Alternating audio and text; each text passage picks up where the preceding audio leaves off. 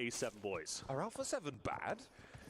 Hold on, slow down. I don't think they're bad whatsoever, but something is just not clicking, and I sincerely don't know what it is. Well, Power seem to have found it, and they are going to mount up for an approach towards AXTMG's players who are starting to flag. I think it's just Devotee left. There's nade pouring in on his rock, and it looks like they know exactly where he is. A slow approach from Power onto this circle. I said that they could be the wild card here on the southwestern side, but they have played it sensibly. They've lost one player in this fight, but they have managed to rack up a point. They're looking to clear out slowly and methodically. E-Arena, I'm worried about what they could do to this one, though. You can see them start to poke their noses in from the east edge. You've also got Influence Rage, who have gone 2-2 on the western side. Yeah, Influence Rage is going to be me. I think that's going to be the team to try and maybe third party this truly from Team Power's perspective. But you do mention E-Arena, and Joker is relatively close, so he can push up. So worst case scenario for Power, they get pintered between E-Arena as well as Influence Rage. Not a good spot to be in. An Influence Rage and both E-Arena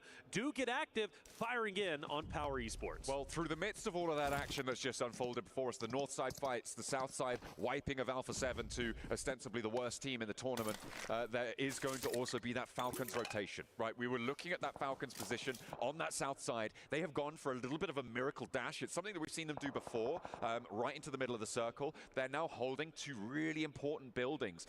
Shacks, fair enough, but important buildings in this next zone. They have cover, they can play to the south side to hold it, and everybody else who could crash onto their locations right now, they're being held out by one another. Once those fights conclude, Falcons are going to be a little bit more under pressure. As soon as Gamex are free to go, the south two for Falcons are in danger. Aura, once they disengage from R8's last players, they could be in danger as well from that direction on the northeast. Ying Yang Galactica sit at a current 6 eliminations and more potentially to come as they focus their attention on Division. But Volt hits a nasty shot from a distance in conjunction with Marcelo. Volt will continue to reposition, maybe challenging that of Romeo. Route, by the way, for Falcons looking to get revenge onto Gamex for taking on Alpha 7. Romeo continuing to hit some nasty shots.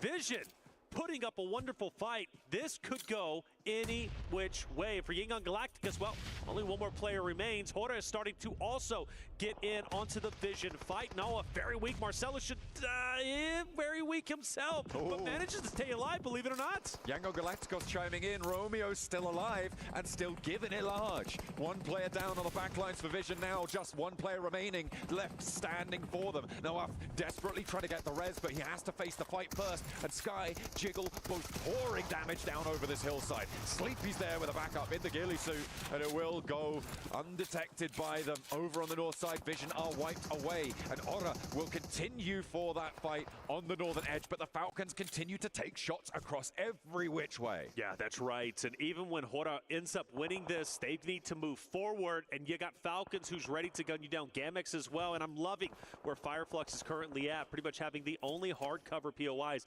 outside of Narvalo and Ralph and Redox, who's going to be for Falcons, relatively split. Gamex has been on a terror. 4 eliminations, I know that doesn't seem like much, but for a Gamex roster who has yet to show themselves, not only do they take down Alpha 7, but they're also challenging the top dogs of Falcons, who are currently up top. But this fight, this push up the hill, it's almost impossible.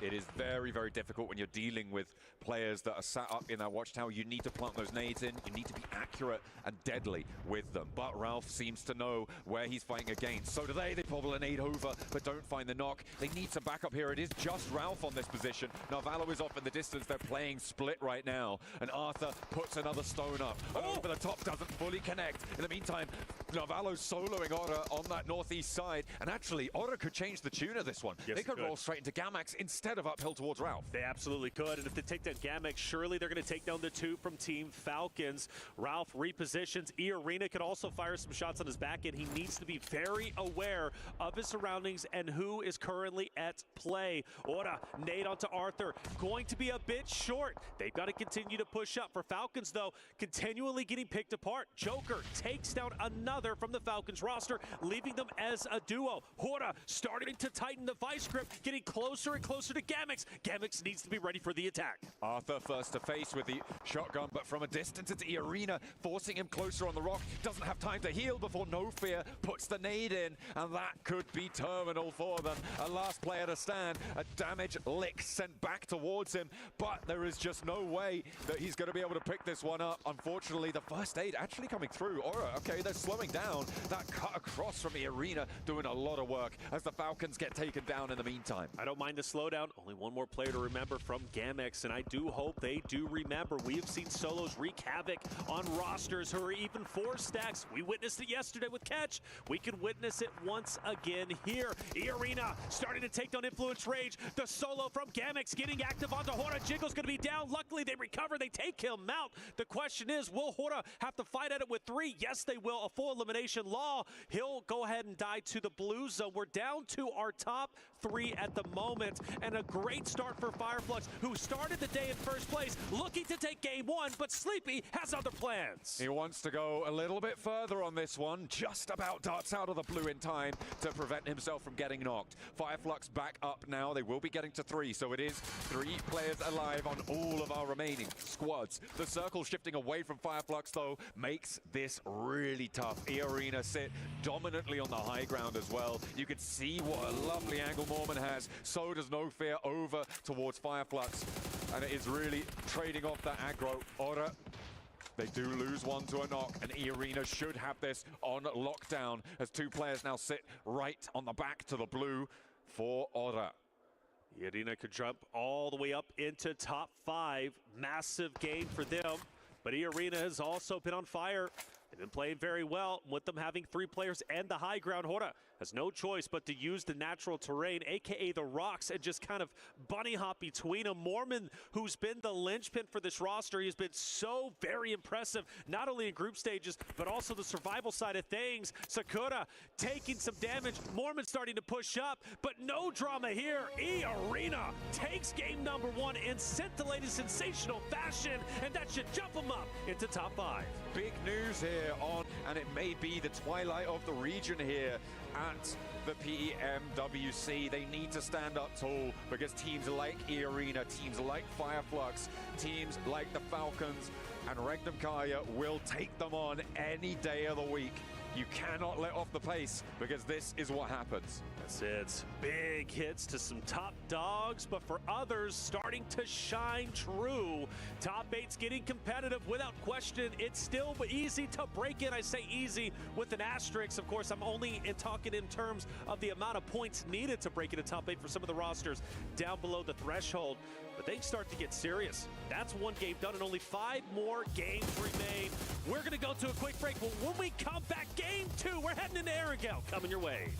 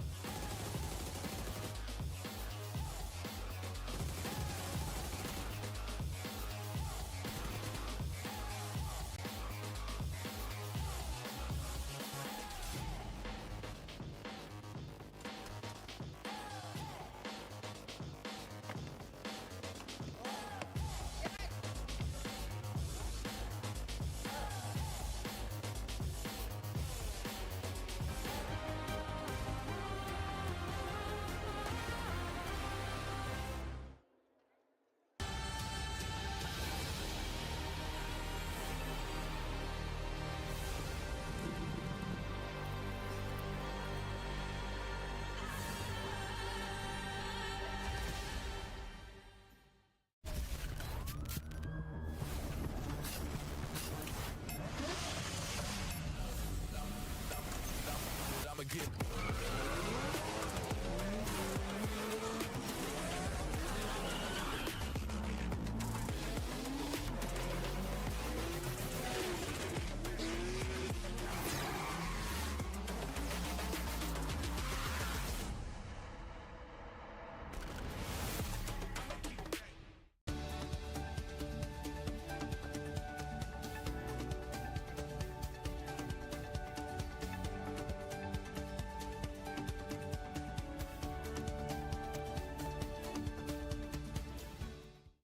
Cybertron's future is near.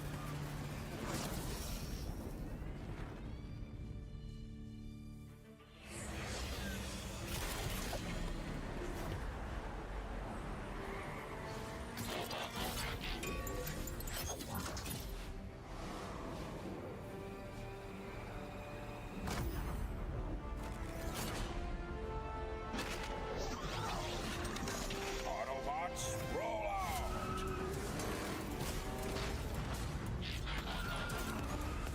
This planet reeks of weakness.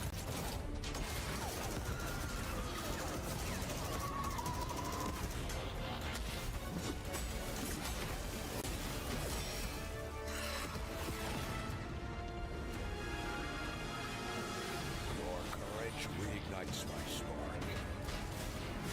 We'll crowd a new load of Cybertron.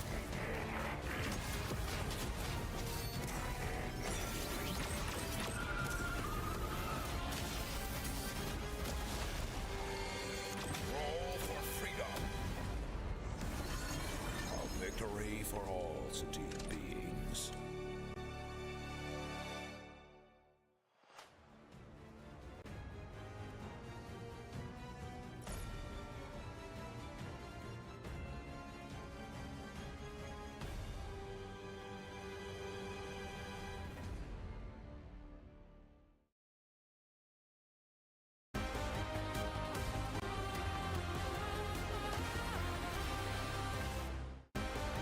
I went ahead and caught up with none other than the coach from Power Esports, Hexy. Thank you so much for joining me. I gotta ask you though, coming into the survival stage, having finished second place in many of the MENA tournaments, is there now an added pressure to surpass the Falcons here at PMWC? We don't have any pressure. We just try to be as much good as we can. Our point is not getting first, second place. We just play our games and try to be as much consistent as we can. Do you feel like the Falcons are coming into this event looking pretty strong? Yes, they are a good team. We respect them, but we will try our best, like, to surpass every team. We don't have a specific team to watch. So we just play our games. And talking a little bit more about yesterday's matches here at the survival stage, you walked away with one chicken dinner, which congratulations on that front. However, two of those matches, you were the first team that was eliminated. What do you really think went wrong there? One of the games that were because of hot drop, which depends on 50-50. Either you win, either you lose.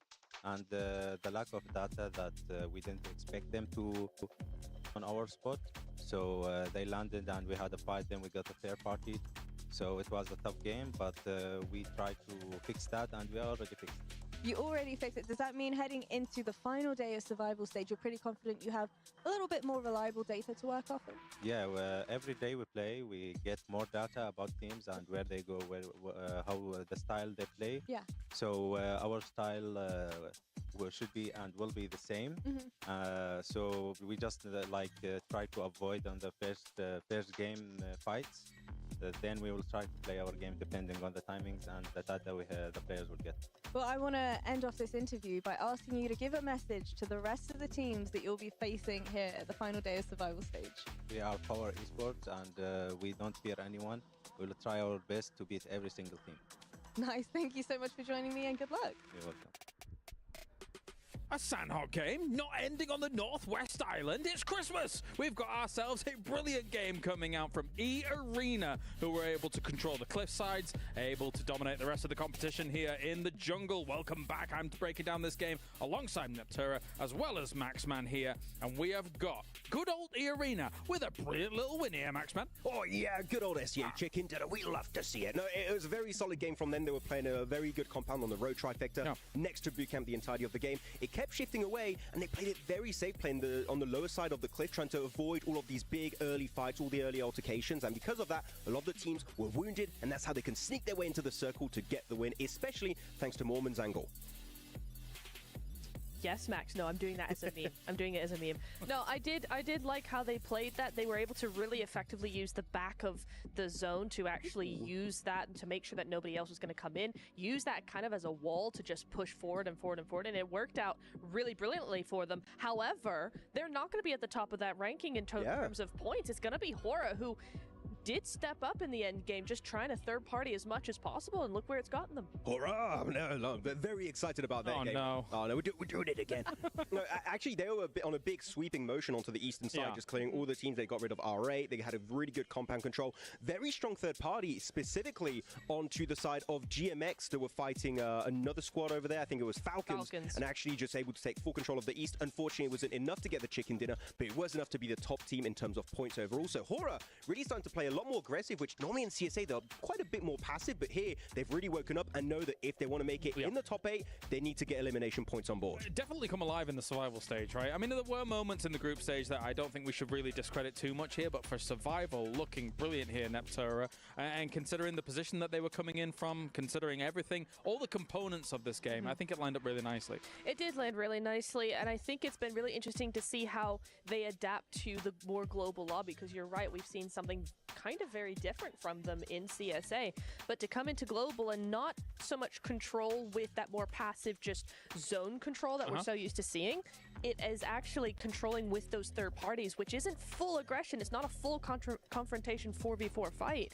So it is tweaking it, but it is just making sure that they are more aggressive, able to get more points, and actually reading the lobby really well. Especially in CSA, I kept describing them as a very good defensive team. We take a strong position, we defend until the very end. It's nice to see them be an aggressive team looking for breaches and third parties and then being successful while doing so. And I think that gives me really good hype around them as to how they could play going into the finals, of course, if they qualify, but they're looking pretty good, so I think the top 8 is in the cards for them. We have our eye on them, and another team that we have our eye on, of course, is Falcons coming into today, who actually got dispatched of relatively quickly by good old GMX down towards the bottom of the tables here, Max, who are fighting back. Let's take a look at these one of these moments here and see kind of how things went down. GMX taking heads. Okay, they take down Alpha 7 and Falcons, 2 favorites. So we had at the very start, like, they're going to make it top 8 pretty easily. But no, GMX are here. And actually, the first fight they took was against none other than Alpha 7. Alpha 7, by the way, did not have a bad game here because they actually had a really good rotate. They go from their 2-2 split, regroup on this compound,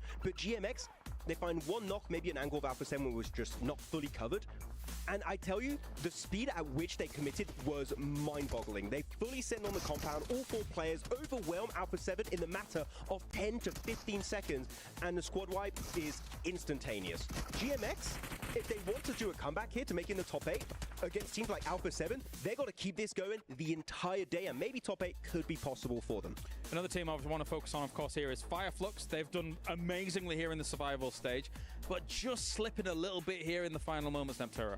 Yeah, I think we thought they were going to win. You were like, yeah, they're Fireflux, they're going to win.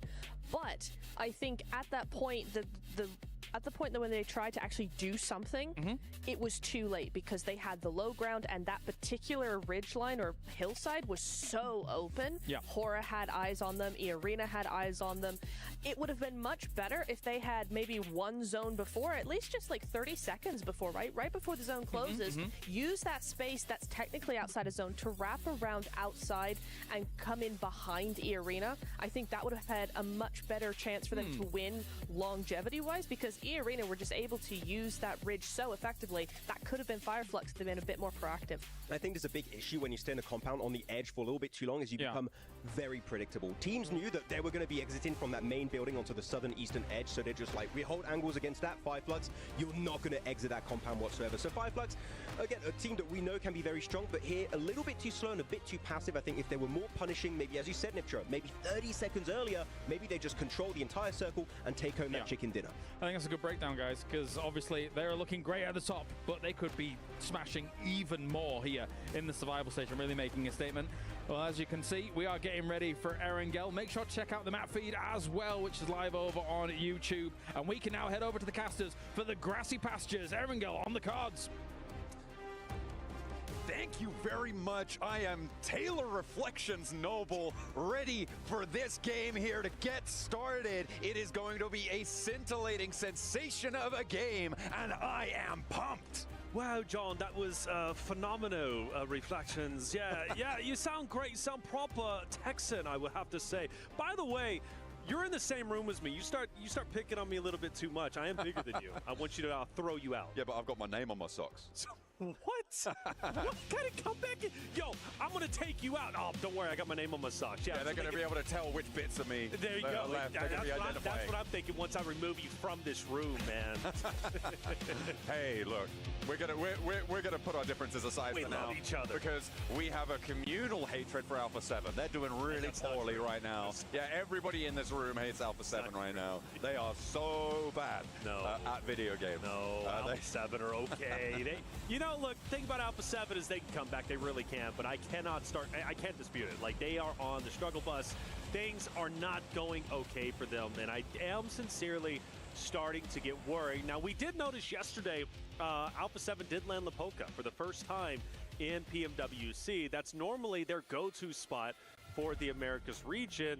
Of course, here for PMWC, they've been going up towards Georgia Pole. That's been their location. So I wonder if now they're maybe going back to their starting to go back to their default spots that put them at PMWC to begin with.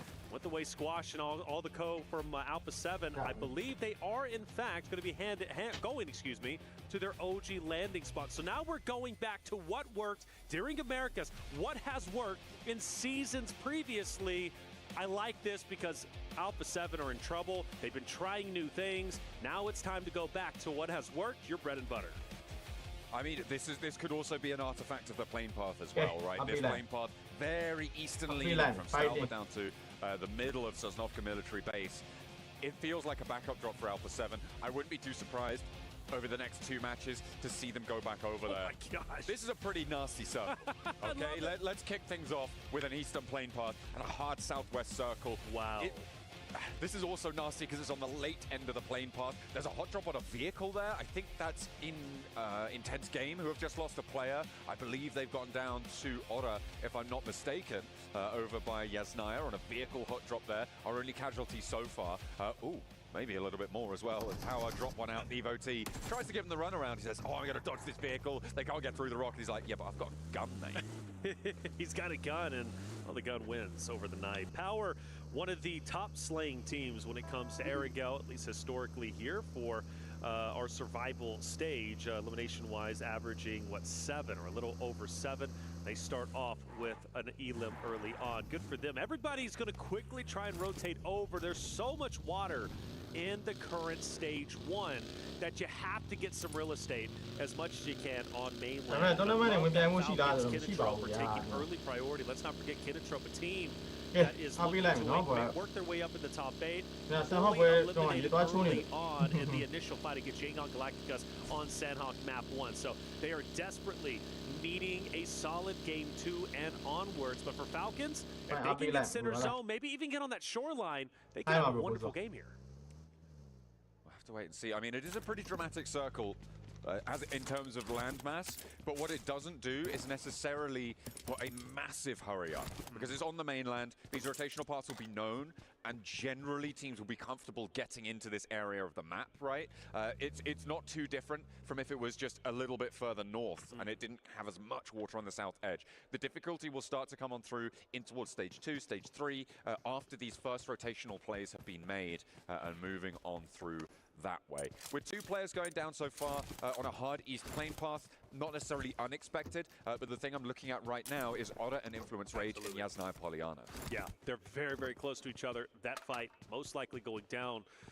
Again, an important one to say the least. For Ora, well, they are towards the top end of the standings. They naturally want to continue to separate themselves, not only for the money, but also for a guaranteed spot in the finals on our next stage. But for Influence Rage's perspective, I mean, truly at the moment, the crown jewel for Brazil, the crown jewel for the Americas region to break at the top 8 and represent Americas in the finals. If it's not for Influence Rage, it's not going to be an intense game. They're a little bit too far down. Alpha 7, so many question marks on them. So Influence Rage winning a fight against Ora here could be massive. The question is, do either team want to engage? Not at all, right? It looks like they dropped close and looted away from one another. And in general, I would imagine that that is what is on their minds right now. Meanwhile, over on the rest of the map is Regnum Kaya crossing the Gaka Fields. Falcons, they've sent a scout out ahead, but Regnum Kaya could potentially pinch that away and cut off that supply line behind them. It looks like Falcons are on a 2-2 right now, I think. It could be a 3-1, I'm not entirely sure on our map feed, but either way, Regnum Kaya seem to be descending on that forward position for the Falcons, and that could be nasty, depending on how fast the Falcons can regroup. They are about 500 meters out for getting fully on the regroup, but Ralph goes down, and Regnum Kaya wastes no time. That's right, Regnum Kaya is starting to get active. I believe it was a 2-2 split. It was Koa with Redux who were on the advanced position, and well, now he's got Narvalo and Co starting to move through, and Wild is most likely going to be shot at relatively soon. For Falcons' perspective, losing one hurts though. They were not wanting that, but that's kind of reminiscent of what they've been doing. Falcons love sending a scout player up ahead. Sometimes it burns them, sometimes it works out well. How have AXTMG made their way along this coastline? They've rotated through now 3 teams, and it seems like people are just like, yeah, no, that's fine. That's fine. You guys can just keep going. It's all chill. They dropped around Milta, sort of around that sort of area. They've gone through Nongshim. They've gone through Kinotrope. Now they've gone past Vision. And it seems like nobody wants a piece other than on that hot drop that we saw earlier where they lost DevoT. That's right. Falcons start to move their way maybe towards the shoreline themselves. Kinotrope. There's a lot of activity in one area. I mean, you got intense game is relatively close, but all eyes on Vision. Red Force moving in. Kinotrope all within the same vicinity, and it is getting quite active. Redux moves up, and there's going to be a team off to his right that he's going to have to potentially deal with a little bit later on. For Alpha 7, I said it, they like the land Georgia Pole, they go towards Lipovka. Now they've got to make the long rotate down, and they're choosing to take the northern side, which is also quite congested. With the arena, R8, Influence Rage, Aura, who are all moving in, and Aura, luckily for them, are the tip of the spear. They're going to be the first team to get inside of the zone, which gives them the flexibility not only for locations, but also potentially gatekeep if they so desire. This is a really ridiculous number of teams actually going for this north side rotate, right? I mean, you know the plane path was deep on that eastern side, sure, but the fact that there's so few teams coming through from Mansion, past School, past Pachinki, is going to change things up. I wonder if anyone's going to draw short and try and camp one of those bridges on the way, farm a couple of points. If I'm R8, I'm thinking about it. Looks like maybe they're going to hop out and slow Alpha 7 down. Rebel just about gets away with it for now. Will they unleash more, or are they going to have to try and turnbull and do the fights? He slows down. This could be really dangerous here. Takes one. The vehicle's smoking. He's low out in the open field here. This is really dangerous for the Rebel. He needs to be really careful. We're zoomed in over his shoulder. You can see he's keeping it cool. He's keeping it calm, but you can imagine that heart is pumping right now. You know, a lot of times we joke about flipping the cars, bad drivers, so forth, but like, no, that could have been quite devastating. And now into the buggy we go, full health on the vehicle, and they'll continue to separate themselves from R8 and Co. Look, R8, they're not playing around today. They're going to take down Alpha 7 as soon as they can. And let's not forget, for Alpha 7, the pressure is truly on their shoulders, not only in the arena, but also for their region. For them going back-to-back, they cannot continue to fumble the bag and make mistakes. That crown-embellished key is teetering on the edge of the crusher right now. For Alpha 7, they are desperate to get points at this juncture. 8th place is a real distance for them right now. They sit on 27. 8th place with Yangon Galacticos right now is 43. We're expecting it to be pushing up towards 70 at the end of the day. And we'll see how they are able to try and climb their way up through that. That hope is dwindling fast. Here is super dramatic again. It does cut out those Pachinki fields, but I feel like a lot of teams are going to be more pleased about that than if it had been further east on this circle. That west side coast now is going to start to get a little bit more packed. The area around Ori can be very treacherous as well. Alpha 7 start to move straight into the center, or relatively close anyways, just opposite of Aura and IG as well. Speaking of Aura, it's going to be right there neck and neck, and Alpha 7 don't want to pop. Well, they do. I thought they weren't going to pop out and fire some shots, but they want distance. They want Aura to keep on moving.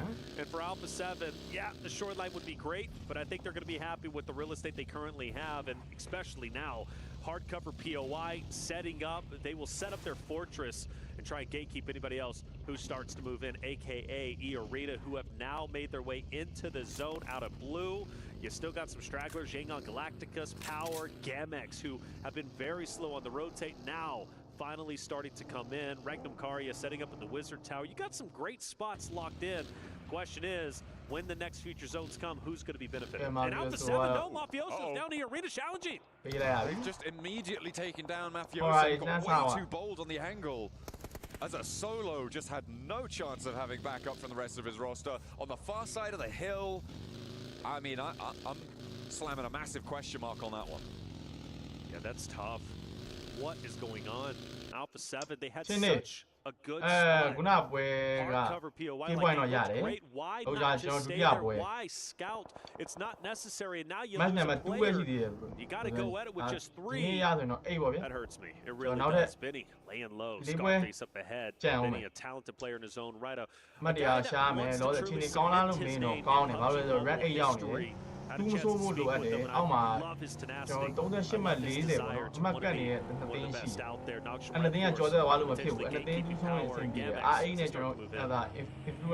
Fireflux, who are now on 73. Our first team to have crossed that expected threshold, right? They are now over the 70 points that we're expecting them to need to be able to get on towards those finals directly at the end of the day.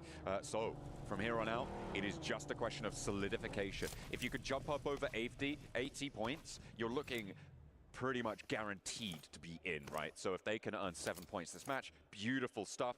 Turkey will be very, very happy. Even if Regnum Karya don't make it, they will still have their representatives in those finals. Well, historically, Fireflux have averaged at least 4 eliminations when it comes to Erangel, so that'll put them even closer to that 80-point mark, which definitely would be safe. And with the other team struggling as much as they have been, even towards like Yangon Galacticus at 43, I still feel 73 is most likely going to be safe, but you'd rather be safe than sorry. Take a look at the map once again. Another zone shift towards the south. That's going to force Alpha 7 out of their hardcover. E-Arena hot on their heels, most likely trying to hunt down the remaining A7 members. All-Right also going in. Influence Rage, Regnum Karya. My goodness, the team's up there, John. Incredible.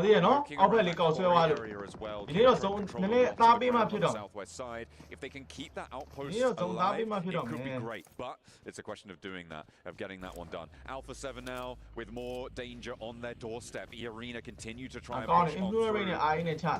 Find a shot if they can make it over towards Revo, who's taking some peeks. Carrillo repositioning on the buggy, and Squash as well. Potentially in with a scrap. All-Right moving in on the north side as Influence Rage are going to go parallel towards them. Law hops out. He spots the player on the back of the buggy. He's so slow. He can't connect the spray. Law drops the ball away, and it is ID7. There for All-Right to stay alive. A slow, easy drift, and it's too much to handle for Law. Yeah, in my opinion, that's uncharacteristic. Law hits his shots. In that moment, he doesn't, and now Lorenzen forced to full send it in. Go for the attack. Take down Damar, which might be possible. Damar's weak. Rosin, please do not drop the ball here, much like your teammate did just a second ago. The nade doesn't get the finish, but so does Damar. He unfortunately pulls his gun back just in the nick of time to allow Lorazin to successfully get that E-limb without any drama, doesn't take any damage. Even though Influence Rage loses one, still relatively okay, but they've got Gamex, they've got Power, and they still have E-Arena who are surrounding them. It is difficult on that northern side. It is getting really quite tense here, and Alpha 7, of course, have to move on this circle. They have to push further south. Teams have started to find their locations around the edge of Quarry. Kinotrope have maintained that split, that 3-1 as it stands. That on the lip of Quarry gives you a load of sightlines under your control. E-Arena taking shots across the way from Potter on the western side, being a little bit slow south. But characterize it, they are maintaining bring that back flank by doing so by taking rotation. Unfortunately for non-Red Force, it is not such good news on their side, as they will be losing losing a ကောင်း lot တယ် of players to Yangon Galacticos, who continue YG to make things work on the southeast. Yeah, Who that's give the it team up? you don't want taking you Yo, out with be that like that. crap. They're going to have a powerful end game, at least potential anyway. Yangon Galacticos being right there neck and neck with Noxian Red Force. That's the last team you want getting points, especially taking your roster down. That puts them closer to knocking Noxian Red Force to 8th place, being right there on the bubble, putting the pressure even more so on them. Power, he's going to be on the outside. He unfortunately takes a lot of damage. Eventually will fall. Oh. Rosin back on your screen, but unfortunately not for long. ထောက်တဲ့ကောင်တွေကပြုံလိုက် Power looking to try and keep the pressure up on the northern side. Influence Got it. Age And starting then to tap drag you. their feet a little bit. Alpha 7 as well, poking their noses in. The Revel has flexed out. Remember, they're playing as 3 on the northern edge. Yet to have an impact here. Carrillo gets spotted over on that north side as well. As Diego tries to push out of the blue zone. They've got Medan waiting Got it. in Wow. the way, in the wings, but the blue zone has too much pressure on them. Sure, they get the knock, Okay. but it's Got it, trading yeah, off. no. Power still have a little bit more to do. Yeah, Unfortunately, wow. Little Boy pushes them back Yeah, off the power angle left. and makes Yeah, their life a and little blue bit ring left, harder. yeah. And R8 is also firing some shots at Alpha 7 as they're on the rotate. They've got to be careful. They've had such a hard time rotating in, even with the vehicles. They're only down to 2 members. Lil Boy pushing up, Power going for the revive. And Lil Boy is a talented member. He doesn't lose these fights. This 1v2 could very well go his way. Easy. Doesn't have time to pop the med kit. Ragnar takes him down, and like you said, huge. Power wins a successful engagement. They're already top 3, and now they got 2 members to work with. But from one struggle to another, Alpha 7 are pinned down. This is the last player alive now. It's just Revo, and they're on the lip of that quarry position out to the west, and they go down again. A 1-point game, 2 games in a row. It is looking dire now with 4 matches left to play. They're going to need to earn at least 15 points every single match from this point onwards to be in with a chance of qualifying in 8th place. This is a team that people were talking about with a chance to win the whole thing. And you have to look at how it started for them, right? Landing at their default location, okay, great, but then they do not get blessed by zone. They take the long rotate up north, which isn't uncharacteristic from what they were doing during the Americas. But you had that solo who just randomly goes off on his own. He gets picked apart. Now Alpha 7 is down to 3. Then you have another player who starts to rotate out, scan the horizons, he gets taken down, and then all of a sudden now you're getting pinned up by 4 stacks, and you just get taken out. I mean, Alpha 7 continually, something is going wrong. I'm super worried for them. I'm ringing the alarm bells. I think they are sincerely in trouble. But there's plenty of rosters still remaining who are not only on the bubble, but also trying to maintain their position in top 8. Love, where AXTMG are currently at. Infinite line of sights, a power spot to be in. And luckily for them, there's no one around them, but everybody is in front of them, so they can continue to pepper anybody that they see. Falcons, they managed to send through to the southwest side at the cost of one of their players. Now they're under pressure as Nalvalo gets found out in the open, unaware of the team right next door to them, and will just lose another. So 2 players survive for the Falcons, playing on with Redox and Koa. They lost Ralph early on. Now Nalvalo next to follow them. And for Hoda on that southwestern side, try and play it out. They have 5 points already. They are the next team right on the doorstep of getting up to that 70-point boundary.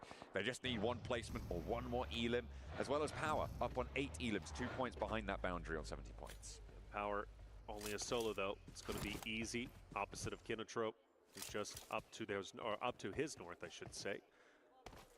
In the moment, Falcons, Hora, most likely going to run into each other again. As Koa and Redox keeping them in their line of sights. IG most likely going to have an effect at least later on for Falcons, depending on how Hora ends up deciding to push up. Smokes are out. Hora might be making a rotate already, but the important thing, where do we shift the zone? Well, that's great for ERENA as well as Kinotrope, who are dead center. Kinotrope desperately needing points to elevate themselves up toward top 8. Final needs to join in and do it unscathed. If he can do so, Kinotrope might very well have a deep run in top 3. They've got a lot of cover over towards Kinotrope's outpost. I was looking at that position, and if he didn't move immediately, I was going to call him out. He needed to regroup here. Binny, okay, on the inside for a 2-piece with a pump action around the shack. More to do. He's got to protect the barrier around him, though, because he takes down... Wait, was that Binny as well? Smile on That the was Marth. Vinny as well. Oh the my Marth. goodness me. Yes. This guy wants to be the best. Without, I told you, man. I talked to him. He says, I want to be the Come best. on, I huh? submit my name. Like no one ever PUBG was. Mobile history.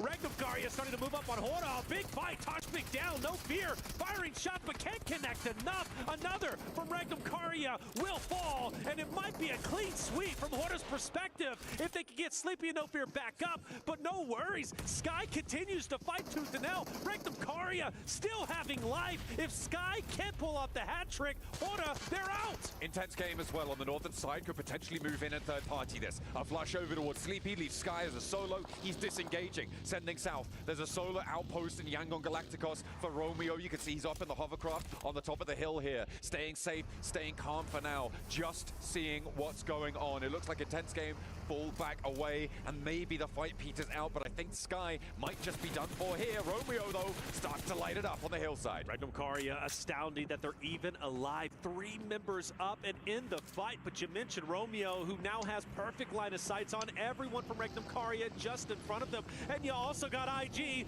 starting to come behind him. Loxy through the smoke, however, dodges him miraculously, and he has an attempt. He's going for it, but Petrino shuts him down. Will not be able to sidestep and find the follow through there for Regnum Garia. They'll play on as one, and I was waiting for Intense game to get involved. I thought maybe they were going to send out towards the east, but no, the hillsides are just right to be swept on through. And now, with just one player left from Horda, they might turn their attention towards Galacticos' position further south, but it is all a question of who can get close to Kindertron. Behind that of IG, he hasn't been spotted. But luckily for IG, they've got, oh no, they're parking the bus, which means Sky, he could have a devastating effect. Here's Benny with the 3, takes down 2, and well, Mark comes out of nowhere, and Benny says, hey, where you going, buddy? And mows him straight down. I was 100% sure that was an off angle chiming in on that fight. I thought there's no way, right? Like, I think shots were coming in, and he finished them off. He's got to chill out a little bit, but no. He was like 1, 2, 3. He only needed those 3 shells, and he racked up 3 points. That was really impressive from Benny to be able to connect those shots, especially on the moving buggy, under pressure from the high ground. And it's rightly so that they're up in now 5th place with those 4 points under their belt, and maybe more to come. However, for Vision, they've got a choice to make, and it may be that they send for the shack that Benny sits inside of. See where the shift is. Honestly, if I'm Sky at the moment, I'm just full sending an IG. Like, I'm trying to do as much damage as possible. And the only reason why is Horda is a bit different, being in 2nd place, already at 70 points. Sky can afford to do this, and I believe they rotate by him, and Sky does manage to fight it out, and he's firing shots. He's connecting a bit. Petrino fell. However, IG managed to recover, and they'll still be a 3-man unit to push deeper into the zone. For Romeo on the hovercraft, he's still scouting the surroundings, seeing what's out there. That hovercraft, maintaining it, so valuable for the end. But with the zone ship Kinetrup once again still in a powerful spot, my eyes once again fall to them. A big game here would elevate them up the standings. They're at 22 points. Breaking in the top 8 is very doable, and they can honestly get very close with a win in Game 2. Really good information gathering there from Vision. They saw Intense game leaving from that location, which opens up the position now that Marcelo and Nawaf have moved into. Before Intense game and all the teams on the western side move, you cannot play the western side of the quarry like this, but as soon as they see that maneuver happen, they are in there. And that is a really smart rotation coming through from Vision. I like to see it. Romeo taking a little bit of damage. Rafa also shooting the hovercraft to get it relatively low in health. I thought it was on fire, but I can't fully tell from that angle. Adrian with the off angle. Nat, though, sees it. Ready to take him out. If he sows desire, unless he didn't see it, it goes right straight into Adrian, who takes over a little bit of the high ground that he possibly can, and the push is in. Adrian out. Rafa has also joined, and we have a tense game. Absolutely, they're fully committing to the Yangon Galacticos fight, and that nade looks good. Just about dodging the damage around the cliff. On the edge there, the rocks protect him for the time being. Adrian is low now, though. More nades getting sent back and forth. That is just a tickle. But across the way, Fireflux can really start to get involved now. They just need to step a little bit closer, and they have full sight lines on towards Yangon Galacticos. You can see Solus wants to get a little bit more done, but across the way, you've got Kinetrup to worry about. This open ground around Kinetrup is just so deadly, and no team has really been able to do too much about it. It may have just been handed to Kinotrope on these circle shifts. The hovercraft has been blown up, and Romeo can still use this coverage, and he's putting in great work, peppering the members of IG just up ahead. No one's going to be able to penetrate it. No one's going to be able to shoot Romeo in his current spot. So IG, that's one less member they're unfortunately not going to be able to fire upon. Adrian starting to run on fumes. They can't go anywhere. They need to get up. They need to get out of blue, but there's only open space. Yeah, the buggy is one thing, but you know you're going to get gunned down. I think this is the end for IG. Rafa going down there, and they are going to commit for the flush, confirming that point for Yangon Galacticos. But into the zone, Adrian sending, may be able to find a little nook and cranny to hide behind. Actually has Easy now as a buffer between him and Yangon Galacticos, and could survive for just a bit longer. Fireflux also in front of Yangon Galacticos. I feel like they have had to fight tooth and nail at every point on their rotation. But honestly, not a bad thing. They haven't been wiped yet. They're also on the bubble. This is great for them. If they can pull off team wipe after team wipe, those are valuable points to continue their way up in the top 8. But I am a little bit worried where Adrian is currently at. Now he's got a great line of sight on the Yangon Galacticos, who's going to be just ahead of him. Meanwhile, Benny also up ahead. I can't wait to see what he's going to be able to do as a solo. But for Vision, desperately trying to get it off angle, maybe a knock onto Kinotrope. They want that high ground. They want that location because they understand how important it's going to be. Kinotrope again just being decimated these teams around them. Unfortunately, they haven't earned too many points for it. So this is the question that you have to ask towards Kinotrope. What sort of value can they extract from this location? Because they have been nigh on unassailable in this spot for so long. But with 25 minutes on the clock, those remaining player counts are going to start to drop. Yeah, I think they're going to about to pick up at least 4 or 5. Team Vision, they've been slowly making their way up. That drop on Tamra is going to hurt, however. And you mentioned the value. I thought they were going to pick up plenty of elims, but now they're getting picked apart. And you also have E-Arena, who might choose to dip their toe in this fight as well for the third party. But you also got Yangon Galacticos desperately trying to move forward, and Team Vision focused fully on them. Where's the buggy going, though? That was a bit of a risky play. Yangon Galactica have been mowing players out of buggies, out of vehicles, but luckily reposition ends up paying off.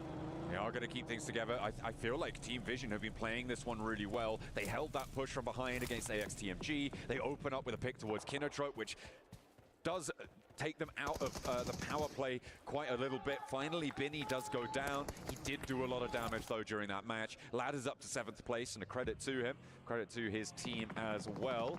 This is the last player from Intense Game who's managed to sneak their way in. It's on to Team Vision, really, to make a move here. And onto Yangon Galacticos as well. But they're staring each other down across this valley. Yangon Galacticos are getting out of this spot. Whether it's last of IG with Adrian, maybe Fireflux off to the left. You got Vision firing shots onto him. Kinotrope are also throwing their hat in the ring.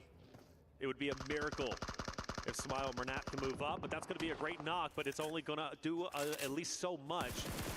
As remaining members should be finished. Great for Plur, but Plur falls. And Vision, where do they go? Do they want to continue to pin Yangon Galacticos or move up? Well, they're moving up. They want to capitalize off the knock at the full finish. They can do both as well if they could do that fast enough, which they do. They're able to find that. Adrian down the hill. They know that Yangon Galacticos are very unlikely to poke their heads in now. With just one player remaining, it's too much of a risk. The nade downhill, he hops in the buggy, but it's actually the back lines there coming on through. No, hang on a minute. It was the spray down onto the player hopping in there, and they will find the last player. Fireflux flexing out. It feels like this should be another Fireflux win as they start to extend their control from the eastern side. E-Arena trying to push up from Quarry, but you could see what Scarface could do to them. There is very few worlds in which they successfully make their way up to the top of this. Oh, but that nade hurt a little bit. I don't know, maybe a couple more of those. You take Scarface out, that opens up the door to continue your progression up the hill. But I don't think so. Madcap also looking down. Fireflux in such a great spot, but I mean, let's not kid ourselves. This area is so highly contested, and Nawaf, he's pushing up along with the low, and this is going to be a great angle onto the Fireflux team as they start to take damage. You still got Joker also from E-Arena pushing up. This is going to be a mad dash for control on the top of the hill, and you got 3 rosters all butting heads. Kinotrope are starting to fade here now. Last player for them to stand. Vision's playing on as 2, E-Arena is 3, who have been trying to fight fight their way in here. Scarface gets rezzed for Fireflux. That is going to be really, really important. However, in order to get that res, they've had to move Solus all the way to the back of their hold. They've lost a bit of pressure, and teams from the western side can start to move. And that's what's given E-Arena this momentum, this ability to get as close as they have. Mormon now with an opportunity, maybe to mantle here, but he pops that Molotov up on high, and they aren't quite going to find it just yet. In the meantime, Yangon Galacticos lose their last. Oh, they see him. I think they're wanting to go for the challenge onto Mormon. They don't want to overexpose themselves. You got to find a fine balance here. Too aggressive, it turns into recklessness. But if you do it just right, you could dismantle a roster. Vision onto Kinotrope. You mentioned the solo, and Kinotrope ends up falling. And now things start to get serious. It is all up to if Fireflux can hold the hill on the top here, with Solus going down again to that nade. E-Arena are starting to put more pressure on, and it's going to be Madcap to fall next for Fireflux. Never Alone tries to go for the low road and catches him out on it. On the shot for Nawaf with a 1-2 punch up on high. As Solus gets flushed, it's a pincer maneuver onto Fireflux, and there, left down to 2. Catch now down, and E-Arena may have just been able to mount the impossible assault towards the top of the ridgeline on Quarry. But we've seen solos provide a dominating effort for Scarface.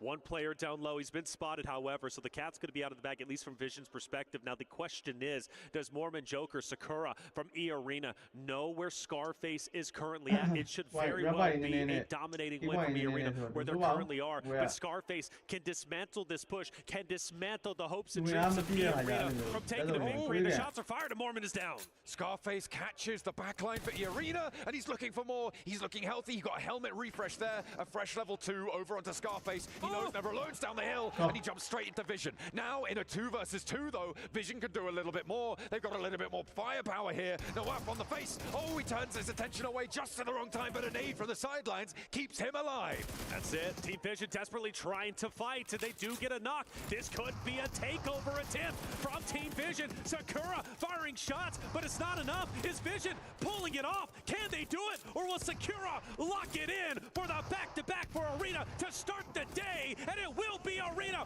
back-to-back victories on the day. They look as if they are poised to go to grand finals, and they won it. Last time around, they went out a little bit quietly towards the end for the chicken dinner.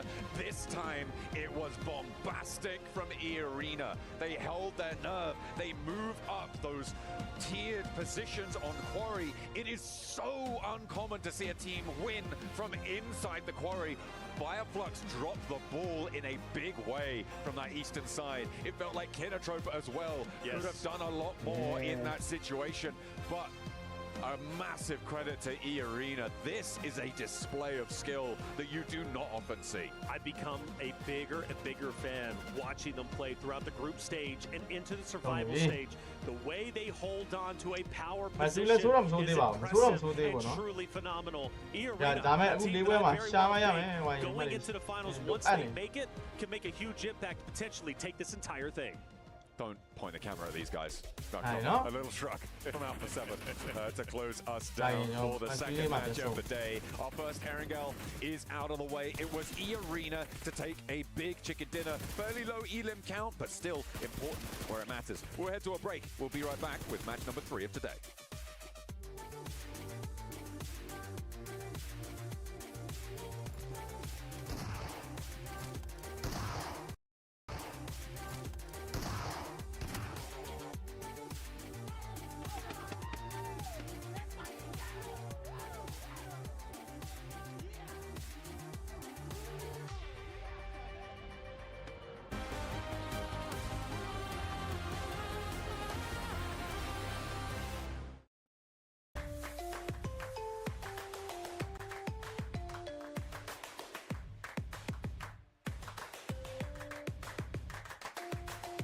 Level up your gaming experience with over 8 billion playlists, only on Spotify, the official audio streaming partner for the 2025 Esports World Cup.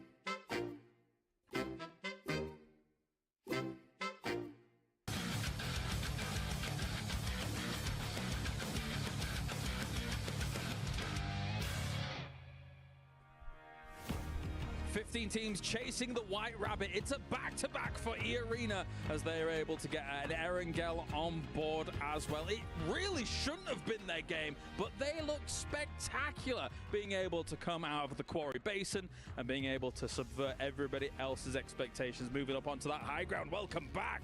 Oh, back-to-back for E-Arena. Max, man, this is them doing the business. Oh, yeah, the White Rabbit in the hole of Quarry, getting out and digging out a chicken dinner. He Nicely loves it. done. He loves that one. No, great to see a back-to-back again. We looked at the SEA teams. 2 teams already qualified. We have Team Secret, we have Ultra Ego. 1 team was missing, and it is going to be E-Arena that pretty much they're in, right? After 2 wins like that, you're looking very comfortable in the top 8. So now they can maybe start targeting other teams that we theorized could be a thing later on down the line. What do you think about E-Arena's win here? I'm astounded that they won when their landing spot is Stalber. I almost said dropped up Severny there. Yeah, that was It's mad. Stalber, and then wrap around north side with everybody else who decided to go up there, come down around to the outside of Quarry and just win from there. I mean, it's not often you see a team that's that far away from the initial zone actually take it and win. Of course, though, we have Team Vision at number 1. Now, this isn't a team that we kind of really talked about before coming into this segment here, but we really do need to talk about the 13 eliminations they came out from this game. It really felt like they were on the warpath here, Max, and kind of just able to deal with everybody on that northwest side, coming in on that west side of Quarry. Obviously, it was going to be hard to get into Quarry and do something about it, but damn, what a game from them. It shows to me for Vision, they have really good terrain knowledge of Quarry itself, because you got Quarry, you got the low ground, you got the high ground, but you got these little roads that go around on the western side. It keeps you safe from teams on the 2 sides, and they play that position, hold off AXTMG, they hold off Kinotrope also at some point, trying to wrap around their warehouse in particular. I think Team Vision has been showing a lot of potential at the end of yesterday and at the start of today. So very happy to see them do well, because we've seen R8 have good games, Power get good games, and now Vision are finally stepping up. They're going to need a little more, I think, to try and get into that top 8, but this is a great opportunity for them to get that ball rolling here throughout the day. Get back on the road again.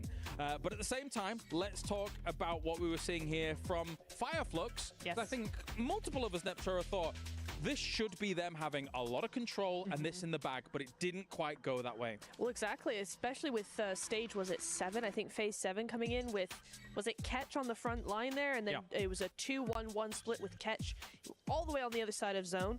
Really, really controlling. If they had played it like they actually had control of the zone, it would have been much better. But I think Max is going to go into a point where it was just, they were sat there, but they just weren't doing anything with it. Before I go deep in my point, I want to say for a team that this much control in the game as Fireflux, only getting 4 eliminations is very low.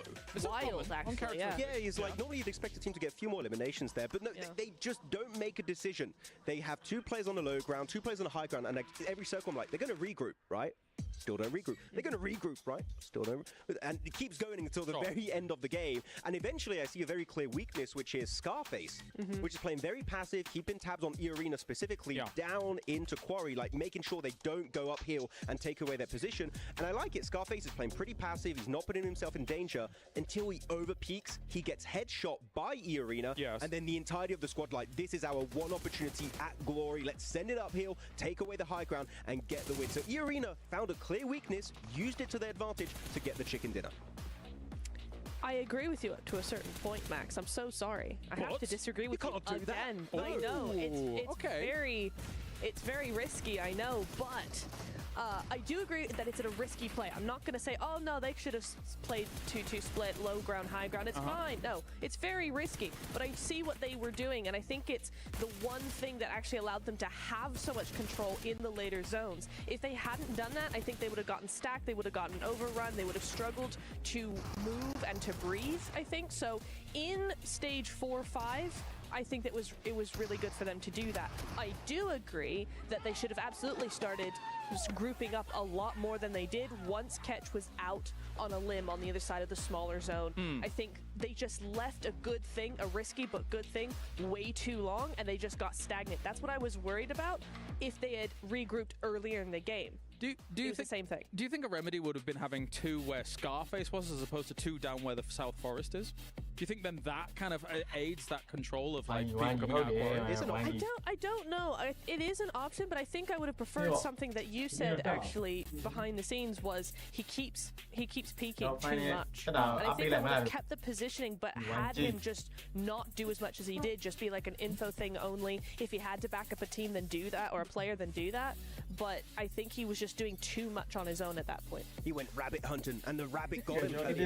That's one scary rabbit right there. That's a big rabbit. Yeah. I mean, Mormon, the rabbit is called Mormon. You run away. You don't want to fight Mormon. Don't want any of that. I do think still it was a very good showcase of what Fireflux can do. Maybe a bit hesitant at times, but overall I think they'll look back on this game like, what can we do better and hopefully improve for our next 4 matches. A lot of matches still on board. Yeah. Still rough to see who's going to be making in top 8. All these teams are going to need the holy hand grenades to try and deal with what E-Arena is bringing right now. 2 wins to start off the survival stage as they find themselves now in 4th place. A huge leap on up. And now look who is in the danger zone, Max. Uh-oh, Team Falcons. You don't want to see Team Falcons at the bottom of the first page. That is, they've been slipping. Again, holding their splits a little bit too long, losing players. That's the good old Falcons typical. But I kind of want to look at the points here because you talked about the point threshold to get in top 8 and to be comfortable to make it into finals, Niptura. I would say around 70, 75 points is the threshold. Some teams are already looking very close. I think the amount of slots available now is maybe like 14 can still push in top 8? Maybe? Maybe. Possibly. All right, this is panic time. Alpha 7 is 4th from the bottom. This is panic time. They have to do something if they want even a chance to defend themselves here. But of course, you guys at home can get involved with everything that's going on as well. With the PUBG Mobile Airdrop Carnival and it's now live here this weekend from all airdrop vouchers to enter, prize draws for official merchandise, smartphones, BD Partner Awards, permanent in-game items, and more. Every participant is guaranteed to win. Additionally, jump in the game now to vote for your favorite airdrop partner. Again, not Max. You might even, don't say anything, Max, no. You might even score some awesome surprise gifts from them. Don't miss out on this year's Airdrop Carnival and unbox your surprise. Well, thank you very much, guys. Thank you to you, Max, I suppose. It is time to head over to the commentary team here to bring you all of the action from another Erangel. Let's get it going. Yeah. Game number 3 for the day. The first 2 games dominated by E-Arena as they elevate themselves up into the top 3 position. Who knows how high they continue to go. But game 3 being back on Erangel, the home turf for E-Arena. I've got to favor them, but it was said on the desk, John, look, we got to get serious. Alpha 7, game 3, only 4 more games to go. And for them, man, oh man, I start to think to myself, will we truly see Alpha 7 in the finals? No. Come on, be dramatic. I mean, be dramatic. Look, when they're dramatic, I'll be dramatic, all right? Because they have not been bringing the drama today. They have been lackluster. They have been falling at every hurdle that's presented to them. It's not good, right? There is some discord between the ranks of Alpha 7, and I mean, they're not talking. It doesn't look like they're actively repairing this one here. I mean, what can you do? It has got to feel so demoralizing to be in this situation for Alpha 7, to be in the spot where you are the defending champions, where you are hailed as some of the best players in the world, one of the best teams in the world. And here you are, having just now performed, I think, what is it, like 4 games in a row, getting a maximum of a point a game when you count yesterday's as well. Well, the reality is they're the ones who control their destiny. They're the ones who can turn the tides of their luck. Now, do they have it within them to do so? You look at their faces and you think, maybe it's determination, maybe it's nerves. It's hard to tell. But for Alpha 7 and other fighters, they're going to continue to fight till the very end, especially that man right there. He jumped at us, by the way, during one of the segments in the beginning. Scary guy, but also a lovely guy at the same time. But whenever it does come to Fireflux, they have outperformed themselves from their group play in the survival stage. They surpassed the threshold. They're now at 83, well within their right to go into the finals. And I must say, man, from Fireflux's perspective, it's been a pleasure watching them, and it's also been great watching E-Arena again as I've become a bigger and bigger fan throughout the group stages and the survival stage. When they have a power position, they refuse to let it go. They managed to make it work from a less than powerful position as well in that quarry, being able to rise from the basin, as we were talking about, as the desk highlighted as well. Getting out of that quarry basin is a real tough task.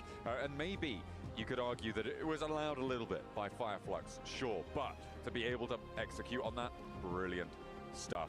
Nox and Red Force have been a little bit quiet at the start of today as well. They do have a little bit more of a buffer zone than some of our other than some of our other teams, however, so they can keep things going. Power, they've been putting up numbers as we're just drafting across these players right now, getting this lobby ready. Al-Haji, what's he got? Oh, look, big love. Big love. Big love. Big What a mustache. love. What a mustache. What a mustache. What a guy. What a team. Power, man. Power Esports have been on fire, up there within the top 5. Another roster that is looking to make a huge impact when it comes to the finals. Of course, if they make it, it's say, come here. I don't know if I want to, though. People want to watch this one. Things get a little, okay, we're showing it. Where are we going? They're going to Gatka. They're calling it out. They're calling their shot. They love it. They've already pinged it. It's marked on the map there.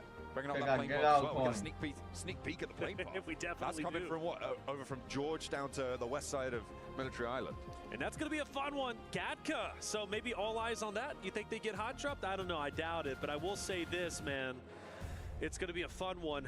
And for other rosters like Alpha 7 and the ones that are down below, honestly, even throw Vision, right, in that respect, they're going to have to step it up because we only have a limited number of games left. Game number 3, we're hopping into Erangel. The last one was fun. This one should be even better.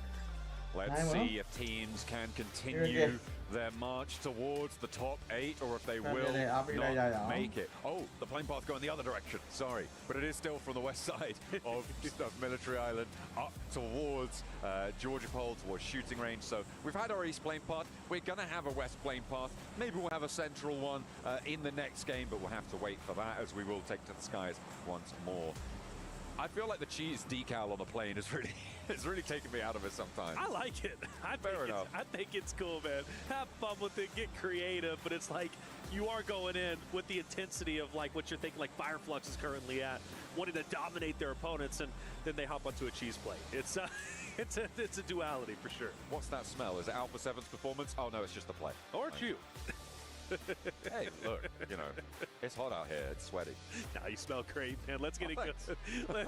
Let's get it going, baby. It's going to be a lot of fun. I'll put that on my CV now. Without a doubt. When people contact me for jobs, I'm going to be like, Reflections said, I smell great. You smell great. They're going to be like, who is Reflections? What are you talking about? Alpha 7 will once again go up to Georgia Pole as they typically do. They'll actually know who's going to be around them. I believe like IG, Aura, who have been hanging out. R8 might be going up there too, which could be fun. R8, a team that is doing incredibly well today. Most likely going to be seeing them in the finals. All eyes. Oh, this is great for Alpha 7. Perfect, in fact, for them.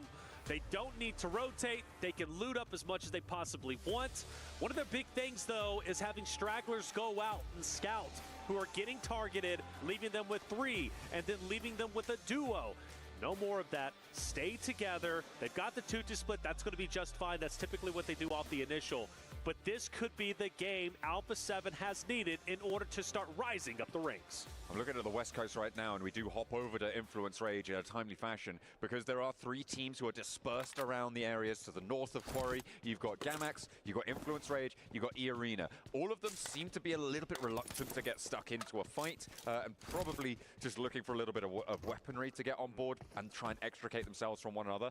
That's not how you want to start, though.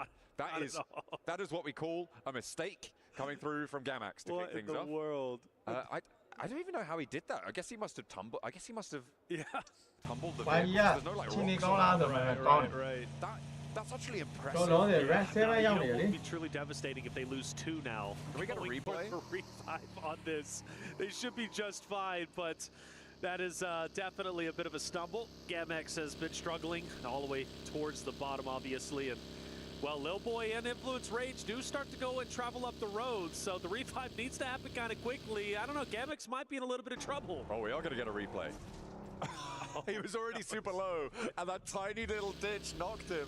Oh, that's so sad. It is. And Influence Rage is heading potentially straight into them now. They're going to veer off to the left. So good on them. They'll get back up. They'll be a 4-man unit once again, but that could have been bad for sure.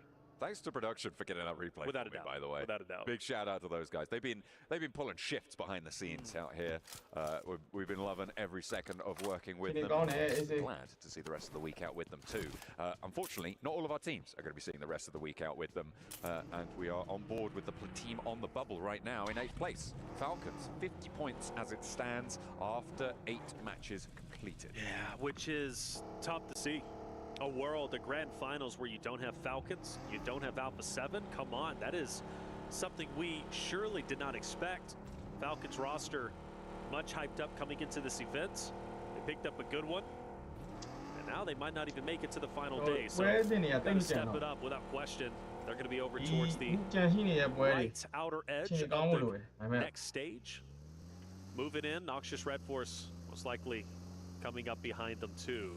Something to look out for. Influence Rage starts to get dangerously close up to IG, a team that is on the bubble right behind Falcons. The roster, so we were just mentioning, potentially not making it into the final day. Meanwhile, Provision, they're on the hunt, and they're hunting down Power. Ooh, easy hops back in the vehicle. They aren't going to slow down too much. Instead, they turn around, and the rest of the team comes through. Now, all 4 players from Vision going to try it and get into pursuit. A little hop over the terrain, and more shots coming through from the hollow sight.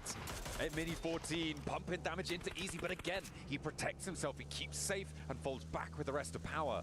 So staying alive there could be all important, and maybe all important for Vision, because they're in 10th place right now. They're chasing. Without a doubt, right? Very close to catching up and breaking into top 8. I want this game to get away from them, and from one fight maybe to another. AXTMG off to their right-hand side, firing warning shots. Regnum Karya, though, well within their right, within top 5. Looking very, very good at the moment. They start to rotate in as well as starts to get active up towards IG Alpha 7's region. And we do expect that. A lot of it's actually which always makes things a little bit spicy. Arena getting active onto Gamix. Yeah, Arena having found that initial knock first. Looks like that could be rezzed up. They're taking more shots out that way. It is mostly just Joker out here. The rest of the Arena not quite close enough to go for the full fight. Sakura also isolated, so could get a little bit messy here as the res does come through for Gamax. They're trying to encircle this one, but they may have bitten off a little bit more than they can chew with the amount of split that they've gone for. I think Sakura's read into that, and this retreat is timely. It was the Arena firing shots, helping out Sakura, who was up ahead. Now, the danger not gone just yet. He repositions himself, gets away. And I do appreciate from a lot of these rosters today not overcommitting. It's so easy to overcommit to a fight, to really feel the energy and push forward. Teams aren't scared to disengage, and I think that's going to be very valuable going into the final stages. Sometimes disengaging and not fighting the fight is the best course of action. And for E-Arena, they decide to do just that because Sakura, even though he was in a 1v1, he did have help from a distance. Once it became a 2v1, he read the situation correctly and decided to dip out. Gamek's going to hold on to the shoreline as much as they possibly can. E-Arena, though, continues to kind of encircle them and tramp them, and I do wonder if Gamex is truly going to be able to make their way down the shoreline, or if they're going to have to go south and maybe towards Quarry and reposition. They will be able to survive for just a little bit longer. The question is, how long do you spend doing this, right? Because all this while, teams are getting closer to Everest, to Hospital, to South George. They're getting ahead of the curve in terms of that rotational pace. So chasing down Gamax, I mean, is it really worth it for E-Arena right now? I'm not sure if it's the wisest investment of time. If they get one Elim, okay, they have managed to find that knock. I imagine they're going to turn around now and start to head into the circle. Anything more than this, I think, is a bit of an over-investment. They might just try and prove me wrong. You know, I think it's just a matter of respect. I mean, Gamex, let's face it, they've been getting pushed. When teams see them, they push into Gamex. They take advantage of the situation. Focus now onto Kinotro. Finale is down, unfortunately. Blur has to be the gatekeeper now to try and protect his position. But Scarface is coming up from the backhand side. Ketch tried to do exactly that too, but he gets taken down.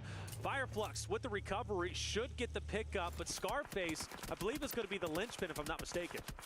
Could be important here. Matcap has to go in for the res over towards Ketch. The off angle Ozzy-san clocks him again, and that's going to force another player from Fireflux to have to respond to this. Stage 1, reses are possible, but Ozzy-san has been so important for Kinotrope in making this one work. By the way, this Gamax E-Arena fight could crash into this engagement. It could. Remember, they are still going over towards the south side of Quarry.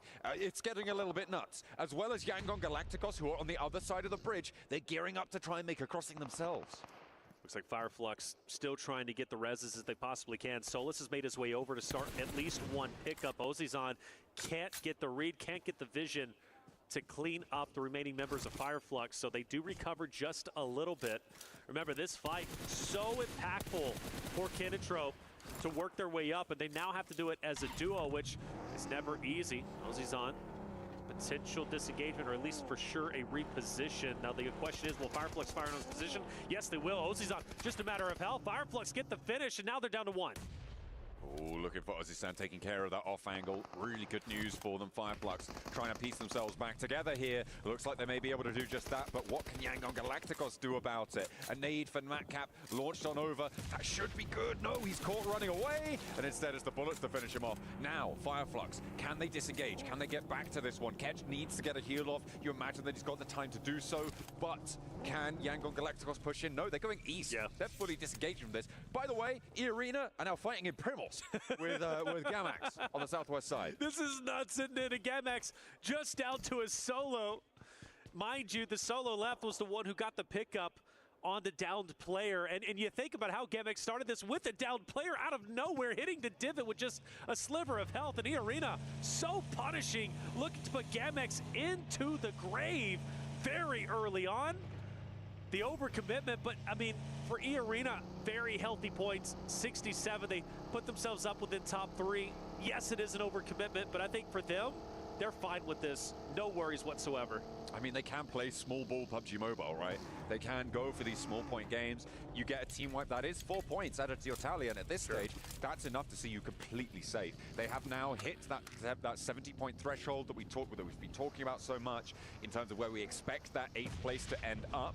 So getting up and over this early on is great news. We see a replay of the engagements, of the pickups that they were able to find. Tiny K rolling up, get that reload in. Little punch out. No. Leaves him punch drunk, and Arthur's down for the count.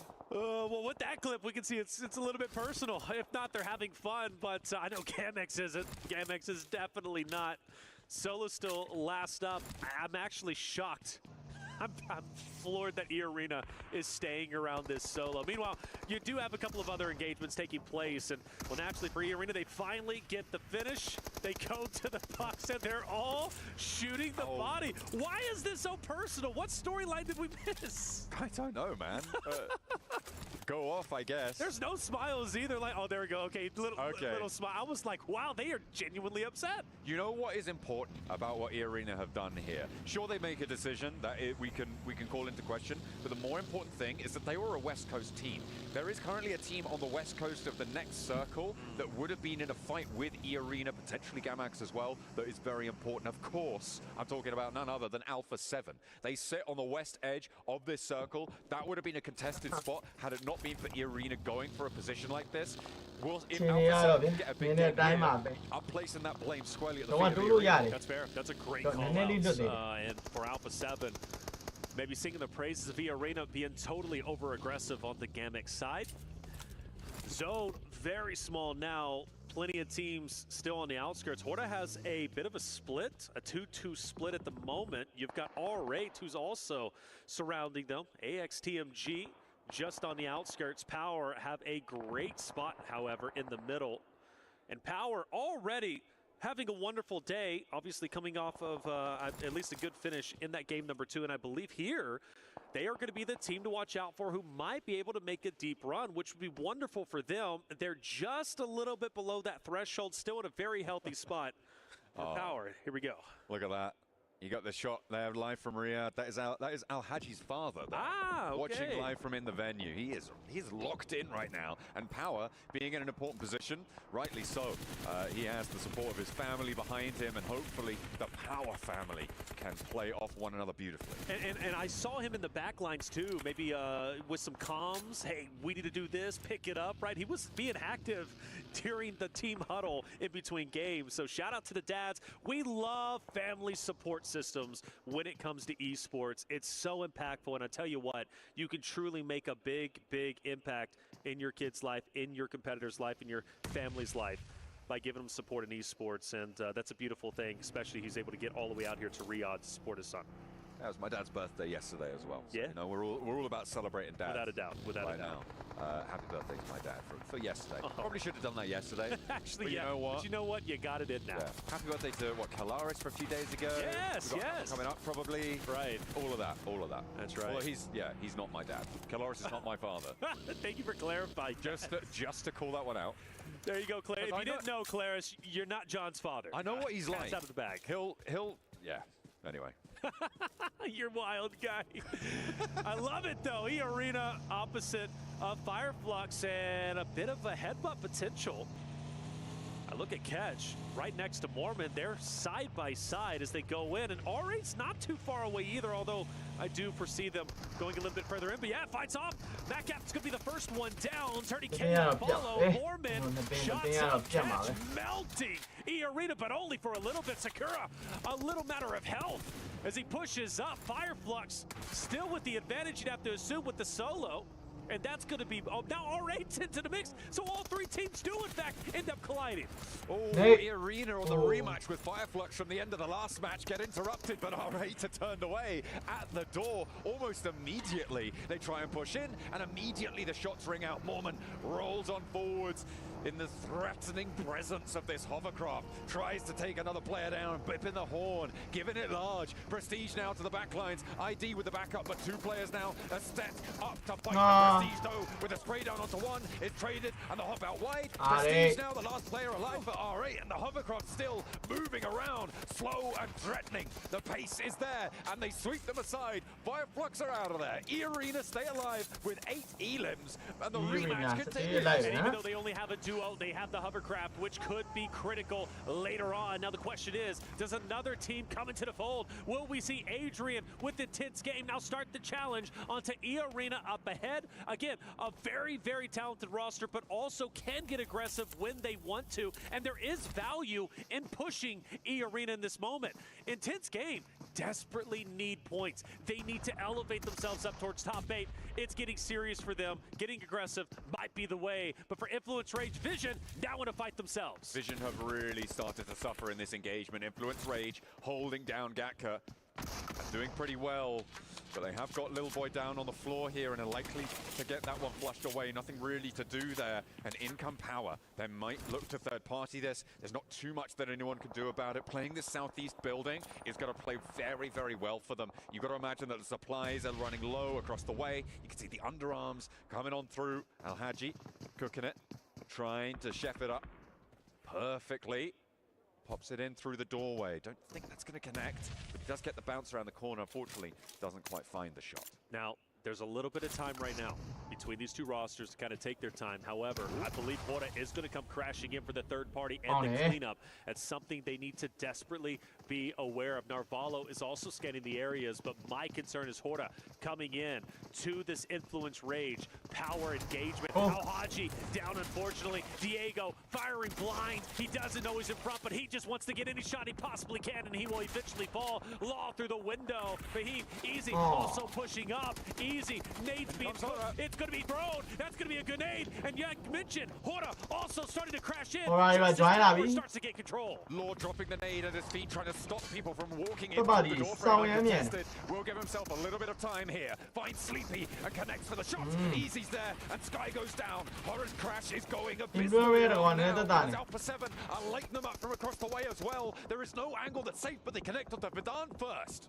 And if Alpha 7 somehow comes out Por of this algo, fight, la even join from a en Moaba. distance with the victory, this could be huge for them because they control a significant portion of the map. Narvalo has been hanging out towards the northern side of this entire engagement, and therefore Falcons potentially making a play call for Redux to come over and also fire down on Power, on Aura, on Influence Rage, who's currently embroiled in a desperate fight for Power. But Power are still alive as 4. They are all up Vale, and vale, alive ¿cómo lo and va a kicking. enviar? They've got a lot of pressure into this area. Quería ver You can't cómo imagine va. how the Falcons are going to be Quería able to meter do en too igual, much ¿quién? against them. On the inside, it is only small teams to try and go for this. A long nade comes through from No Fear, though, over towards Easy, and that is a little bit split from the rest of Power. Getting this cross successfully could be dangerous. The Falcons regroup in the meantime. You can see Narvalo and Redux both moving back over to the north side of those chopsticks. They're going to have to try and fight off against Rectum Kaya now. Power. I feel like I've gotten 2 or 3 lives in this fight. They've had so many downed players. They've managed to recover, and they stay Tenía algo malo, a Moaba, ya. 4-man unit. If they can get Easy back up, which I have no doubt they're going to be able to do so because Law just doesn't have the line of sight needed in order to get the cleanup on the down player. Actually, Law takes a little bit more damage himself off from Alpha 7, I do believe, if I'm not mistaken. Now, all these rosters now have to shift into the next zone, so this fight can still take its time, but eventually, Blue, it's going to start hurting. This is the benefit that Power have for having crashed onto the east side of this compound, right? It's closer to the center of the circle. You have those routes away that are going to be a little bit less contested. The difficulty is that there's not really a good space to go towards. At the moment, the compound that sits just to the west of Gatka, of the Chopsticks, is going to be unoccupied. The question is, do they know that? And the second question that you need to follow that up with is, do they have the vehicles and the utility to make that crossing successfully without getting shut down? Al-Haji Easy now start to push forward. They're closing the vice grip onto Law. This nade could be big. He throws it out. Law can't reposition at the moment. Al-Haji, another nade, not wanting to overcommit. They don't want to get up close and personal in the CQC fight. Law has finally fallen. Now you can start to push up. Focus on Jiggle. Focus on No Fear from Hora. Influence Ranger now out of there. You know there's only one more team you have to deal with. 2 players from Hora are there, and Alpha 7 start to make their approach. A 2-2 split as Alpha 7 start to ferry players across the open ground. Ahí forma la llave. Ese. As a forward position. Power crossing the open ground now against Hora. No knock sent towards Power, and Jiggle gets taken down to half HP. Al-Haji's now up to the wall with Easy following up nicely. They're up into the top floor as well. They're starting to overwhelm Hora here, and there really isn't any resistance that's finding them. A really disciplined push there, and shots being missed by Hora allows them across the open yard, and they will control Gatka. Power, Sweep through it. 5 5 kilo ya. elims found, and they're on for more, but the rotation needs to happen fast. And just to really say how impressive that was, they had so many down players, and they take 2 teams out while keeping 4 up. But now the struggles really start to begin. Alpha 7 take advantage. They knew this fight was going down the entire time, and they are now punishing Power's rotation. But Alpha 7 isn't out of the woodworks just yet. IG might be sneaking up behind them as well. Can they ruin it for their countrymen? Intense game. Nope, they've been spotted. Nongshim Red Force gonna clock silence out in the open there. Rafa forward behind the smoke, and Alpha 7 are gonna lose one as well. That is Power extracting a little bit of revenge onto Alpha 7. They have managed to get more than 1 point, so maybe they could turn things around here. Mafioso still is resible, and with 2 players from Intense Game down, that is that northern side assuaged, but they still need to get closer to this next zone. Alpha 7, can they recover? They've lost their down player, which honestly is pretty good. I think they would have committed to most likely trying to get Mafioso up, which would have overexposed themselves to more shots, and we could have witnessed a collapse. I'd rather them go at this as a 3-man unit than a 4-man, but still overexposed out in the open, forced to try and challenge Power. That nade will split the difference between the two, give a little bit of damage to Easy, but not much. Power can still desperately hurt Alpha 7 in this moment. Oh, Vidan found by that nade. Career finally connects with it. Ravo steps forward for some information, but there's an answer. Easy again with that spray down, but more nades invested, and Alpha 7 do win the fight here. With 3 players alive, they're playing on the northwestern side. They'll have to go further, but there is a compound that sits ahead of them. Those buildings they can survive in. In the meantime, Yangon Galacticos in a really important position, playing in the neck of those two chopsticks with Noxium just over that ridgeline in the main compound further south. And by the way, just to put a cap on it, Noxium Red Force is truly the reason why Alpha 7 is still able to play this game. If it wasn't for them applying pressure onto IG, who was coming up onto the backside of Alpha 7 would have been mowed down.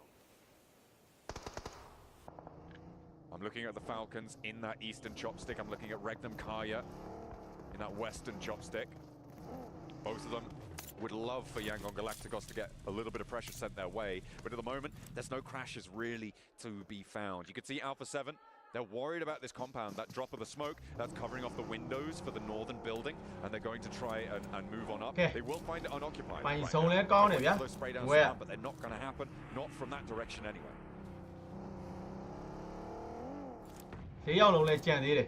I think they'll find out now, yeah. It's going to be unoccupied. I don't mind them taking a leisurely pace to the compounds, throwing smoke, keeping your head on a swivel. You don't want to get caught by surprise. Let's face it, Alpha 7 has been non-stop caught by surprise. Down by one. So you can tell all those previous experiences weigh heavily the back of their mind. XTMG starts to move in. Route from Falcons wants to get the shots connected. You don't want AXTMG to be where they currently are. Falcons are looking to punish them. Koa will be resible there. Navallo holding it down as well towards Yangon Galacticos. AXTMG not taking more casualties is a bit of a miracle, really, on this crossing, on this swing out to the northern side. They will be able to get these reses done as they were able to find that shot over towards Koa, which is really good news. Intense game do fall as well, and now Alpha 7 are up to 5 elims. Remember, this is all the Arena's fault. Their Alpha 7 are alive. Well, Arena as well as, like I said, Noxium Red Force helping them out just a little bit. So you got two teams who unintentionally ended up helping Alpha 7 in their desperation attempt to make it to the grand finals. YG up ahead. Falcons starting to move up. Regnum Karya still within the chopsticks, as you mentioned, trying to continue this battle. They've been having to try and fight one fight up top, fight the fight down below. YG, though, also has to worry about Noxium Red Force, who's going to be just behind them. And Say Cloud has managed to make his way up, but Falcons, is it realistic that they can even leave this spot? Because as soon as they apex the top of this ravine, they're getting mowed down. It's difficult, right? You need to be sure that you have a path forwards. Getting access to the buildings that Yangon Galacticos play in would be beautiful. AXTMG going down is actually a massive bonus for them as well, because it means that now they only have to worry about their western flank. They will no longer be overexposed when they go for these peaks, and they have a little bit more leeway. The circle goes away from the chopsticks, so this fight now will have to take place. But the same is true on the other spur of the chopsticks. With Regnum Kaya needing to push in from that northern side, they have to make a move, and Yangon Galacticos don't want to be anywhere near this. Yangon Galacticos shooting at Noxium Red Force up ahead. Regnum Karya are also moving in, potentially to crash into Yangon Galacticos. Falcons is going to take advantage of this, and I think it's about to culminate into a massive square-off between three rosters. Yangon Galacticos will get an early down. Noxium Red Force has started to attack, and Falcons are also getting active in the attack. Regnum Kaya also chiming in there from the opposite angle, and they catch Yangon Galacticos going for a really strange retreat there, I have to say. They didn't really have the cover to go for it, not yet, and they do manage to stay alive as 3, sure, so maybe they're just playing for placements, but at their current standing on the table, they are in 8th place. They don't want to let these games get away from them when they have a dead central position. A nice spray down from Silas connects through the smoke. That should be resible. They have got the cover to do so, but that means Regnum Kaya can move into the main basin at the base of the chopsticks. Yo, I love the aggression from Silas. Nade cooked, but they get away just in the nick of time. Silas has to make a decision. Push up, back up with my team. What's my play? It looks like he's fully committed. He's going to the tunnel, and that's going to be one down. He clears the angle to the left. Ralph continues to pre-fire, and he's going to punish Silas, who made a great attempt. But Regnum Karya's not done. They continue to push up. Team Falcons need to be ready. 2 players down now to a nade on the off angle from Yangon Galacticos, and more are pouring in over the top. A huge punishment over to Regnum Kaya, and they are obliterated in the basin there. Wild crawling back to the rest of his team, and by that I mean just Loxy, who remains standing for Regnum Kaya, trying to keep things going. They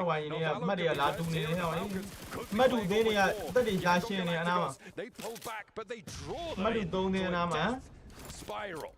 ဖေကုန်းရဲ့ Question of what NSK Loxi YG can ရဲ့ do. I like အ the မှတ်ကမတိမ် impression. မီလေး I 3 think သိန်းက Random နားမှာလာ Karia စီးနေတယ် Falcons, they were opposite of each other a little bit too long. They said enough is enough. With that down, let's capitalize on it. But it was just a little bit too slow. Falcons were able to recover. YG အဆင်မ But ပြေတော့ဘူးလား Loxi, ပြေးသေးတယ် the လားဟဲ့ solo from Random ပြေးသေးတယ်ပြေး Karia သေးတယ် can still hurt Falcons နောက်တဲ့3ပွဲလေး tremendously. ကျန်သေးတယ် Let's not အမှတ်က forget လည်း red 8မှာဆိုတာ Falcons. They 3 are ပွဲ that bubble chance team. အများကြီးရှိ They တယ် are ဒီပွဲ right အ there ဓိက in ဒီပွဲ eighth အမှတ်ရလိုက်မ place. စိုး Their spot in the သူလော finals ဆယ် is Red 7မှာ not guaranteed. ဖေကုန်းနဲ့အမှတ် There တူ are တူပဲ so many teams nipping on their heels, trying to pass them, trying to knock the home team out, and it's still very doable. So Falcons, this win, a higher placing is critical. One nade over the top, no knocks. Another, the last in the back pocket for Smile. He's going to invest it here. Ralph is healing, but will it be quick enough? Not Gone quite like there. a nade. Does find the knock. Yangon Galacticos unlikely to push out to flush it out though here. They will allow this res to come through. Actually, more nades being passed on over. Smile wants to put this one to bed, but Redox is going for the res. The question is, where does he put it? Could maybe take out Loxi with it instead. Being on Galacticos, they don't want to push out there. You've got the unknown Loxi, who you don't know where he's currently at. You know he's in this vicinity. You've also got Falcons ready for you, but for Loxi, trying to do what Silas could not do. Push up and take down the roster with the surprise attack. The nade is cooking. Falcons are pushing. They know where Loxi's at. Shock it out, but no effect. Regnum Karia are out, and it will be Falcons တော့က continuing 3 to ဒီ push နဲ့ on. မှော်သွား They ပြီ push တည် out တယ် at the မိုင်း end ဒီ of the ကြီးရောက် chopstick သွား here. မှောက်သွား Galacticos, I think they may be out. Ala, of Wani nades Abi, now. Wani Not Abi. really too many more to play with. Ala, The nade Abi bubbles ya, in, Wani Smiles Shidi off, la, but the Wani window's Shidi still. ma, Wani Falcons have Shidi to la. push up, and they have to push now. Wani Alpha Shidi ma, Seven getting Wani cut out by the Shidi la. blue zone. Koa first up into Come on, the roll right me now. roll. And Yangon Galacticos hold their nerve. They draw back and back and back, and every single step they take backwards, they find a player running towards Ah, them. be. They're able to farm up those points and push Okay, into nasa ko ba yan, top Joe? eight. Wani ba But dyan? in the Finance. meantime, it's Nongshim Red Force who 3v. have been chilling for the longest 3v4 time. ပဲဆိုင်ရ Out on ဝို the င်းရ south လက်ပတ် side. တယ်တွေကြံလို့ရှိရင် Top မြင် two, 3v4 ပဲ Nongshim ဆိုင်ရ Red ပဲတ Force, ည်း a big win would put them comfortably within the top, or potentially edging closer to top 3. But anyways, with the point standings, most likely going to the finals, this is imperative, an imperative victory they take for Yangon Galacticos. Also a team that is very close to the bubble, just 1 point Okay, ahead maybe. of Team Falcons. A win here would also separate them from the other teams nipping at their heels. But they've got the blue zone. They've got to push up, and Nongshim Red Force are ready to mow them down. Romeo turns the corner, hits the deck, stays safe from Doc C for just Okay. a moment longer. ဒီပွဲကဒါနည်းနည်း target တော့ပြည့်သွားပြီလိုချင်တဲ့အမှတ်လေးရနည်းနည်းရသွားပြီအဲ့မှာ chicken လေးရရင်တော့ပိုကောင်းတယ်ဟိုဘကောင်တွေကဇုံလေးနည်းနည်းလေးကောင်းနေဟိုက်အိမ်လေး high ground ယူလို့ရတယ်ပဲသိလားဟို NS ကဇုံကြီးအရန်ကောင်းနေ dangerous coming through, needs to stay safe, folds back into the smoke here. And looks to unleash a little bit more, step him a little bit closer to this Smile, playing on the south side of the building. And these shots aren't connecting for Yangon Galacticos. They still have nades and mollies and everything to play with. Yangon Galacticos very exposed out in the open at the moment. They continue to push up through the smokes. The nades are going to hurt. Say Cloud is going to be down. That's going to put Yangon Galacticos with just 2 members. Smile. ဇုံရောက်ဇုံရောက် Is this a victory for Nongshim Red Force to add up ဇုံနဲ့ပဲ to သိ the ခံ total လိုက် where they ကောင်း currently stand? Yes, it ကောင်းတယ် will be ကောင်းတယ် Nongshim. Red Force will take the victory. They dominate in fashion, and that is so critical because it puts them well within the top 5 and well on their way to grand finals. There are over 70 points now for 4 of our teams. Fireflux, E-Arena, Power Esports, Aura Esports as well. They are on 71 or higher points. That puts them safe over that threshold as long as they can keep this pace. They may have done enough already, but it's teams like ဇုံရောက်ပါ Force သိလား now ဝိုင်း on ဝိုင်းရ 61 ဇုံရောက်ဥ points စားဖြစ် after သွားတာ that match, where they will feel a lot ဟိုကောင်တွေက safer. အိမ်ကလည်းအပေါ်ပိုင်း Camera pans over ကနေ Alpha ထုတ်လို့ရတဲ့ 7. နေရာလည်းရထားသေးတယ် Didn't do enough that match to put themselves back in the conversation. Mà lại Sure, có it gì was con a này, con này, one-point con. game, but they are still down towards the bottom half, barely solidly, and they still have such a long way ရှ to စ် go. မှတ်ရယ် K point ရယ်ဆိုဒီဘက် point နဲ့ဖမ်းတယ် You နောက် can ပွဲတွေ see ကြည့်ရ he's even missing the camera shots sometimes. Revo has been good with it, but will they be good enough? That is the question. Well, there's only one way to find out, and that's to get on with the rest of the day. To do that, we're going to head to a break. We'll be back Hey, with yeah, the mà tốt final con hả? Erangel of the survival stages. Make sure that you stay tuned.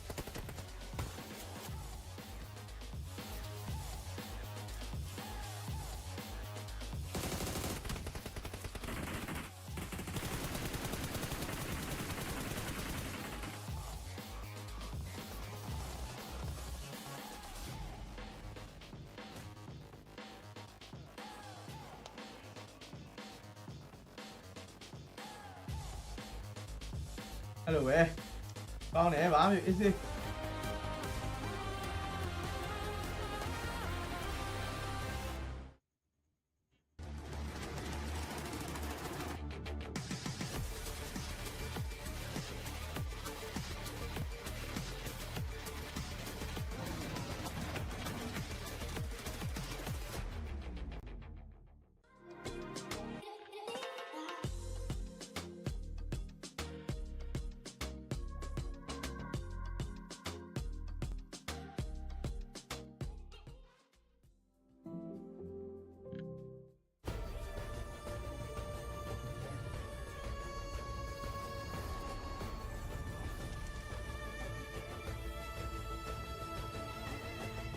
wasteland is calling.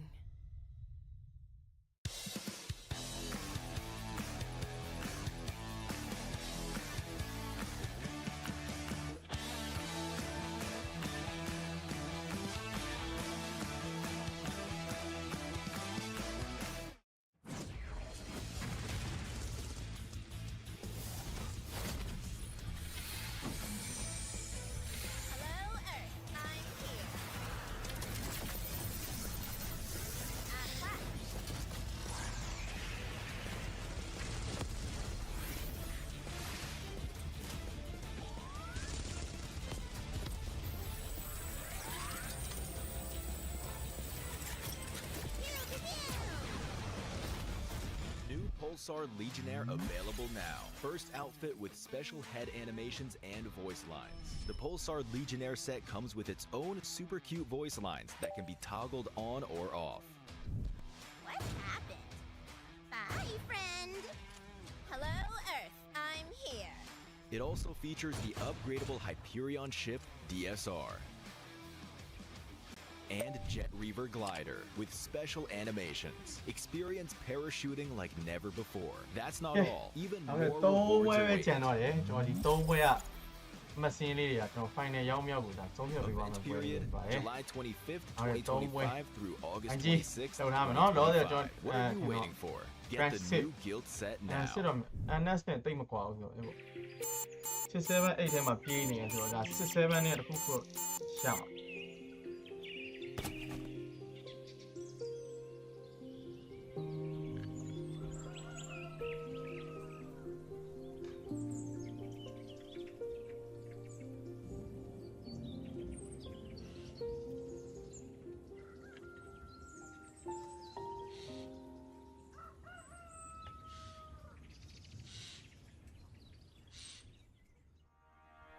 Well, it felt very calm in that compound for Nongshim Red Forces. They were sleeping, waiting for the rest of the lobby to come to them. And they do what does best. They sit in that compound, get the victory. Doing the business. We've got doing what they do great, which is waiting for the rest of the lobby to come their way and capitalize on it. Sometimes that's all you need to do. It really is. Why do anything different? Don't fix it. That's the saying, and I think they adhered to that really, really well. I will say they would have won if it wasn't for those incredible roof angles, because that initial coming in over to Yangon on behind the Bale was amazing, and that just turned the tide completely, because Yangon I still think could have done something with that, right? They were trying to be maneuverable, trying to be mobile, but that one nade just was like, okay, game over. So a very, very nice sort of end game for them. And 7 eliminations is actually a little bit more than I thought they got, but 17 points, it's a good win. Good stuff. But Yangon could have had 100 smokes, but the fact that Nongshim Red Force had like 400, 556, until 7, it was going to be very difficult for them to make any time. Yeah, for Nongshim, I mean, they had nades, and for Yangon too, they've been fighting 2 different teams at that point, so they really didn't have that much left. On top of that, just having to now rotate from the fight between, they were having Regnum Karya, Falcons, having to focus on Nongshim Red Force. It was just going to be a little bit too much for that squad. But I'm going to be looking here towards the bottom. I was actually a bit surprised about committing to a third party between Power and Force Rage. That was a bit surprising for me, because I felt like they could have just taken their time and just paced it out a little bit longer. Instead, they just saw a fight, they saw an opportunity, went for it, and it ends up high ground. Highlights from this game as well. A lot really focused on these compounds as well as because realistically speaking, Neptune, this is such an open area. If you don't have one of these compounds, if you don't have a chopstick to live in for a while and then get a 3rd or a 4th place, it's going to be hard for everyone else. That's just the name of the game when it comes to these field zones, isn't it, though? I mean, I think some teams are more used to playing them than others, Falcons being one of them, but they did opt for the chopsticks. It was an interesting rotation, actually, coming in from Falcons. I want to talk a little bit about that, because Regnum were gatekeeping them on the north side, and I really just felt like, actually, the Falcons didn't do much. They kind of just stood in front of Regnum and didn't rotate somewhere else. They were like, are we going to push it? Are we not? And for me, I just thought that was just way too long because it gave Regnum a chance, possibly, to actually come up with a plan of how to take out Falcons completely, right? Gives them time to get that setup going. I'd have much preferred, Seven, if Falcons had actually rotated down to the eastern side. There's either chopsticks or there's that ridge by the road. Both of those would have worked really well. In the end, they did end up doing that as a Regnum, but for me, I was like, oh, it's a bit dicey. I would disagree with that because at that point you had Yangon Galacticos just holding down chopsticks, and then on top of that you have Regnum Karya and Falcons just trying to find a way. I was actually impressed by the way Falcons was playing that. I really enjoyed that way that they were able to push it, and it's something that I was talking about backstage as well during that match. Is the way that they were pushing up. Using that utility to their advantage in regards to just them wanting to rotate south. It was going to be a bit harder because you still had TMG at that point, so I think the scouting came into play there for Falcons and they ended up making the right decision. It's tough though because you're circle side, right? So you've got a timer above your head. All the pressure is on you to make the right decision. So it's by the by here. Let's actually head over to Barney now, who is ready on the stage actually with Team Vision after they had a great game too. Welcome back to the main stage here at the Qiddiya Esports Arena. I've got Never Alone joining me from Team Vision. Never Alone, we've got to talk about Map 2. It was such a huge potential turning point for you guys in the survival stage. 13 eliminations, 19 points in total. That actually bumps you up to 10th place as well in our rankings. Give me kind of a breakdown of how you thought that map went, what was going on, what was going on so well. You secured a lot of points. Fire flag IEG NS Fair Power RA So that's our game plan, and to scout every place possible, and we got we obviously need a really strong finish, or you need another one of those maps to secure more points, right? You got one Erangel, 2 Miramars left on the map. What are you thinking? Like, tell us your strategies, if you can tell us some, and you know, how are you going to solidify your spot in the grand finals?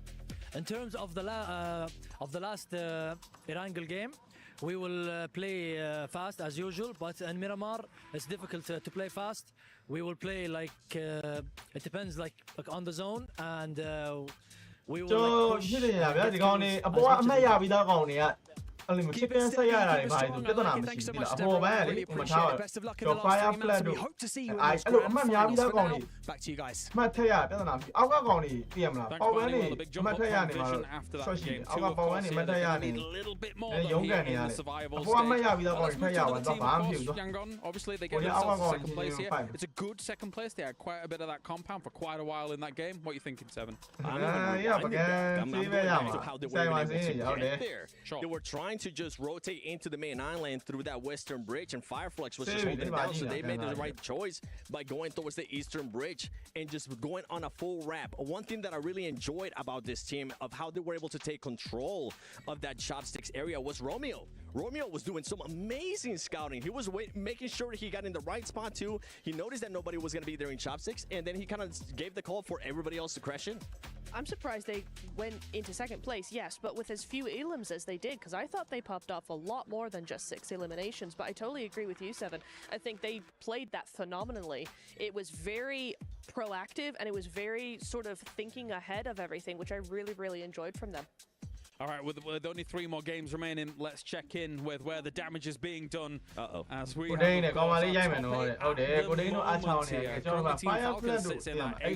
plays position. They're done. They know that they are going to be going through into the grand finals.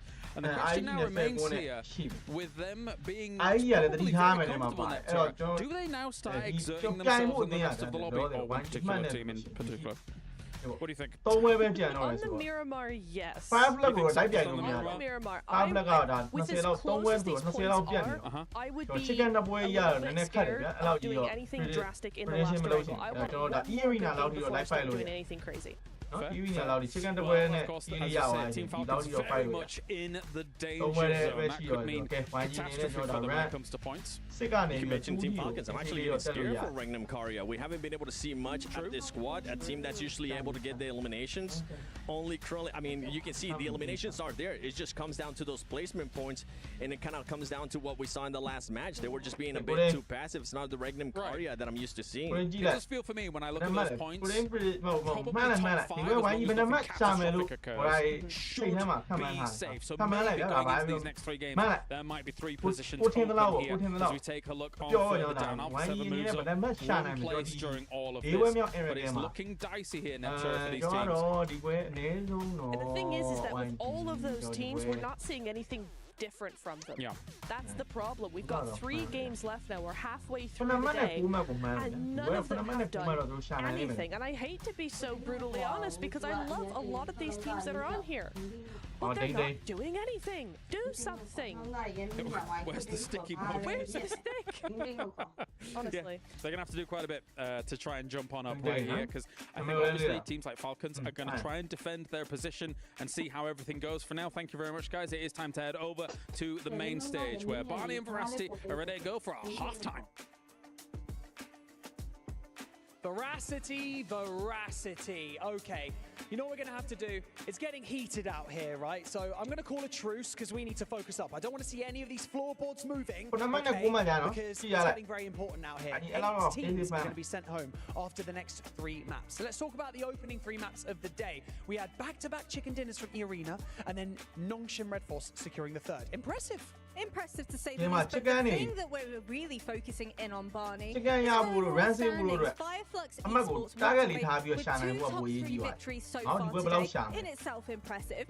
We then had Power Esports, a bit of a middle-of-the-pack performance. But as you mentioned, E-Arena, an astounding showing for them. 2 back-to-back chicken dinners. Whew, it's looking pretty good. It is looking good. We've also got to talk about the teams that are on the brink of elimination, right? 9th, 10th, and 11th spot. Influence, Rage, Team Vision, and R8 Esports. All really need to pull something together for these next 3 maps. But also, speaking of make or break, it's Alpha 7. They've got to pull it together. One thing is for certain, Barney, myself, everybody watching at home, and certainly all of the teams here had a giant target on their back of Alpha 7, but unfortunately they've not been able to really give us what we were hoping for. Only time will tell whether or not they'll be able to pull it out the bag this time around for match number 4. It is now or never. It is do or die. Let's get the show on the road. Thank you very much, Jasmine, and of course the wonderful Barney Banks down on the stage. It is myself, Jackie, joined by the one, the only Blanco's Prime. It's me, Blanco's Prime. Time here towards the play shot. That's right. Yeah, we're on the grind. And there will need to be some point-based crimes out there on the battleground today, of course, as we are getting close towards the curtain call for the survival stage. And man, it has been intense already today. We've seen some players that look incredibly frustrated, some squads that are looking to excel, and it all really comes down to these final 3 games of day 2 of the survival stage. Here live from Riyadh, Saudi Arabia. There's a perfect metaphor right there for the Falcons as well. စောလာတဲ့တခြားကိုကြည့်လိုက်ဒီကောင်းလေး For the 3 players in Redox and Koa. တကယ်လုံးမဲ့အတင်းကဘယ်ကောင်းလေးလဲဆိုတော့ကောင်းလေးအာကြီး He's knocked. Yeah. Specking. အာကြီးကနည်းနည်းတီးထားဒီကောင်းလေးကနည်းနည်း on နေတခါလေရရင် on နေ They've got to fix that. Yeah. I think he does give his life for the cause a lot of on times. ရက်တွေကိုလေးလိုက်ရ Yeah, that's fair. Yeah. That's fair. And hey, look, He's practicing though. It's been a better kind of day, isn't it? You know? It has been a better day. But like we say, mate, See obviously that, it no? all really comes No. down to this. Match Other number teams 4. have the possibility to lap you. We've seen certainly the bar rising Match inside number this. 4. Only 16 teams going in, only 8 will make it out. You can see the overall rankings right now from the first half of the day. This is the midway point though, and it's only going to get more. အဲ့ကောင်းလေးဖယ်ကူလို့ပါတော့မိနိုင်သေးတယ် A7 ပြောလို့မရ Surprising for me, အောက်မှာ actually.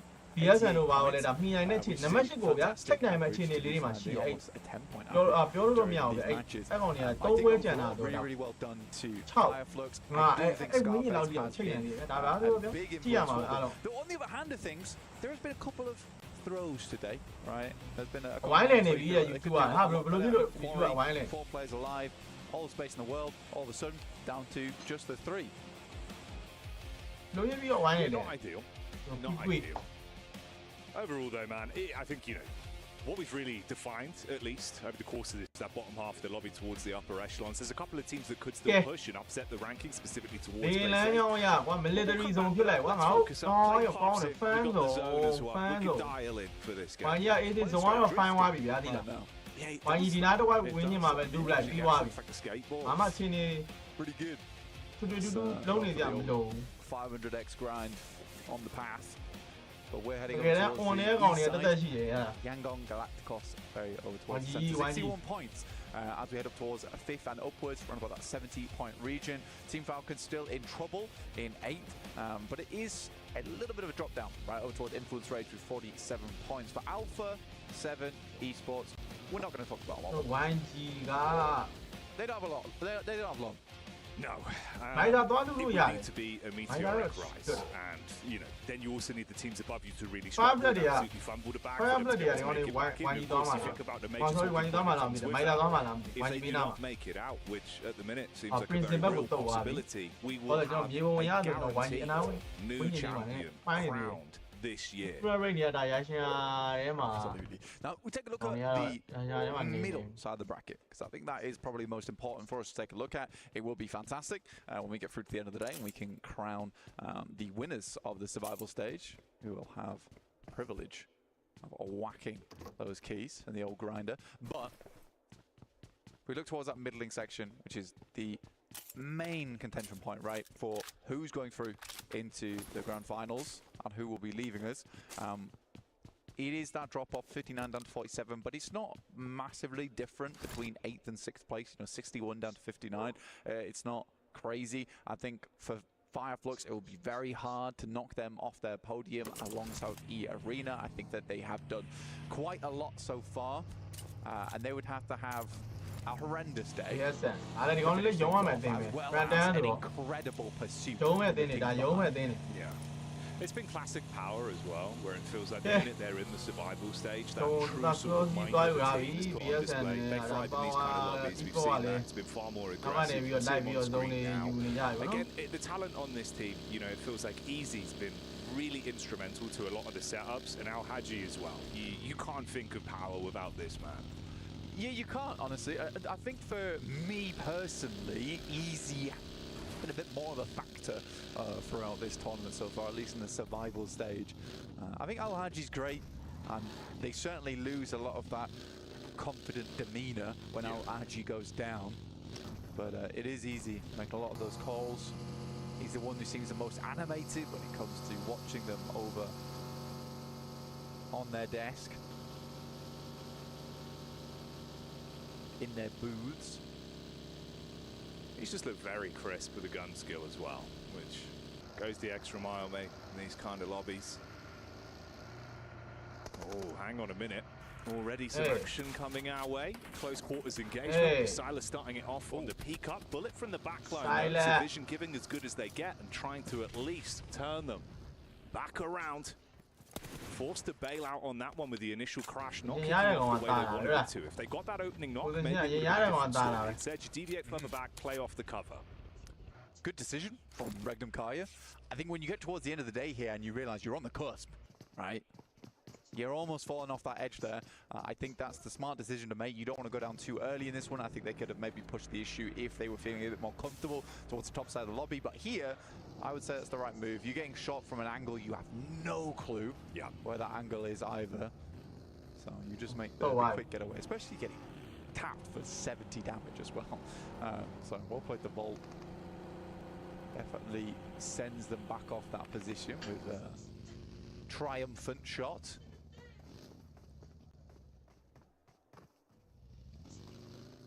This is where those more influential decisions of knowing when to call it quits on a fight as well is really going to come in the early game. You'll see the difference in decision making for all these teams. Nongshim Red Force again, the catch with the power immediately. You do not want to run the risk of not being able to really keep accruing points inside of this matchup with the last few games of the day. So just bail out on it early. Think about the bigger picture. No reason to stay around. Both of those teams in similar positions, 75 and 71 points between the both.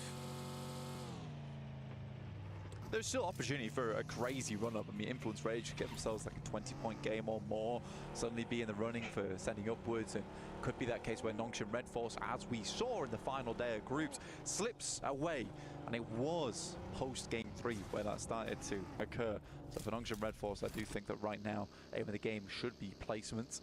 Sometimes that idea of pulling things back a little bit can come back to haunt you, though. in that desperate moment of let's just make it to the end game, let's just get those points. You're leaving games with 1 or 2 points getting towards 7th place, but with only the 1 elimination, doesn't really cut it as much as it used to. Yeah, when realistically cut That's like you're around this late into the survival stage. R8 very, very close to Alpha 7. Already ahead of them in the rankings. Want to stay that way and at least go home with a little bit of pride, a little bit of reputation. They could go for a hunt down over towards Alpha 7, but I'm pretty sure they're quite clear on their position. A little nod over. Push it back, but Ida actually heading further this way. Not allowing Alpha 7 to get away without a little bit of a sniff coming through from R8. There's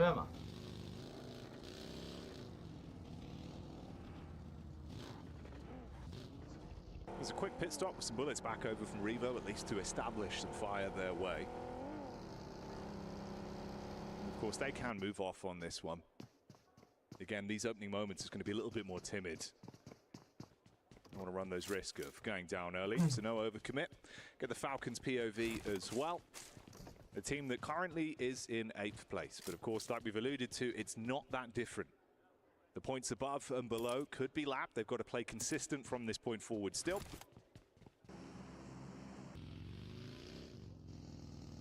They had a good change of pace yesterday, in my opinion.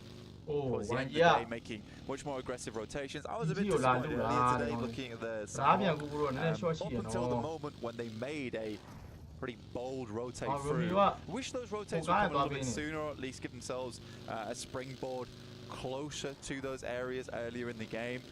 But they are being much more confident to make those plays. Now I'm hoping that now you're getting closer and closer and you see that finish line on the horizon. That doesn't worry them too much. Right now they are passing by Nongshim Red Force, or at least the back line of them. Kino Troop not too far behind either. Got intense game over towards that south side as you saw, and we head over towards the eastern area of the map. Intense game. Potentially they might actually run in to the Yangon Galacticos squad. Yangon, that I will say, I think again today it's been a better sort of decision making with the pace. They've been playing a little bit quicker, not really pulling their punches so much.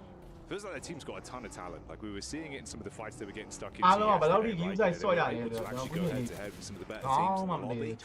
And they're in a good spot, man. If they keep this up again, you know, we're seeing a lot of potential. They could make it out, keep this run alive. Distance firefight on this one with the Falcons vision back over the wall to keep the drop. That was the left flank in that you brought up. A couple bullets fired out that way. My only issue with Yangon Galacticos is just the variance. Multiple times we've seen them either get like a massive game or go out. And I think that's my issue. It's not quite consistent enough for me. Where it's even now hard to make a full read on them. But you're right in the sense that there is potential there. Right? The ceiling on that team's quite high. Unfortunately, a lot of times they're lower down towards the bottom floor. More literally here, towards the bottom floor. Clearing out towards the bunker side, Sky's POV, Horror Esports. Again, a team that you could probably paint with a bit of a similar brush there. Feels like there is a ton of talent. Really up again as well. Tied right now, 71 points between them. That's been good.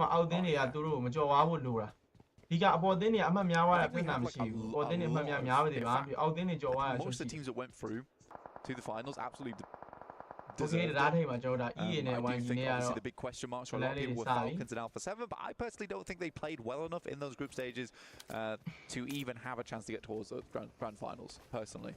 I think both teams absolutely do belong here in the survival stage to reprove their worth. If anything, I think Falcons are almost appreciative of the extra time they get to figure out what their playstyle is going to be going forward. We even heard Revo talking about it, saying that, you know, something's got to change. Something has to change. We've got to figure it out. I think for Falcons, there are clear areas that could do with improvement. For Alpha 7, on the other hand, it's a bit of a puzzle. A bit more of a puzzle of what's going wrong on that team.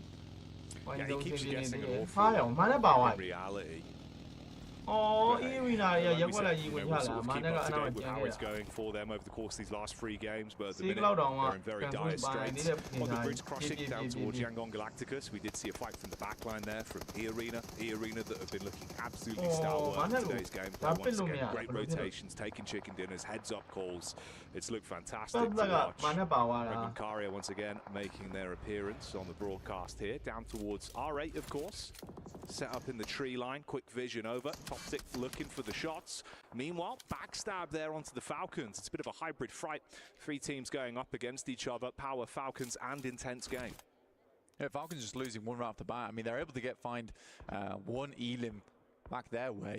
The Fireflux playing what I would call kind of 2022 European gameplay here, which is just very central every single game. Not been punished too much for it. We've moved over to more of a edge style in the past, but that's ever changing, is that matter? How teams want to expand out towards the outer edges or keep it cut over towards the center. And it's really just picking your moments of when you want to go for that one. For right now, Fireflux has had some fairly good rotations to get here, fairly clean. Some good homework's been coming through on their end too, in terms of picking those rotations and when they can go for them. For the Falcons, on the other hand, it is just a case of going for those rotations and making the clear decision from everyone on that team to follow on it. Falcons down to 3 now. This would be a good game to get further up those steps inside of the leaderboard. See themselves a bit more safe going forward. Gamax currently over towards the eastern side of this circle, but still fairly central. But down towards Milt is where I'm most worried for a lot of teams. Crunching through that area of the map, not always easy. E-Arena currently right on the back lines of it though. Likely one of the first teams to find troubles getting out from here, especially because Yangon Galacticos know their location and Alpha 7's expecting a team to make that wrap through the fields on the eastern side. Yeah, they had the double hovercraft when they were able to bonnet away the solo player from Yangon Galacticos. Since then, one of them was blown up. Still got some vehicles to work with though, and have been advancing further forward. Squash is the one just peeking out the top floor window, trying to get a read in the lay of the land as they make their move over. Nongshin Red Force down in the compound here as well. Quick peek up towards the ridge side. Doxy, seeing if he can spot them out. Regnum Kai is a team that I'm definitely looking at.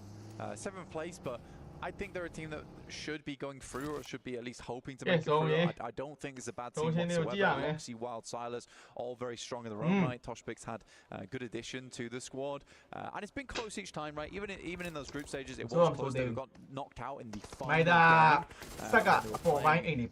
think it was 7th place. Thunder Talks and was it DRX or which team was it that managed to get ahead of them? Either way, it was Ida. Yes. Ida, there we go.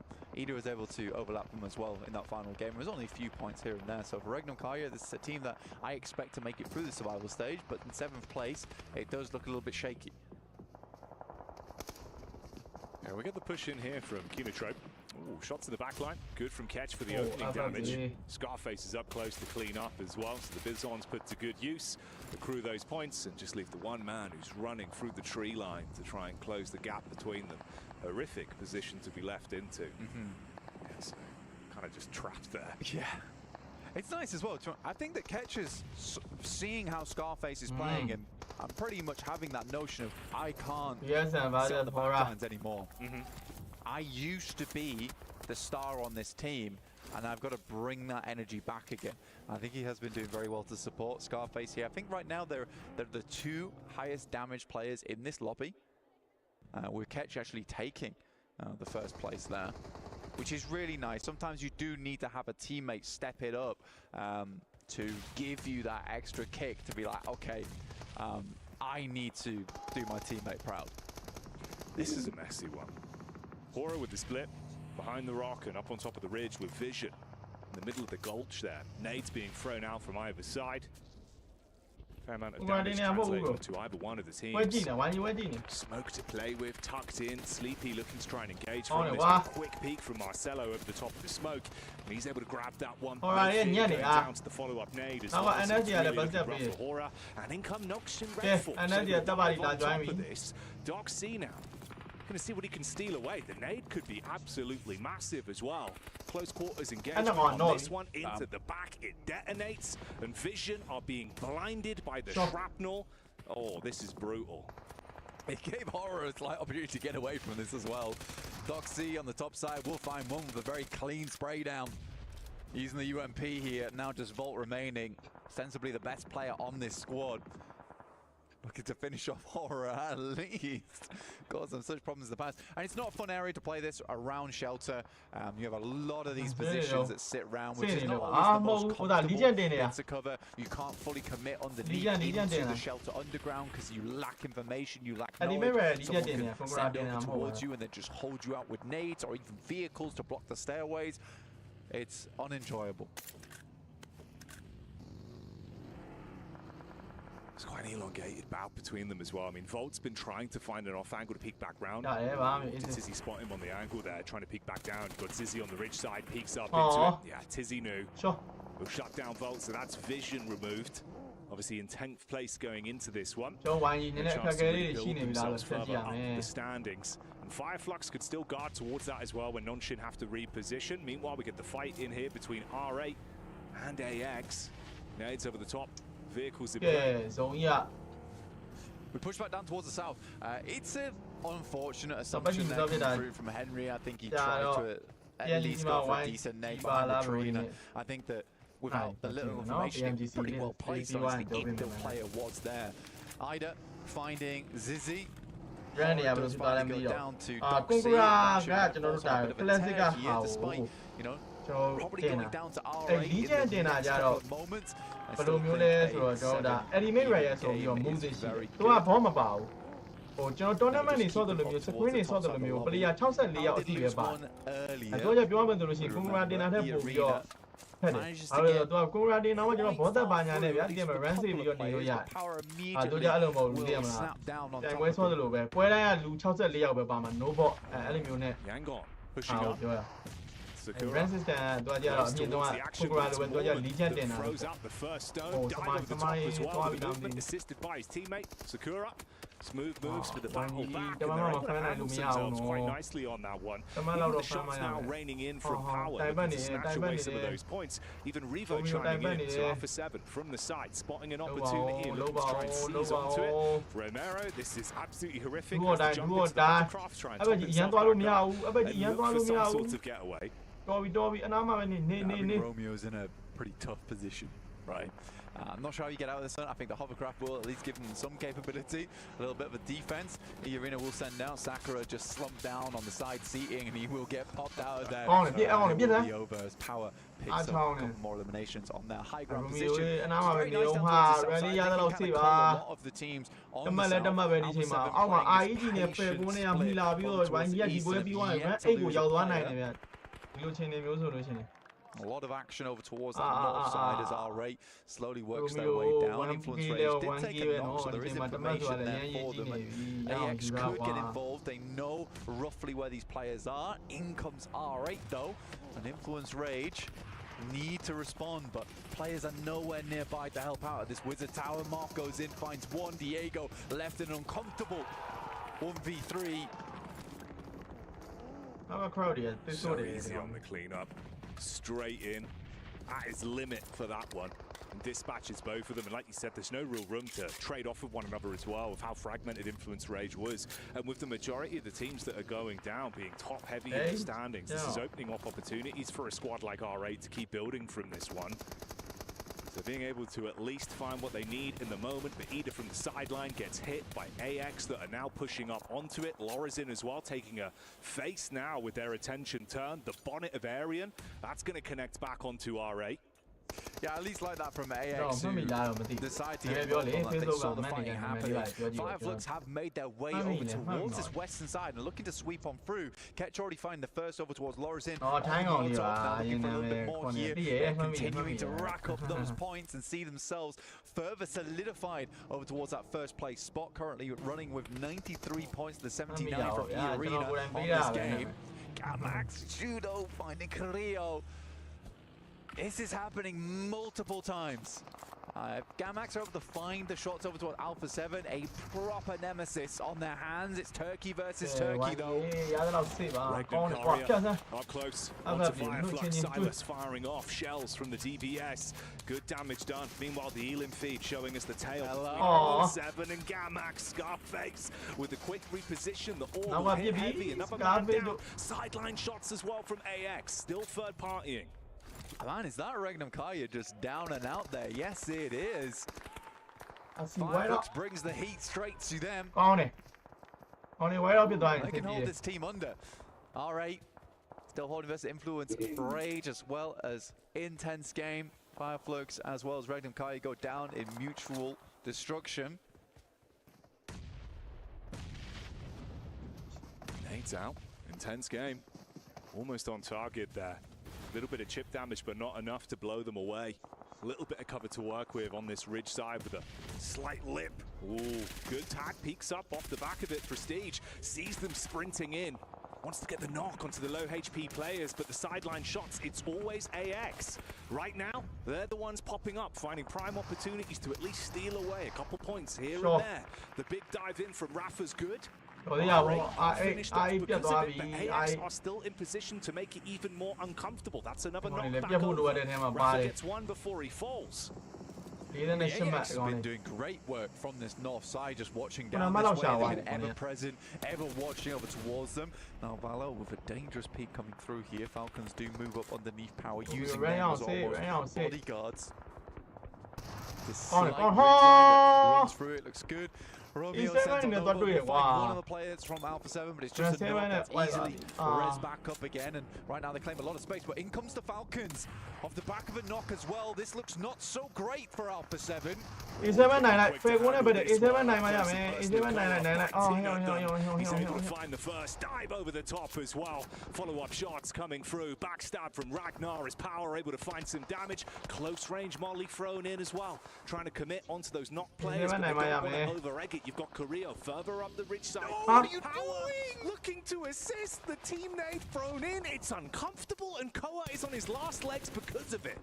Man, Navala, what was that, dude? Now, this could be a nice bouncer coming through from Ralph, but he sends it too far over, and the crazy golf maneuver's not happening. Another air burst, and surprisingly, Alpha 7's managed to get their players back up again. There's a big one from Koa. Once again, this guy is just carrying the team.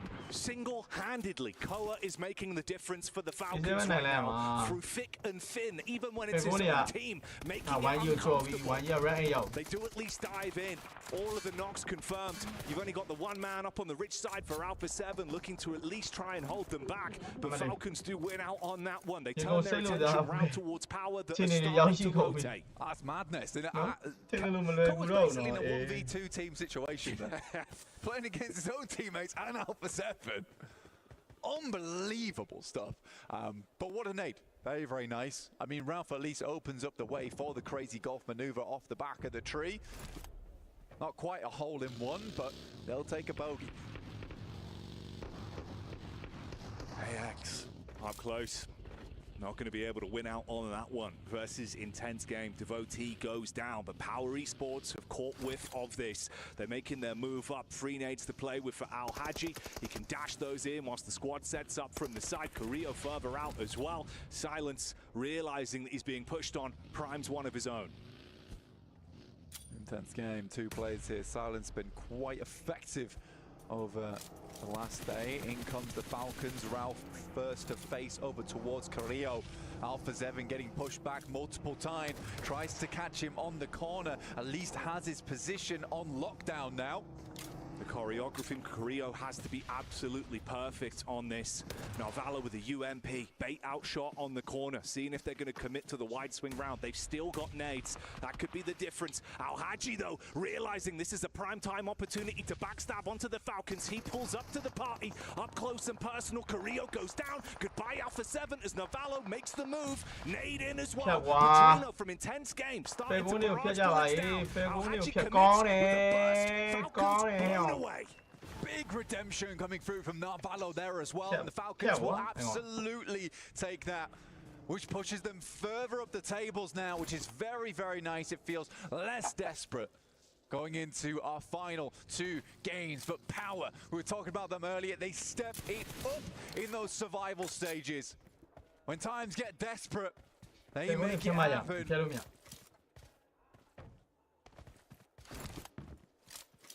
With the communication looking so clean on this one. The rotates have been good, the engagements have always been in their favor. A 3-2 split in the battle of attrition, the final 2 squads here. This could be another massive game for Power. Keep them building up the rankings. And like we said, they thrive in the survival stage. They don't just survive blank, and they're showing that once again this year. Now look at the finish off, Intense Game. Over towards the lumberyard. Power looking to hack through them. We'll see if they can call timber, or if Intense Game can stand tall. Like the Oaks in Canada.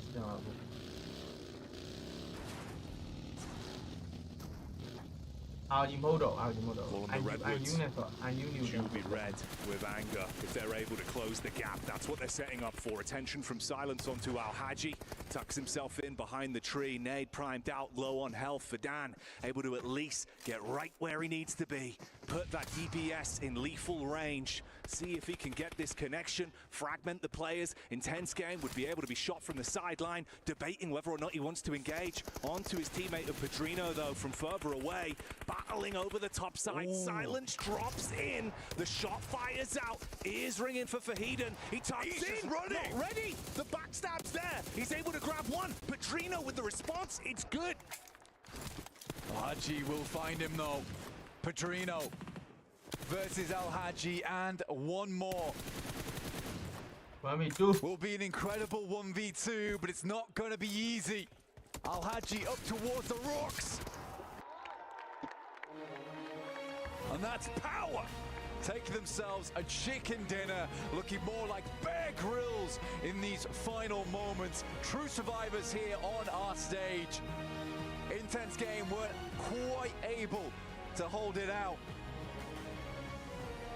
A tree with more bark than it had bites.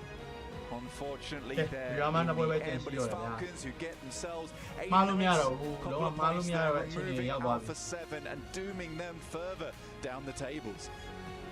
That one was an awkward fight to remember, but it's anything but uncomfortable for Power. Al-Happy makes another appearance, and of course he's looking animated. The entire team having a very different aura around them than what we saw in the group stage. Far better to witness, but the other side of the coin, of course, is Alpha 7. The frustration's been there, even in moments where it feels like they can almost make it work. Falcons having some internal turmoil. But hey, man, it's better than it could have been. It is. I mean, to be fair to Navallo, I think he certainly redeems himself versus Carrillo there towards the end game. So in the meantime, we're going to head over towards a short break before we're joined back again on the desk.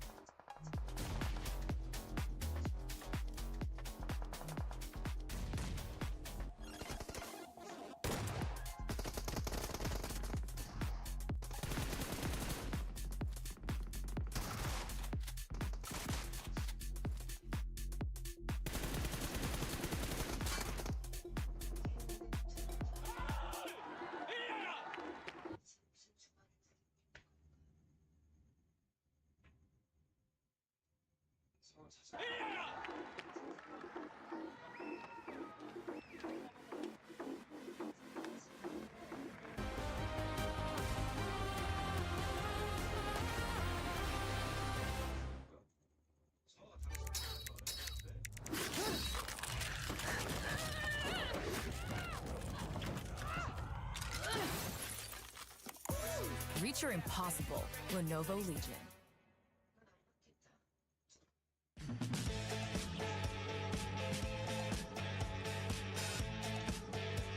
PMWC ကတော့အတင်းနေအောင်မရွေးရသေးဘူးဆိုတော့ဒါ qualifier တွေတော့မှသုံးဆောင်ဖြစ်သေးဘူး။ YG ရောပါပါလဲ PNCN နေရတက်။ Beyond နဲ့ပွဲပဲကျန်တော့ဗျာ။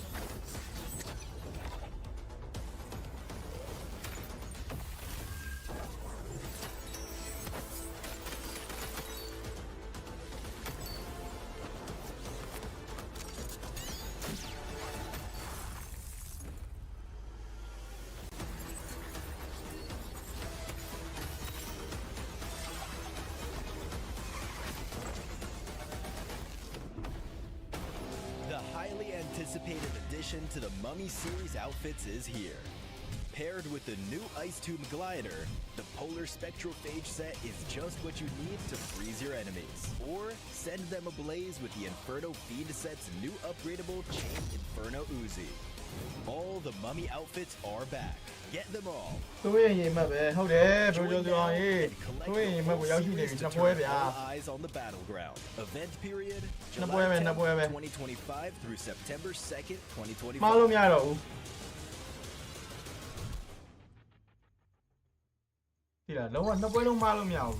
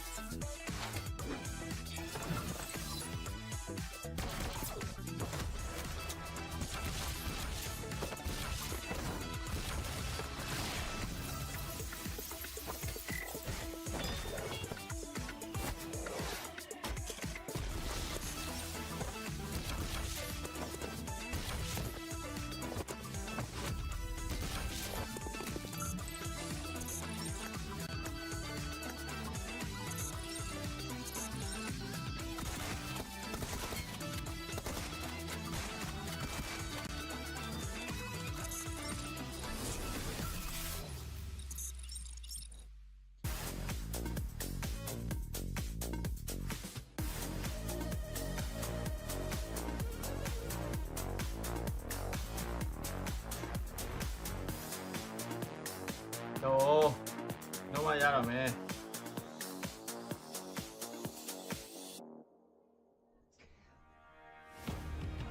Well, the lights never go out as Power illuminates Riyadh again here and gets themselves another Erangel on the board. Great stuff by them to be able to take out this Lumberhill Yard finish. And I've got 7, as well as Neptura, to talk about this. Power is basically confirming themselves in the grand finals here, Neptura. They really are. I mean, they're doing what we've seen time and time again from them. I really like that this is a formula that is working, and so they're just using it.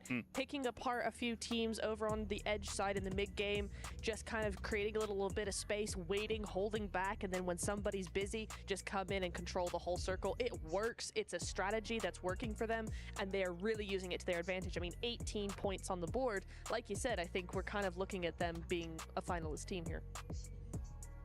I agree with that. I think for this team, I mean, they had the compound for the longest time too, which kind of allowed them for everybody else just to fight it. 18 points is what you want to see. I'm a little bit scared though from some of the teams that we're not seeing towards this first page, which is going to be Regnum Karya. That's a team that earlier when we saw the overall, they just were very close to that 8th place.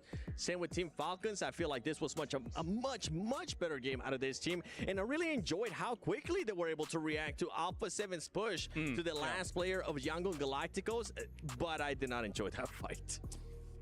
Well, We'll get to that. Let's take a look at our 9th through 16th as well here. For some of these teams like Arena, for example, I think that they know that they've pretty much done what they need to do. But again, a little bit uncharacteristic for Random Carrier to... I felt like they had a good day one here, Neptura, but nothing's really materialized. I thought it was going to materialize in this game, actually, considering the position in the circle alongside the hillside here, but also not much really working for them. I think it really just goes to show you that even if you have the position, if you don't do anything with it, nothing's going to really happen. Oh, agreed, yeah. And so it's like, I almost feel like they kind of think they've already made it, and so it's like, oh, we're just going to have a quiet day, and it's like, no. Oh, you got a lot of teams right next to you that think they haven't made it and are going to work very, very hard. So I would like to see a little bit more from them, but maybe, you know, coming into that Miramar, they're more confident on Miramar. We could see a big thing from them. For Regnum Carrier, they ended in a fight with two different teams. They ended up against Fireflux, and then they just became overpowered by R8. R8 playing that wonderfully, which I'm hoping that it kind of continues because I'm intrigued to see where R8 is going to end up being on the leaderboard. Definitely so. As we take a look at some of the highlights from all of this, you can see some shots going towards Falcons towards the end. Falcons, of course, did survive for quite a long time in this game. However, we will watch back a very important fight, which feels like... do we even really start talking about it? Because it feels like both teams, Falcons and Alpha 7, are kind of in panic mode at the moment. Some of that fight between those two teams was a bit of a catastrophe. It's just clown music in my head just over that whole fight. Like, just. And I say that very lovingly as a huge fan of Falcons. Why? Just why? And I know I'm being very brutal here, but it has to happen at some point because you don't, when you're at this level, when you're as good as they are, as I know they are, Alpha 7 included, you do not miss that many nades. You do not get a full reset just to get naded. It doesn't where was Carrillo? Where was he? He was at the top of the hill. Here we are. He did nothing. So taking a look at this once again, Alpha 7 actually had quite a few players knocked down towards his bottom position here, 7, but nothing really was able to convert from it. They were concerned, I think, about the off angle of Carrillo, so don't want to really peek around it, but getting these bounces was pivotal, and it did not work. Yeah, I mean, you could have just low tossed it on top of that. We have, where's Maxman when you need him? This could have possibly been the Maxman grenade of the day because he almost ended up knocking his teammate. And where was Carrillo? Carrillo, in a way, even though he wasn't right there, I felt like he ended up making the right decision by just holding the high ground and hoping that if you do end up losing your teammates, guess what? At least you'll be able to maybe try to clutch up some extra placement points. But yeah, this back and forth was just crazy. I do also enjoy the reaction time out of Power. They saw this fight and they heard this fight going on for so long that at one point they were like, okay, you know what, we're gonna be keeping tabs on it and we're gonna end up just pushing forward towards you guys. Yeah, it was really nice to see that they again are listening to the lobby, watching that lobby.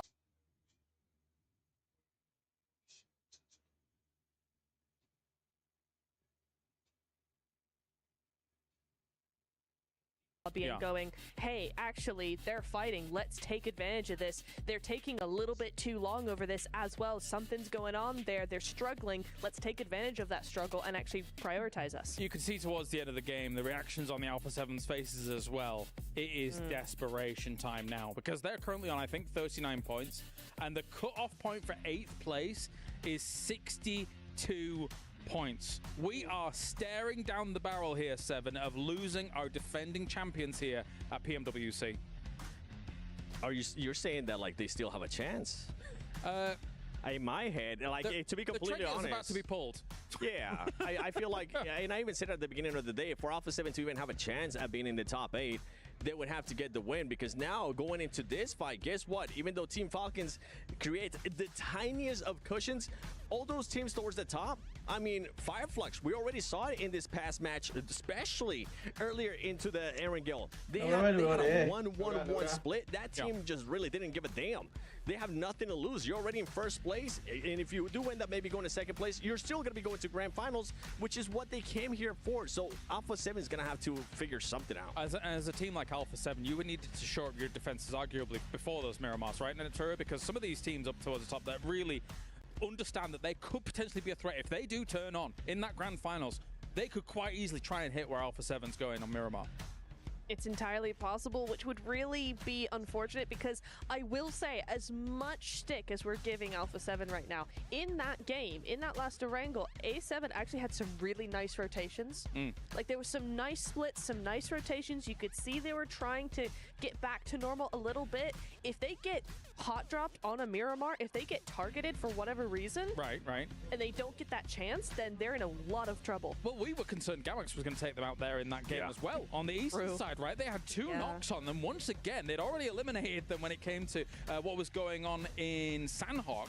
So I know that we keep harking on about it, but this is important. This is our defending champion. This is a big deal. I feel like to just kind of recap everything that's going on here, you actually just said it best. You can just see that these players and these teams are just kind of grasping for something, especially when it comes down to Alpha 7. The push that they did on Yangon Galacticos, they had so much room to work with, and then decided to actually just go for a fight with just one player instead of just looking to control a big area for this squad. So just a questionable plays, by the way, R8. My goodness. Can I just take a second to talk about this team a little bit more? Because they were just so impressive to me. This was a team, just like with Alpha 7, you were saying, and sorry, you were saying the rotations were on point. This was a team that's just being aggressive. They're taking their future into their own hands. They were being aggressive. By the way, this comparison is R8 against Yangon Galacticos, a team that they're currently trying to hunt down for 8th place.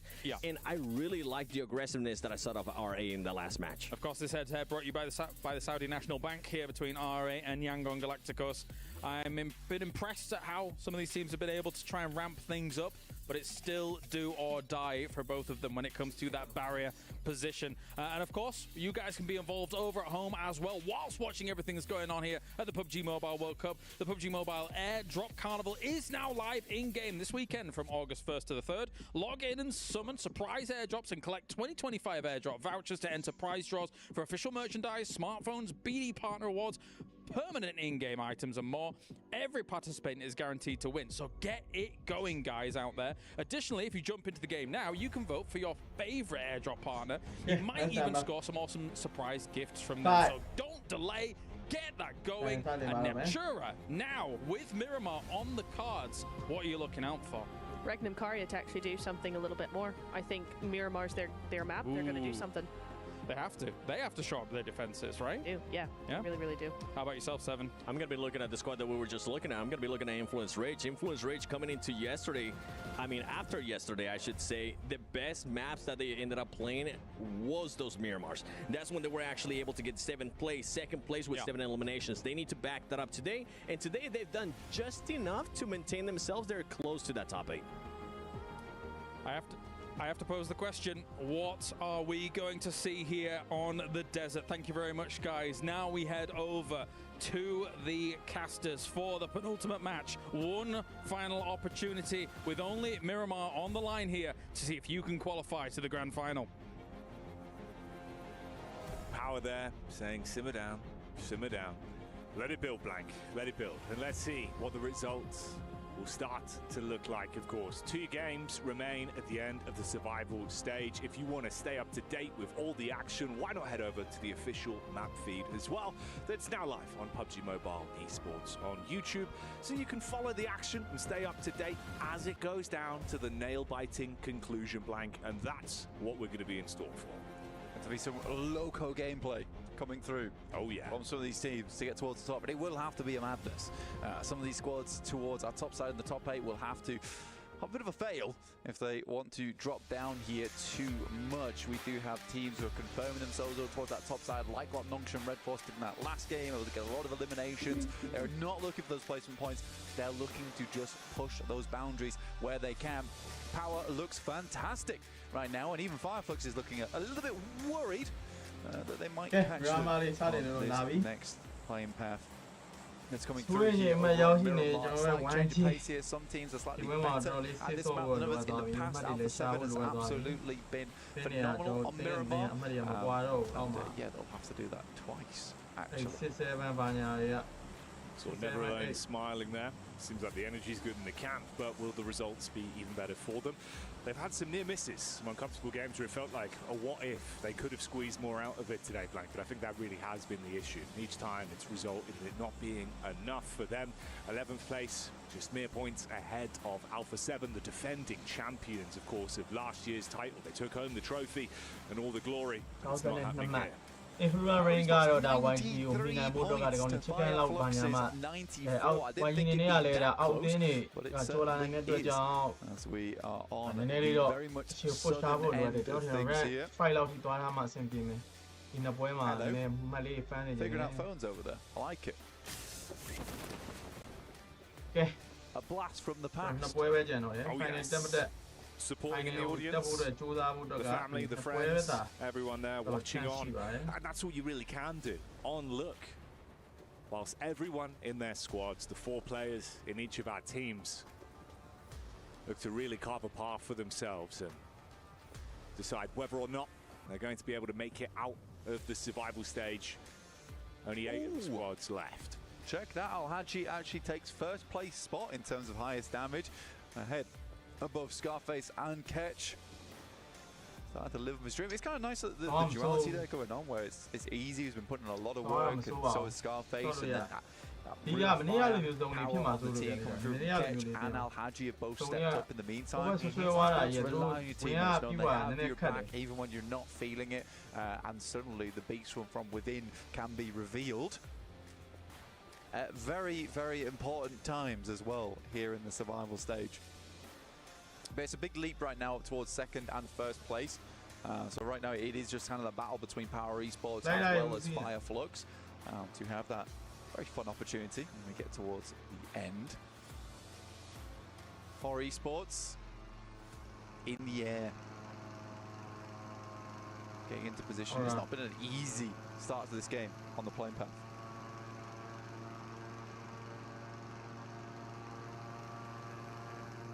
They're soaring, they're flying, and it's Sky, of course, that's up in the air.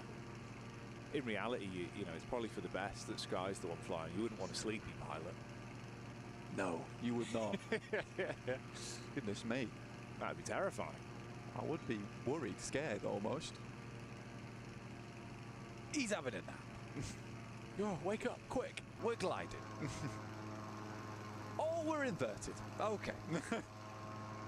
And we're about to be landing in 3, 2, 1. Clean landing. You know what? Actually, perfect. Yeah. It was a perfect landing.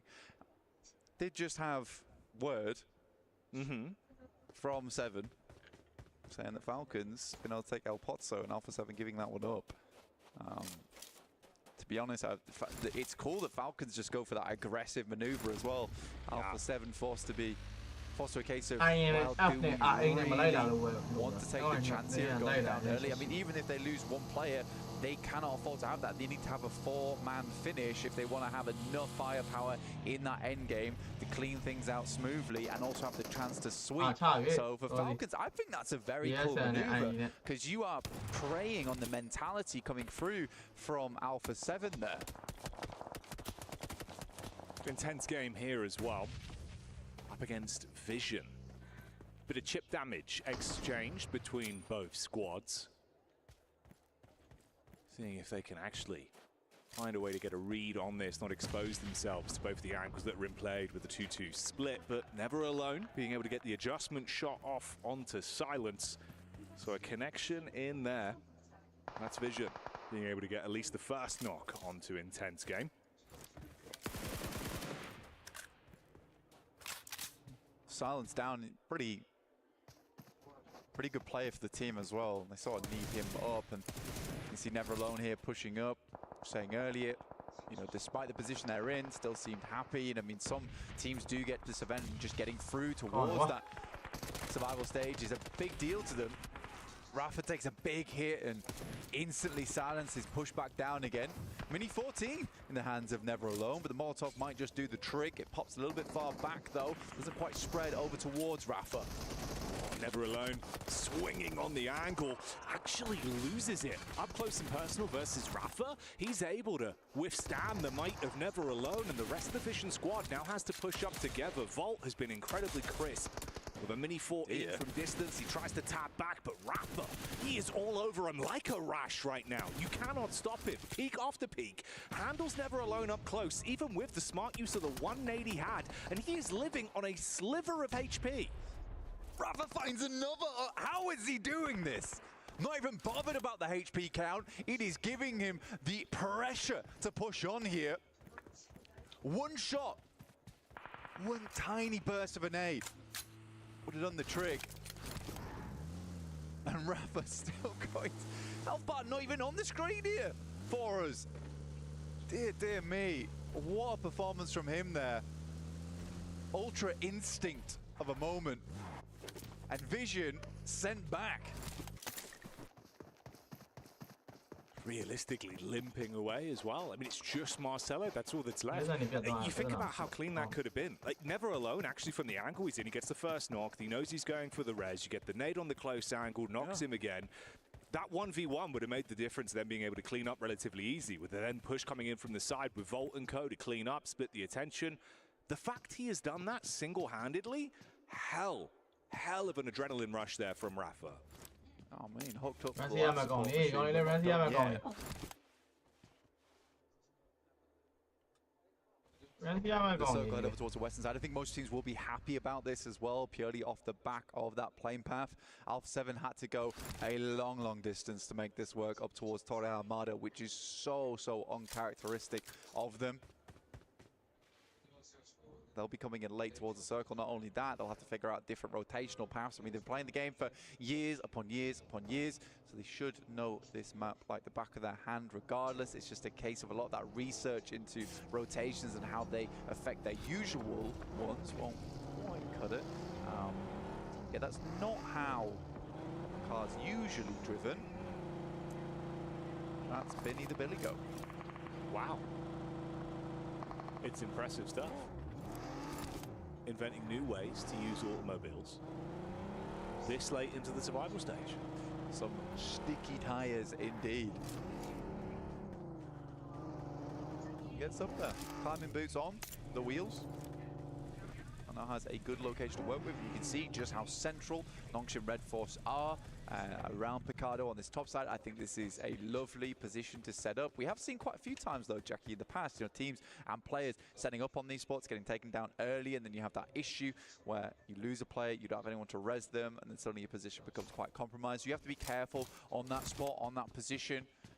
You're mostly there for information gain, and if you can get a quick and easy knock, go for it, but no more than that. Especially from that position too. Late game. Well, you did. You really did. Until this circle comes into play, which is hellish. Over towards that north side, a massive south side. AX having to get a move on, as do Regnum Kaya. Falcons and A7 actually coming out looking very good off the back of this one, smelling like roses. Throwing them a bone, they very well do need. Obviously, a lot of targets on the heads for Alpha 7, I think, going into this one as well. You can see that's why it was the heads-up call to sort of bully them off the drop spot, see if you could influence the overall game, make them feel like not only is it uncomfortable in the team, it's uncomfortable in the actual battleground itself. So we'll see if they can recover from the position they're now left in. Intense game on the move here. Rafa, he looked good in the previous engagement versus Vision. Rafa, he looked good in the previous engagement versus Vision. Some stalwart defense, great heads-up calls, the peaks he was going for. Kari, a bit of a different beast though. They drive by, they both take vision onto one another, they pull up towards the compound, looking to keep their heads down. Drive by, they both take vision onto one another, they pull up towards the compound, looking to keep their heads down, not run the risk of getting into a fight that is uncomfortable for them. Yeah, little do they know that they just escaped a scenario with Rafa, the triple tapper. Managing to get into some cover, playing around concrete. It's a good position, it's forward as well, over towards where Horror is currently playing as they make that rotate from earlier on. Yangon, AX, as well as R8, very late to this one, but I think they realize that and they can't really afford to make that quick ramp. A lot of teams were a little bit close to this one, especially when you're going through that Picardo ridge side as well. You are funneling teams over towards Monte Nuevo, and it's not comfortable. Power though, in position, a nasty nade threaded through. Al-Haji has been on the money with these nades. Ooh, backstab though. Set up from Pedrino. He's able to hit that one heavy. Al-Haji down. Adrian as well, pushing in close. Missed shot on the first peek through the doorway. Back up in there. Ragnar with the DVS. Withstands the push. Nade in. Danger close. Forced to heal up now and play off one another. Five looks off in the distance. Pedrino goes down stairs and will pick himself up. A lot of elims off the back of that. It was a clean engagement, a great backstab, an assassination of a play. But the Fireflux team is heading inward. Pedrino finds an early knock over towards Ketch, looking to hold this one down. They don't have to hold his own. But where he's playing and those nades are not going to stop anytime soon. We had Rafa looking very talented earlier, but now, like you say, it's up to Pedrino to be the punisher, to keep his team alive in this one. No opportunity to get his mate back up. It's all on him as a solo to withstand this crash that's come in from Fireflux. They had the timing to backstab and third party onto power, cleaned up there, bursting through the door. They shut down the opening man in Rafa, nade through the top. That's nice, and they close it out. Fireflux won't lose a single member off the back of that one, getting 4 points, so succeeding where power failed, and cementing back towards that first place position. Damax holding off versus Influence Rage. This is fairly central. A very interesting circle here as well, Jackie. A lot of high ground to work with, which is going to isolate a lot of these fights until very much in the late game when we head through to stage 7, stage 8. But there is a lot of opportunity to find positions on the map which you feel comfortable in, and then sit around there for quite some time.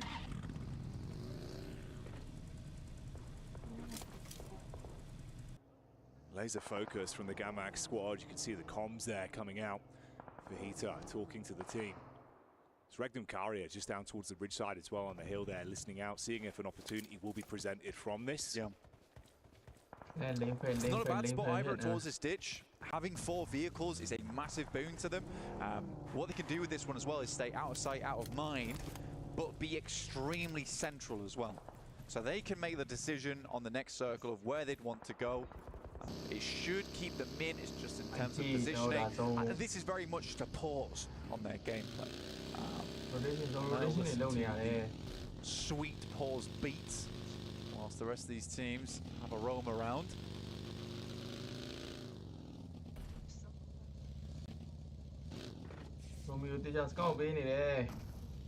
It's interesting as well, though. Obviously, Marcelo, his entire squad going down instantly to open this one up, with Rafa handling them very easily. He's been able to keep himself alive, but just out of dodge, barely in the back line behind Fireflux. It's a 2-2 split from them, with Scarface further down, catching the back line. Always feels like he's so useful from distance as well. It's his preference, being able to support the team, set him up. Scarface, he loves to get aggro.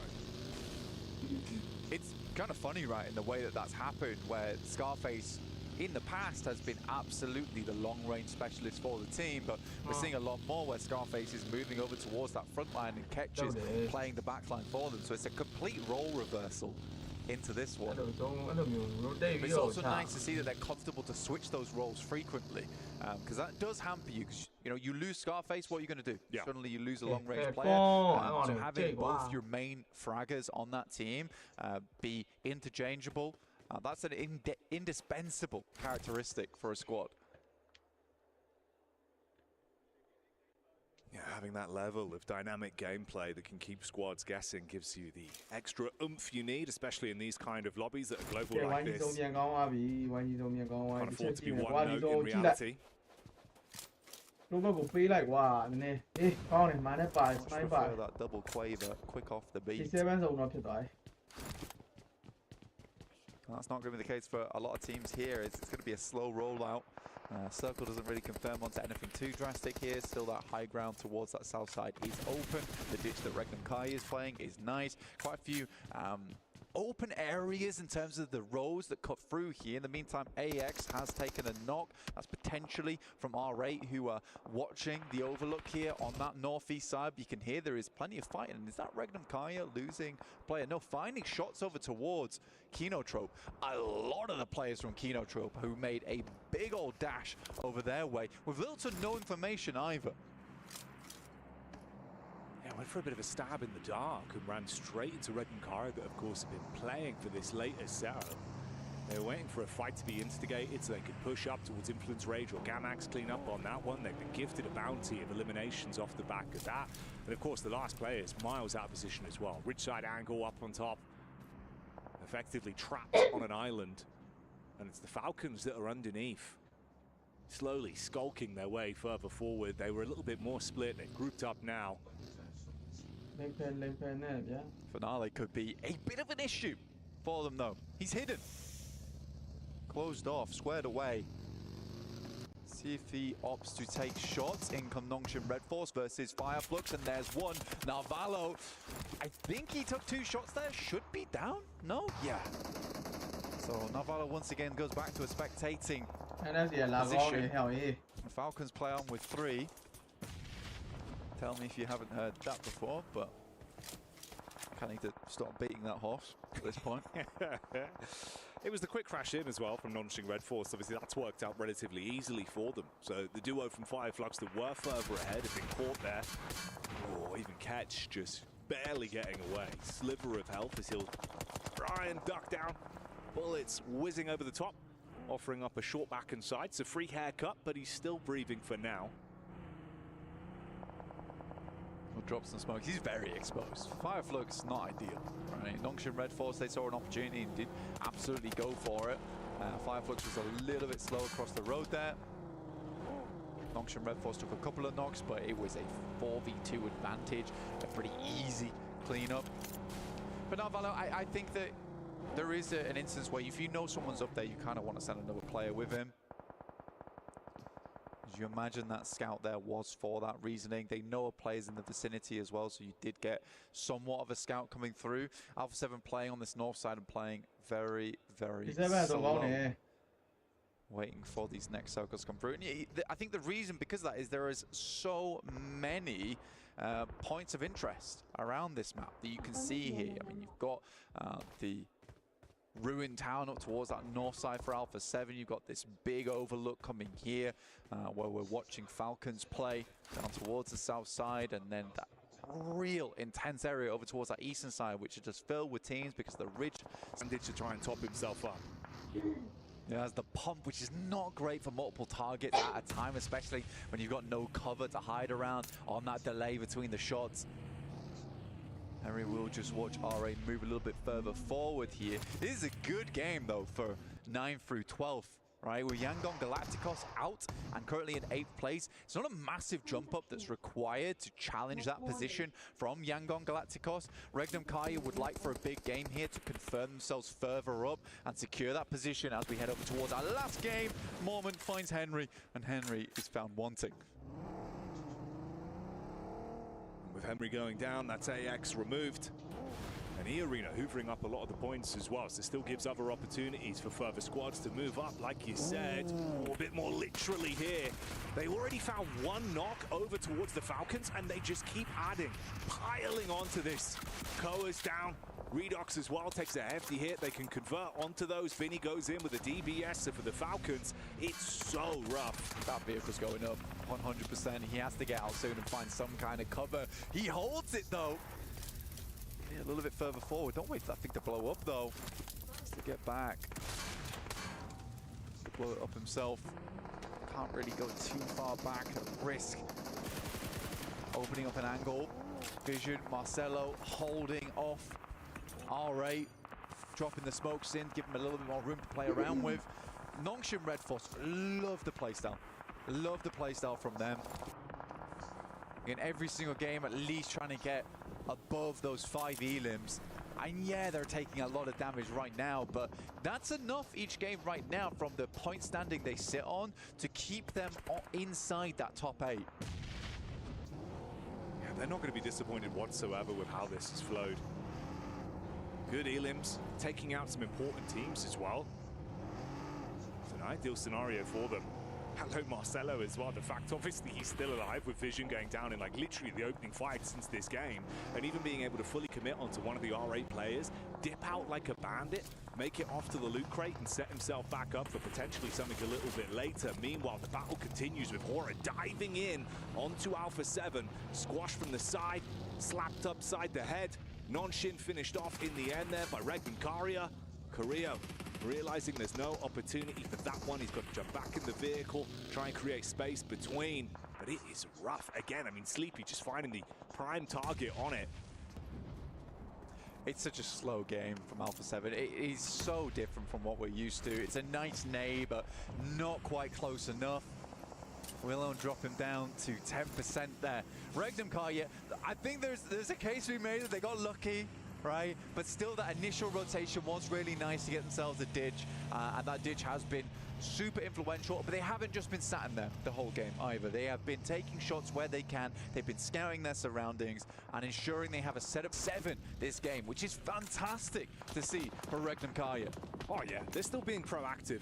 And you can feel that shift in the standings. See how far they can go with this one. Good positioning, great crosshair placement as well. Prestige for the Rid side, peeking back down onto Alpha 7. This is R8 and triple threat of players that are still alive. Taking that peek down. Carrillo is usually pretty good in these kind of situations, but you got to fight back. I mean, there's going to be no squad left to work with. Revo's on his last legs. It's just a solo man. He's finished off again. Alpha 7 go down. Out of action here. No chance to find any points on the gangplank. And that's pretty much it for Alpha 7. I think on this next match, there is pretty much no possibility. They need to get 27 points alone to get towards 60 points and challenge against some of these teams.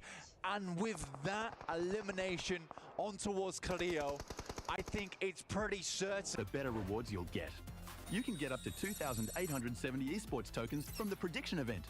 It takes place from July 23rd to August 5th and consists of 3 stages that coincide with the tournament: Group Stage, Survival Stage, and Grand Finals. During the Group Stage, get 20 esports tokens by predicting the 8 teams you think will advance directly to the Grand Finals. Each correct prediction will grant you an additional 60 tokens. Make a total of 3, 6, and 8 correct predictions to get 300, 680, and 720 tokens, respectively. You'll get another chance during the Survival Stage to guess the other 8 teams that will make it to the Grand Finals. The rewards are the same as the Group Stage. During the Grand Finals, you must try and predict the ultimate champion. Just predicting will grant 30 tokens, and a correct prediction will grant 400 tokens. If you're unsure about your predictions, you can let your friends' predictions guide you. Find someone reliable, copy their predictions, and wait to be rewarded. The 3 prediction rounds take place on July 27th, July 30th, and August 3rd at 10:45 UTC 0. Rewards are issued the second day after each stage ends at 4 AM UTC 0. You'll receive esports tokens based on your prediction results. Note, esports tokens don't expire and can be used in future esports events. Who do you think will be the ultimate champion? Join the 2025 PMWC event and share your predictions. Invite your friends to join the predictions and watch the tournament unfold.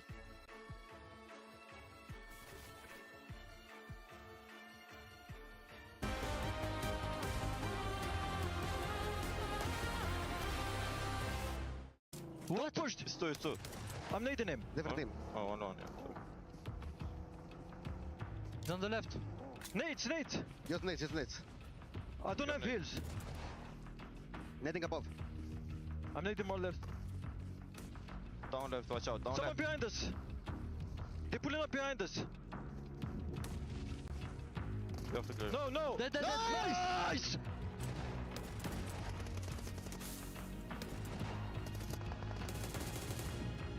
ماسك نايس باقي بعيد بس حجي اطلع يسار اطلع يسار حجي اطلع يسار خذ الصخره اطلع يسار خذ الصخره تسكه اطلع فوق ترى ما اشوف ليش تطلع فوق حجي من فوق تسكه يسار حبه الدو بس هذه هي شوفه سكه بس خلاص حجي بيطلع نايس عيال لا وحش يا حجي واحد نايس يلا ايزي يدك حجي. Well, we posed the question this Miramar, can Regnum Carrier shore up their defenses? And they said, yes, we can they get themselves the victory on Miramar, on the Dusty Dunes, to be able to keep themselves in the challenge to lift that trophy at the end of the tournament? Welcome back to the desk here with 7, with Maxman. Regnum Carrier shores up the defenses. Maxman, wow. Wow. To be honest, they just got center very early on and it just held down the 4. It was a pretty straightforward game for Regnum Kara, which you have games like that. They kind of played the Korean way, just like central compound, we defend. This time it was a dip though, a little bit different on that side, but very good to see them because they were like in the middle of the rankings for a big portion of today. That's going to, again, solidify their position in the grand finals. 24 points on board. Regnum Kara, Silas, the dream is still alive. He can take home this PMWC trophy. Wow. I think with those 24 points, easily they're going to be going to the grand finals. As you mentioned, they were there towards the bottom. Now they're not going to have to worry about that. One team, though, that we saw something during that match, Hora Esports, as soon as they ended up eliminating one of the players from Alpha 7, they just fully sent for it. So yeah, Alpha 7, your chances are absolutely gone. A team that might actually have a chance here, though, Max, Influence Rage. They've turned it up, especially in Miramar. Oh, I thought yeah, sorry, I'm just sighing because in 16th place it's Yangon Galacticos, and we could have almost seen Maxman's zipline of the day. It was this close. I thought they were going to drive it on the I say zipline of the day. It would have been zipline of the year because nobody ever takes the ziplines. No, only Amina they call zipline plays, and it did not work out over there. I remember Marcelo had a really bad time. Yeah. But to go back on your point of Influence Rage, actually, they had a very central position, just like Regnum Kara, right? Yep. But the defense they set up was really strong because they understood eastern side of the compound, we're just going to give it away. E-Arena, RA, all those teams want to take it. It doesn't matter. We'll hold on to the western side, which is closer to the center of the circle, and because of that we can get a bunch of eliminations. Little Boy in particular stepped up big time. Well, of course we have our head-to-head presented by the Saudi National Bank. It's Yangon Galacticos and Influence Rage, and for one more game here, 7, they have got to step up. The one thing that right now Influence Rage has going with them is that we are going to be going into Miramar. They're currently averaging, for the past 3 Miramars that we have played, including the 2 from yesterday, they've been averaging about a 3rd to 4th place finish. So that's impressive on its own. And for Young Galacticos, we did end up seeing a great rotation out of this team, pretty much just wrapping around Northwest. But then once they were able to get there on the position that they were getting to, they just ended up doing nothing. I thought they were maybe going to end up crashing Hora, maybe crashing on Alpha 7, but it seemed like they were just playing scared. They played the ridge south of the road, and they end up just giving so many angles to Hora, and I think there was also Alpha 7 at one point. They were very indecisive, and unfortunately because of that they just get completely collapsed upon and can't do anything off the back of that. So it was a good rotate. Unfortunately the later stage was just not as good as actually Regnum Kara 8.67 average. Elim, that is pretty high on Miramar. And on this one, for the top 5 teams from Miramar, I mean you just heard me mention Influence Rage. Another one, R8 is one of those teams that is also in the hunt for that top 8th place. So for us to be able to see them here, being able to average a lot of elims in that last match, they also you were mentioning this during that match to me, Max, how they were pretty much did the same rotation as Yangon Galacticos, but nothing ended up happening with them. They tried to be aggressive, but it ended up backfiring. Yeah, they really tried to go for a very similar rotation here. Didn't quite work out at the very end, though. Man, Yangon Galacticos getting a 0-point game here within 8th position. This is horrendous for Yangon Galacticos. 62 points, so it seems like the point threshold is going to be around 70. How close is the gap going to be between 8th and 9th place? That is my big question. It does feel like anyone 6th and up is guaranteed in. And Team Falcons, in theory, should. It'll be close, though. It will be close coming into this last game. Yangon Galacticos is going to have to be looking over their shoulders here for that 8th place spot. Let's move down to our 9th through 16th. 16 points on Influence Rage. It does feel like those 2 teams are going to be the ones in pursuit here, 7. What do you make of it? Okay, I was expecting Influence Rage to have a chance, but I thought the gap was actually going to be a little bit bigger than that. For the gap to only be 2 points to tie it, the thing for Influence Rage is they need to make sure they do enough to not tie, because if they do end up tying it, they will lose the tiebreaker. Yangon Galacticos does have a chicken dinner. I want to bring up one point right now. I know we would say we weren't going to talk about Alpha 7, okay? But generally, go for your hot drop onto Falcons. Cut off team. Eliminate them early on, so their point threshold doesn't increase anymore. You might be able to overtake it. Even maybe Yangon, we need to see something of value coming out of this game. You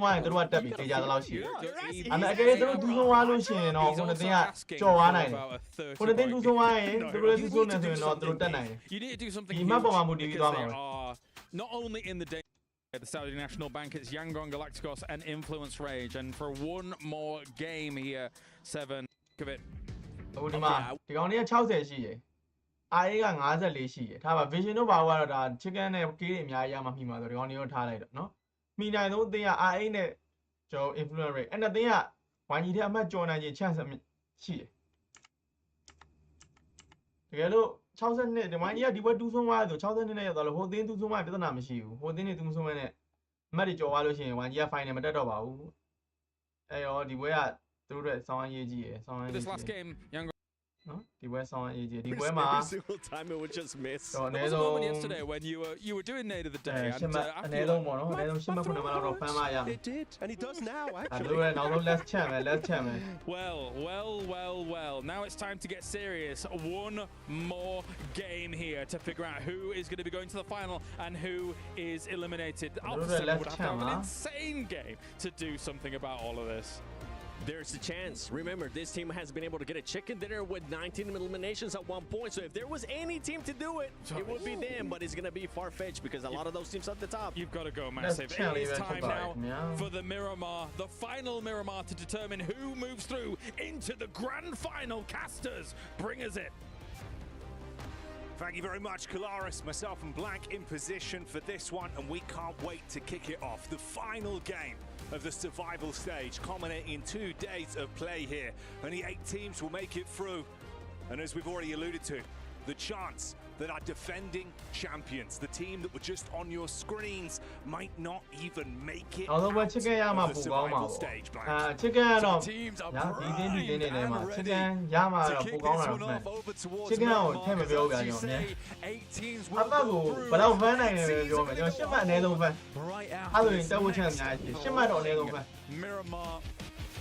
10မှတ်ဆန်းလို့ရှိရင်တက်ဖို့ချက်အများကြီးဖြစ်သွားတယ်ချင်းကဗျာဒါခက်ခဲသေးရဲ့နော်10မှတ်ရအောင်ရှာ Looked like they were trying to contain. နောက်ဆုံးဒီရွာမှာဝါလှုပ်လိုက်အမှန်တကယ်ခုနကဒီကောင်ဒီရွာမှာရှိတဲ့ဘွဲမှာ point ရလို့ရှိရင်ပြဿနာမရှိခုနကဘွဲမှာဘာမှမရဘူးဟောလို့ပြီးရှော့ကတမတ်နဲ့ Will there be moments of fury? The အဲ့ဒါ answer ရှော့ is ရှိပါဟောတမတ်တော့မရဘူးနောက်ပဲ60နဲ့ You'd expect so, and I think if anything, the opportunity, like we heard just at the end from the desk, I imagine it was Max that slipped it in. On drops. What are we going to see? Because for some teams, if you know that's it, if you know realistically your job is over, maybe you try and throw a spanner in the works for some of our other squads with the potential heat that is going to be building on this one. A lot of storylines as the action develops. စိတ်ဆော့နေ There's မှာ an interesting thing here because Alpha 7 ဒါအဲ့မျိုးစိတ်ဆော့ဖို့ဆိုတာဒီကောင်လေးသုံးကန်ကောင်းမှလေ at this point. It would be a miracle. ကောင်လေးအဲ့လောက်ကြီးစိတ်ဆော့နေမှာဆိုတာလေသုံးကန်ကောင်းမှရှင်းမကတော့ရလောက်မှာပါလို့မဟုတ်ဘူးကိုရဲ့ရှင်းမကလည်းခက်ခဲနေတယ်တိလားနောက်ဆုံးပွဲဆိုပို့ပြီးတော့ခက်ခဲမှာနောက်ဆုံးပွဲဆိုတော့ဒီချိန်မှာဘလို့ကောင်မျိုးတွေကပြစ်မှာလဲဆိုတော့ဒီလိုမတက်တော့တဲ့ကောင်တွေကသူ့လေးကိုသေးတယ်သိရမလားငါတို့လည်းမတက်တော့ဘူး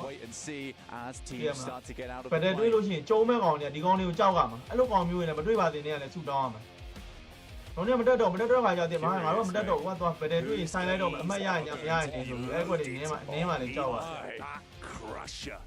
ပြောမလို့ဆုံးမဲဗျာကဲဆုံးအဲ့ဆုံးကဲဟိုကောင်လေးဘယ်ရောက်သွားလဲနားနေရှားမယ် Influence rate ဘယ်ရောက်သွားလဲ Influence rate ဆိုမပါရင်ရပြီ Influence rate နဲ့ R8 နဲ့ Okay R8 တွေကဆုံးမပါဘူးပြဿနာမရှိ Influence rate R8 တွေကဆုံးတိုးရမယ်ဗျာ YG ဆုံးတိုးဖို့ကအရန်လွယ်တယ်ရှင်းမှာ BS တစ်သိမ်းမှရှိတယ် BS ချူမားဆိုဒီကောင်လေးလည်းဆုံးသွားမှာပဲ They were hella worried. They went right down towards the south side of the map. Alpha 7.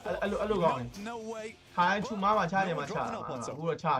if Falcons went for that one, they would have a prime position for this game. On the other hand, here we've got Kinotrope versus Gamax early on. Somewhat of a... let's say... Bottom of the standings. Against one another early. The only difference is there, obviously, taking away some of those potential points. We have a top-heavy teams that really do need it at this point. Like you said, have a chance to shift that 7th to 9th place realistically being where we're looking at to see if there'll be any momentum at the end of this one. Okay, a lovely initial start here from Boschbeck over towards and again, that's great for Reg and Kai, another team to overlap, get some more. idea ဒီကောင်တွေအကြာကြီး He's ကိုး not စားမ looking လို့ to တော့ just ဒီ finish ကောင်တွေ it in a third ဘာညာ place. ခဏလောက်လူပြီးတိုးမယ် Perchance နေ they're looking to get it all the way up towards first. Join their Turkish ဒီကောင်တွေ brethren in သွားမှာဝေးတယ် Firefox. သွားလာမှာဝေးတယ်ဒီကောင်တွေမြန်တိုးမှရ Of them. Right now, teams scattered across the map.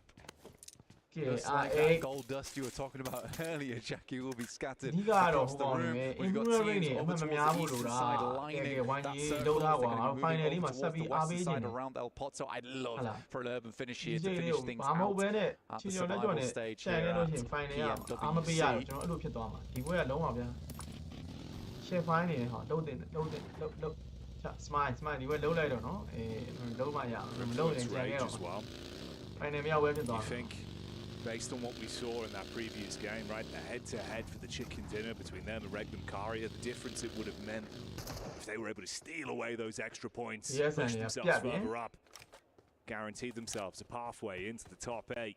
ဗီယက်နမ်နဲ့အန်ဂျီနီယာ Now ဒီ it's နား all မှာဒီကောင် coming တွေက down စိုး to တယ် this one last game to do Vietnam just and that. Engineer ဒီကောင်တွေနားမှာ Intense game being the name to focus on here, though, as they pick themselves up one elimination point early. We do get to see the rotation from Influence Rage. Non-ship Red Force relatively close by as well. influence rate တွေကဇုံတို့ကကောင်းတယ်ကောင်းနေဇုံစောစီးတုတ်ပြီးဒီကောင်တွေအမှတ်ရဖို့အတွက်ကဲဇုံသွားပြီးပဲတားကြီးတို့ငါတို့ဘာမှသိမကောင်းနဲ့ဂိုင်းရပြီလားလာတွေးလေတိတ်ပဲစမုတ်တွေနေနေတော့မှတလုံးစီပဲပါအော်မ flat band တွေစမုတ်တော့မပါဘူးဟမ် Displayed Lawrence themselves as an and- aggressive team as well. ဆောင်းဇုံလို့ရင်လည်းဟော Scrapping.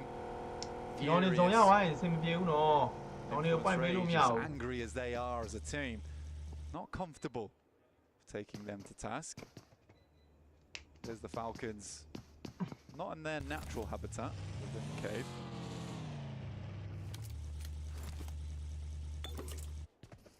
And I think for them, again, natural habitat ဖဲ really ကွန်လက်ဆေး has ဆိုရမယ် been ထဲမှာ what ပါတ we've ယ် seen ဒီကောင် from တွေ the လည်း Falcons throughout the မိုင်းကြီးက run ဒီ of ကောင် the တွေကိုကြော်ပြီး tournament. influence ရမှာဒီ Yes, ကောင် they တွေဖျက် won ကြော် the ဝိုင်းဒီကောင်တွေ survival မြိုက်တယ် stage, မြက် they ခွက် were ဖြစ် able အောင် to float through with a lot of good periphery finishes, with quite a slower passive day of it, playing for placements. They played with that tempo a little bit more in the course of today. It's not always looked super pretty for them, though, and again, you can see the nerves are certainly there. Looking for a later game finish on this one. Didn't want to run any risks of Fing being uncomfortable on the drop. That's why they're so much further down. Yeah, a lot of circumvention here, honestly, from a fair few of our squads that were worried about it. Remember, there's 8 teams with almost reckless abandon going into this final match, realizing that their chances are dashed in this final game of Miramar. There's only a few that can make that gargantuan leap to get towards that top 8. influence rate 2ဆုံးရင်ဗျာဝိုင်းကြီးအေးဆေးဖြစ်သွားတယ် Looking တက် at ကြီးချောင်းဝိုင်း level influence downwards, rate 2ဆုံး really ဖို့ပဲလို့ having that chance for Team Vision. influence rate အမှတ်တွေလိုက်လာပြီဆိုလို့ရှိရင်ရမ်းချော့ရှိ The spark on Okay. the team to charge influence rate လေး2ဆုံးလိုက်ကွာ allow them to play at their best. Him going down as early as he did, it does not bode well for them, and the circuitry within that team might just be fried. I think that short circuit actually came in the previous game as well, where Never Alone had the opportunity to absolutely clean house early on into that matchup. But you remember the Wrath from Rafa completely fragmented the squad, just left Marcelo in a horrific position towards the end, trying to barely scrape away any points. Just that one elim over towards R8. Could have been a different story, but of course, that's up to you. Nothing is granted, everything is gained. And on that one, it wasn't really that much of a gainer for them. The Yangon Galacticos, we've taken a look at them a couple of times here, but they are in the terrifying position of 8th place. Never comfortable to be there. The Falcons were able to get a few more points on board today. I think they've done pretty well, taking more risks when they should do. 70 points. There is that big step down though. There's a chance that Yangon Galacticos can get over towards that region, as can Influence Rage. And by no means are Team Falcons safe just yet, and they know it.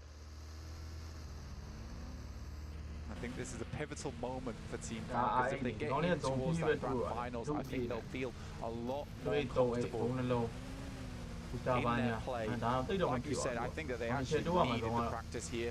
In survival stage. A lot of pressure riding on their shoulders. And this would alleviate some of it.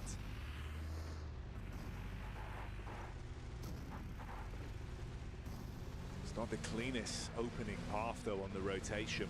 There is a lot of squads ahead of them and adjacent as well. You're going to be running into some of these teams that maybe are willing to run some crazy risks, knowing that survival stage is most likely where their heads are going to lie when this game finally comes to a close. So opportunities to be fought from both AX and Gamax on the push-up, with R8 and E Arena just off to the side. Our final game of the day. Just shortly, we'll take a look at where we're heading. The largest shrink of the circle throughout the entirety of Miramar. It is on zone 2. We head over towards Crater Fields. On the mountainside that runs through the currently Horror is owning. Massively split at the moment. Alpha 7 even trying to hunt down one of their players on that northwest side. And this is the fight. It's no fear. He has to live up to his name right here. Throws out the flames and sets ablaze to Carrillo. So low on HP. All it takes is a single shot from Revo.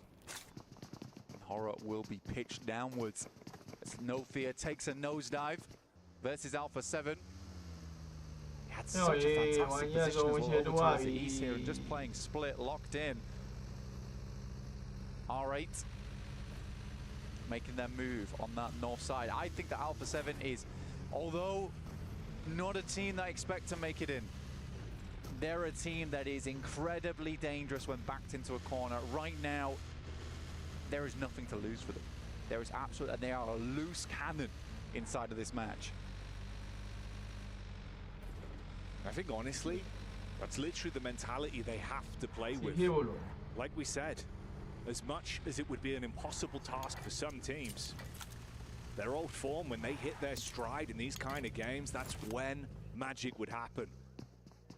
But you have to factor in how they've looked throughout the entire tournament thus far this year with the PUBG Mobile World Cup and the Esports World Cup. It is not the same team.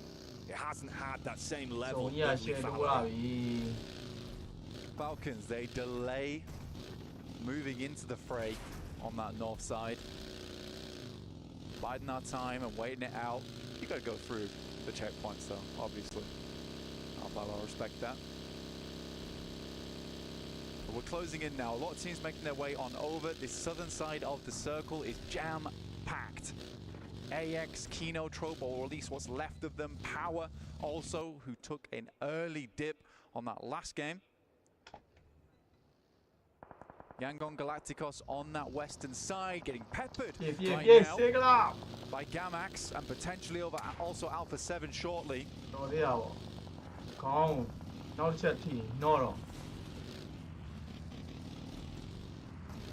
Gamax, they could afford to take some risks on this one. Alpha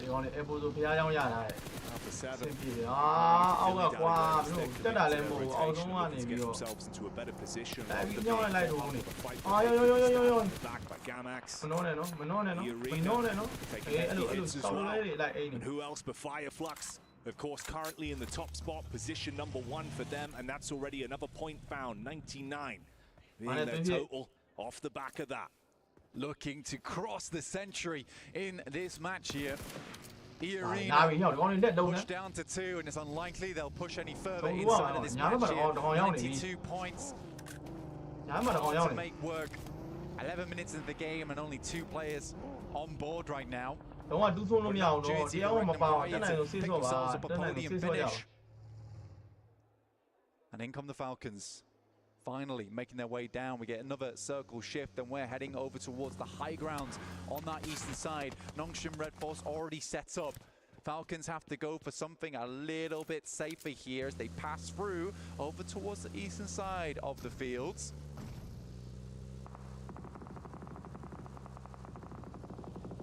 They took a few shots. Being chipped off.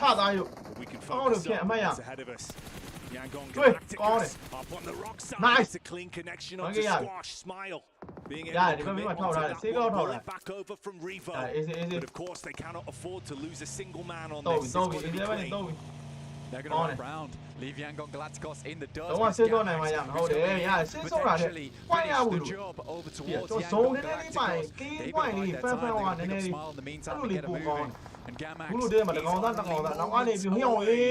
GMA ကြီးလိုက်ပွဲနေပြီဝိုင်းကြီးတို့ Closes the gap between them both. Look at the HP box. Mana Sustainability isn't there. The heater. Romeo မနှောနဲ့နော်မနှောနဲ့နော်ကောင်းတယ်စိတ်ကောက်ထောက်တာစိတ်ကောက်ထောက်တာ Takes a big burst of damage from that. ထောက်တော့စိတ်ကောက်လည်းလစ်ပြီ Saycloud needs a Nimbus right now to get out of dodge. ကောင်းတယ်ကွာ GMA ကြီးအော်လှည့်ကျွေးသားရောသုံးမပိုင်းကြီးကလှည့်ကျွေးသား Not finished တော့ off တယ်လို့ just မင်း yet. သုံး This သွား is လိုက် a အောင် tense သုံး game. သွားလိုက်အောင်မရအောင်မရအောင် They သုံး hit နေ that နဲ့ရည် nail. လိုက် Find that သုံး coffin. ပြီးမှလှည့်ချက်ကောင်းတယ်ဝိုင်းကြီး Galacticos, they want nothing to deal with Gamax. They wrap GMA around နော် this live angle ပွဲနေတာ to အချိန် Alpha လုံး 7 နောက်ပါ launching off in the distance. နောက်ကနေပြီတစ်ချိန်လုံးလိုက်ပွဲနေတာ The new man on the block that's been consistent for the team, but right now, he's gone. It's just down to the core three from Alpha 7. GMA ကတင်မလို့နေဘူးဟုတ်တယ်အဲ့ကောင်ကြီးကတက်မှလည်းမဟုတ်တော့ဘူးတော့အောက်ဆုံးကနေပြီလိုက်အညောင်းနဲ့လိုက်ထိုးနေမိုးလေသူများကတင်းနေရောက်နေပါဆိုတော့နောက်ကနေလိုက်ပွေးနေပွေးပါလားမင်းတို့အမ INF တို့ပါလို့ဘူးမှတော့မပွေးရအောင် Elim that came through from 5 INF ကမရောက်ရင်မစုံရတာကောင်းနည်းနည်း triple digits ဆင်ပြေနေ Teams will have to bear down upon them and fast. Right now they're on the eastern side coming through from Hacienda and it is open ground that they have to pass through. You can see players have been taking tags from their side. Easy, up close and personal with the Falcons playing inside the concretes. They have vehicles to work with. You can see the buggy. Only one wheel left to going.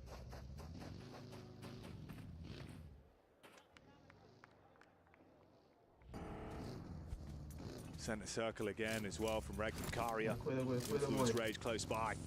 Two teams that went head-to-head for the chicken dinner into the previous matchup. A lot riding on this one. You can see the move up as well. Gamax as they make their move. And the interesting thing with Power as well, Easy, I think his position's been undetected. Instead, he can play off his teammates when their attention is turned and they've got to go for the move. He could sideswipe them. ပေါက်ဝိုင်းနှစ်ယောက် Try and move ahead. တယောက်ပဲသွားတင်တယ်ဟုတ်တယ် Backstab potential on စမိုင်းတယောက်လည်း that, သွား which is never easy ရှင်းရမှာပဲ to ဒါ deal မျိုးက with. Yangon Galacticos currently struggling though. ပေါ်မှာလည်းရှိတယ် Constantly hounded by teams here from Gamax who have taken a bit of a split for တယောက် Heater. ရေပေါ်မှာရှိတယ် No, his position as they head over towards Horror right young now. Bobby. Ragnar finding shots over towards AX. Scarface is taken low there from R8 and they'll have to move Jackie.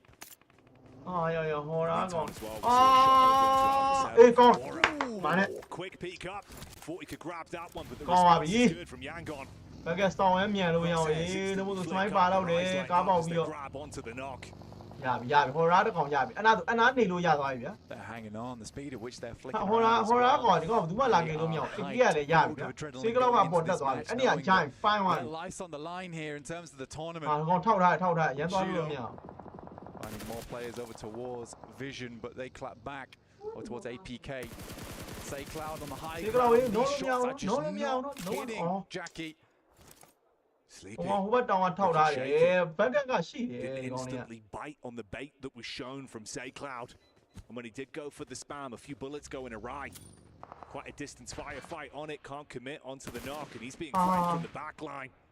Turns his attention. ကားတော့ရမယ်ကွာ Meanwhile, ကားယူပြီးတော့ Gamax ဆင်း as လာ well အေးဟုတ်တယ် being ကား headed ယူ by ပြီးတော့ဆင်း Vision, လာ still ပြော being able to at least ကားလေးပဲ respond. ယူ They လာ lost 2 players off the engagement, but go 2 for 2 in the fight so far. Yangon Galacticos shopping around right now, but မိုး no. ရဲလေထဲမှာခုတော့တယောက်တည်းဟဲ့အောင်ရေးဒီကောင်စိတ်လုံးကြားပွဲစီစဉ်ဟဲ့အောင်ရေးဟိုမှာ INF တွေက Influence Rage Diego will ဒီ find စ a မဲ shot ကောင်တွေကို over တန်းတော့ towards နေပြီ Revo. တန်းကောင်တွေပြေး Inside နေ the မပေးပါ shack, နဲ့ more ကွာ damage done. အေးကောင်းတယ် Sleepy မာဖီယို finds ဆိုဟိုကောင်တွေစ Mafioso.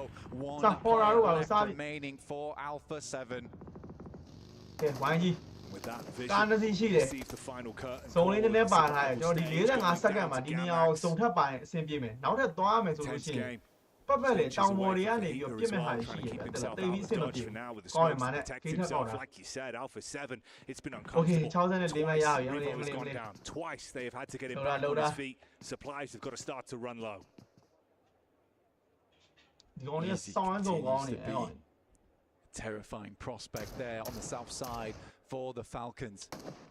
Hasn't ပြောမယ်ဆိုလို့ရှိရင်ဒီချိန်မှာဒီပွဲကအရေးကြီးတဲ့နှစ်သင်းက INF နဲ့ YG ဖြစ်နေကျန်တဲ့ကောင်တွေကလွတ်ကျွတ်နေ tumultuous situations. The Caltrops were laid down for them and they swerved, they've avoided, and they've made it in. ကဲဆုံးကွာလုံးပါဆုံးကွာဆုံးလေးပါလိုက်ပါကွာတော်သေးရဟောကတိုးလေးပါသေးတယ်ဆုံးလေးကတိုးလေးပါသေးတယ်ဘယ်မှသိသွားကြမလို့သေးဘူး out of their reach.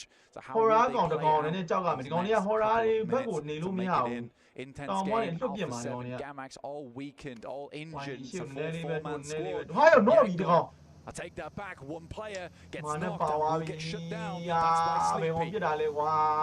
Sleepy's been doing a great job from the angle up top. But look at this. R8 moving on the inside. Meanwhile, Easy, he's been biding his time for so long on this. But the rest of the squad has come over to assist. They look to fight up close versus the Falcons. Good chip damage on the Ragnar. Redox confirms onto that one. Tries to finish him off and will do so valiantly. Still pushing over, but the nades come in. The Falcons get finished. Faheedon's the one to send them out as they fall. And Power live to fight another day. 71 points there. Yangon Galacticos is furious going into this game. They have a real stalwart game so far. And it's an immediate removal from them. But what's terrifying for the Falcons is Yangon Galacticos are still going. Influence range with 4 players are in a prime position on that eastern side. They are not through yet. ရိုမီယိုနည်းနည်းချောင်းဇုံလေးတော့နည်းနည်းပါသေးတယ်ကွာရတော့လေးတော့နေကြကွာနောက်တစ်မိနစ်မှာဇုံလေးပါဖို့ပဲဆူတောင်းတော့မှာပါဟောတာတကောင်ရှိတယ်အဲ့ကောင်နေတွေပါရောင်ရမ်းပြီးပြစ်ထဲနေတကောင်တော့အောင်တော့နေကိုလေးဒီနားမှာ3အောင်လို့ပြောင်းခိုးနေတာ Last game, leave no stone unturned. How will Yangon Galacticos play this next maneuver? Zipline above them, they would love for a straight rotation directly into the circle. Move over towards Kino Troll. Say Cloud making the first move here.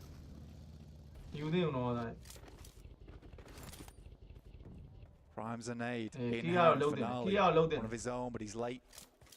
Will his be placed back? It tags, but it won't be able to frag. Get the response back over as well. Easy onto Nongshing Red Force. This is a power squad that are lights out at the minute. Fireflux stealing away some of the opportunity on that one with the response from Binny's bonnet and the follow-up from Tizzy. My God, Nongshim Red Force were taking the heat coming through from Power, but have just annihilated. Turn tail. Dare you get involved in our fight, Fireflux? We're going to send your way immediately.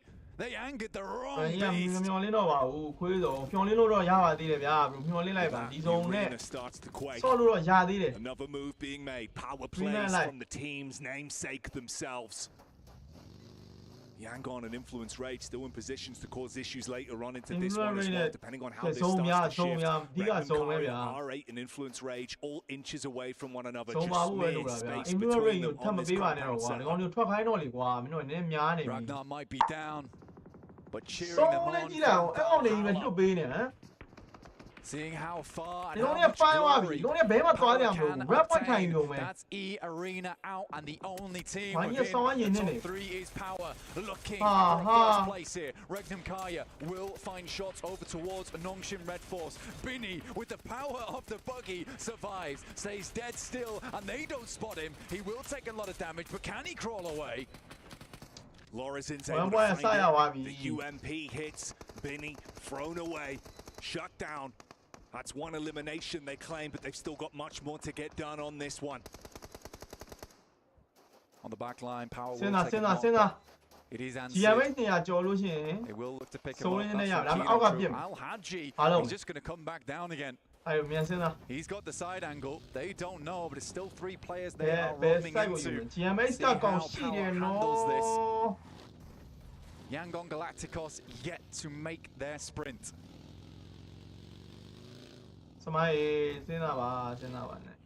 Push comes to shove for Heater's position. Can it cause issues in the backline? Have they forgotten about him? The solo man from Gamax that tucked himself away quite some time ago.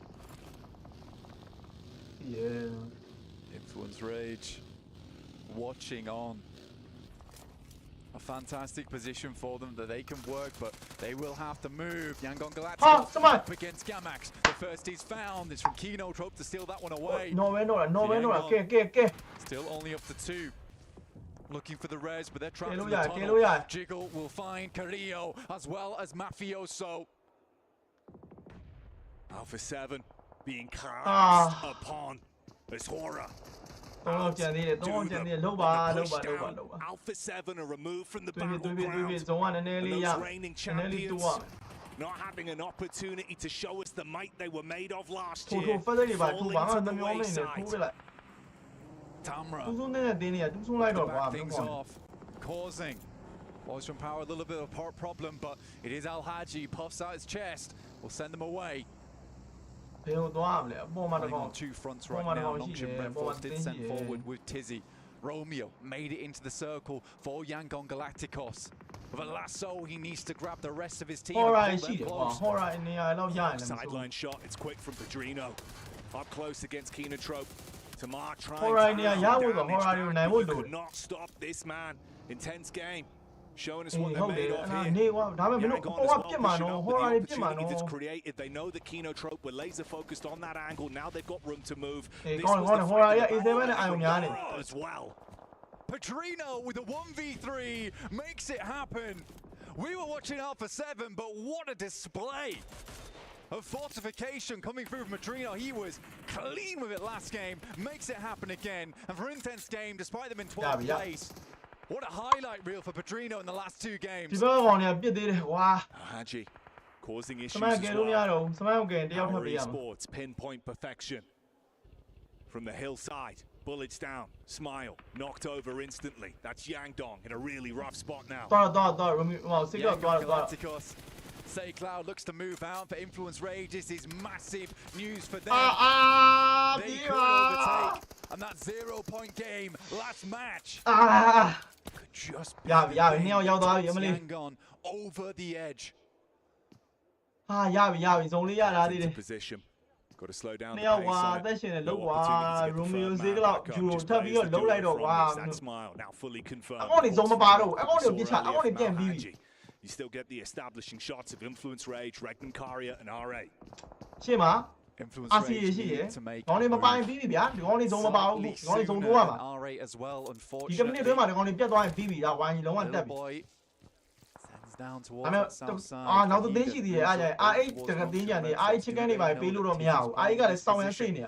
Diego nades start to get sent off over towards RA. Are initiating a smoke train going right now.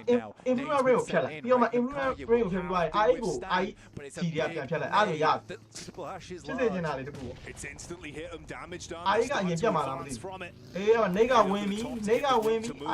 The vehicle froze in, additional carnage. That lands on Silas. Burning down the potential control inside of the compound, so RA can actually close the gap onto them. Regnan Karya struggling now, and nade goes in. It hits hard, but not quite hard enough. But the boys are holding safe. This will be a big turnaround. Making it happen.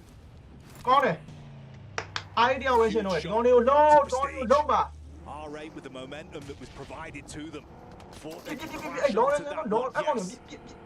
They really do throw them into an uncomfortable position, but they could still reset from this. They've got an opportunity to try and save themselves the turmoil. Nades are right on target. It's Influence Rage that are looking to set this one up as well, and they need these points. This is a fantastic maneuver for Influence Rage. They saw R8 push ahead. They moved around. They find Tizzy. But they are so close.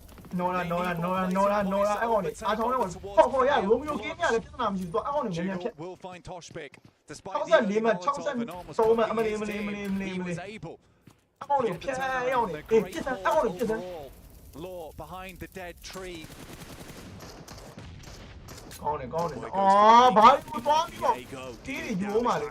Fahidan as well, so Power being into the wind, finished off entirely. In position. အမှတ်ကတော့တူနေပြီဒီမှာတော့ရင်ခုန်နေရတယ်ကွာအေးကောင်းတယ်ကွာဟောတာတကောင်တက်ကွာရိုမီယိုရေးရိုမီယိုနှောက်သွားပြီ ကောင်းတယ်ဖြတ်တာကောင်းတယ်ရောနှကောင်တော့အကောင်နဲ့နောက်တော့ထပ်တော့ဗျာ Silas Oh, goes in for the heads up. Nice. This is crazy. Yeah. Literally goes ballistic. Animal brings the claws out, rips his way through. 我在 Romeo 玩机要这样，失败了比的 run 来呀，run 来这个人打完。啊，多啊，这个得比。 Might just have survived long enough. Horror up at 3, look at the challenge for first place, but out of nowhere, in comes Say Cloud. Say Cloud. 啊，多啊，这个哇。 Finished off by Sky. Regnum 我哋另外人都ပြသွား嘛啦，啊，就呀，多啲啊， two teams that remain on this one. 啱啱變，B 啲啦，一သွား都多啲咧。 Taking the first place home here at the PMWC survival stage. 啊，多啲哇，已經控你嚟講你話，IF 講呢？ The 1v3 from 人家邊嘛？ Hello, how are you, man? Okay, you want that my yard? That look yard. Ah, so idea on you, do the arm. Only gone. Idea on you gone. Idea on you, do the arm. They find the idea. An incredible idea on you, do the arm. We're going to tally up the total slightly later. Is it? But with that, Jackie, for Alpha 7. 講你知道啲人嘛，細咧都攰到啲啦，好講你。好大 influencer 啊！ Step up towards the end of this one. But Fireflux, power, horror, all towards that podium. 我哋乜收嚟㗎？認同啲乜收嚟㗎？玩意。 Slightly surviving towards those end moments despite Influence Ray chasing, but shut down by the 佢揾啲拿得到認同啲，好吧ဗျ，得嘅。đúng rồi nó. Mắc sao cháu ra liền mà toán đủ này thế là, đúng rồi, yên nó phiền này thế là, đã tôi nói phiền này đuổi là mất tiêu rồi, đã tôi nói cái này mà đi, có mà cha này mà thế mà cho nó, nhà cái số này tôi đuổi phiền này, cho nó mà đã cái nhà đuổi phố yên ngon này, còn đi cháu ra liền mà đuổi chuyện mà thế. They did not make it through the survival stage. A new champion will be crowned this year. 2025 is going to be a whole different story. Tears have been shed. Emotions have been let loose here. Unbelievable performances throughout, and Power just love it here at the survival stage. Easy, easy with the sickening plays he's been showing and putting on display. Horror just making it in consistent time and time again. But it's the Falcons who do make it through. Oh, sai level 知道點啊嘛？sai level 嘅路標啊，咁啊，呢啲講睇下嚟喎。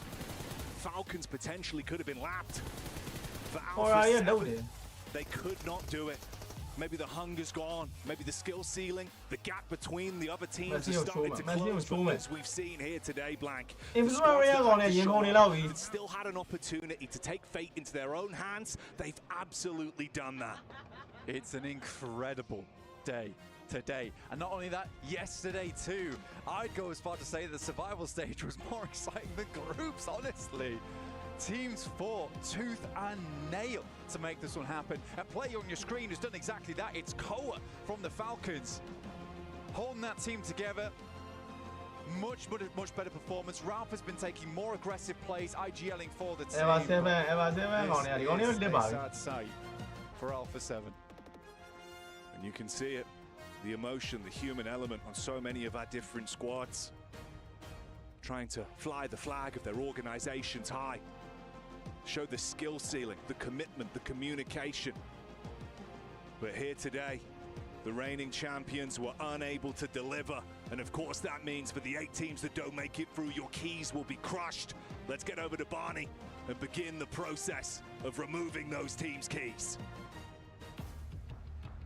Ladies and gentlemen, the survival stage is now officially over, and I am joined by our highest placing team. It is, of course, Horror Esports with a final flurry. Congratulations, gentlemen, from myself and from everyone, the whole crew. What an amazing way to end out the survival stage. Now, you didn't just survive, you thrived. So congrats to that. Now, one of the things that you get to do because of this honor, is you get to crush the keys of the bottom 8 teams from the survival stage. This is the first time we've showed it this week, so we're all really excited. And so, I've got Jiggle, I've got Sky, No Fear, and Sleepy. Jiggle, you're going to do me the honor first and foremost to switch the key on and turn on the engines.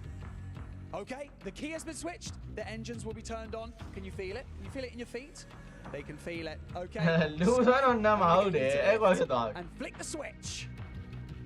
That is going to open up the iris in the center. We can see all of those menacing teeth ready to chomp up those keys. And now finally, No Fear. I'm going to get you to press the button and send them home. And Sleepy, you can wave at them as they do it. There they go. Silence မှာပါလားဒီကောင်တွေ Silence လုပ်ပြီးသွားတာ Like that are 16 teams. Silence ဒါမဖြတ်ပြီးလို့ရှိရင်ပြီးပြီနော် For the grand finals, 8 teams have now been sent packing. Well, 7.5, of course. But the job now, there you go. There's the 8th team. But the job is not done. We have a gauntlet of competitors waiting in the grand finals that's going to be happening this weekend. And they've all got their eyes on the prize. $3 million prize pool, and of course the beautiful PMWC trophy. The Horror Esports guys having a great time next to me. But I tell you what, they're not going to be laughing this weekend when they come up against all those other teams. But for now, make sure you're all ready for that weekend slot for the grand finals. And we're going to send you back to the studio to talk about what just happened in the survival stage. Emotions riding high here for the survival stage for PMWC.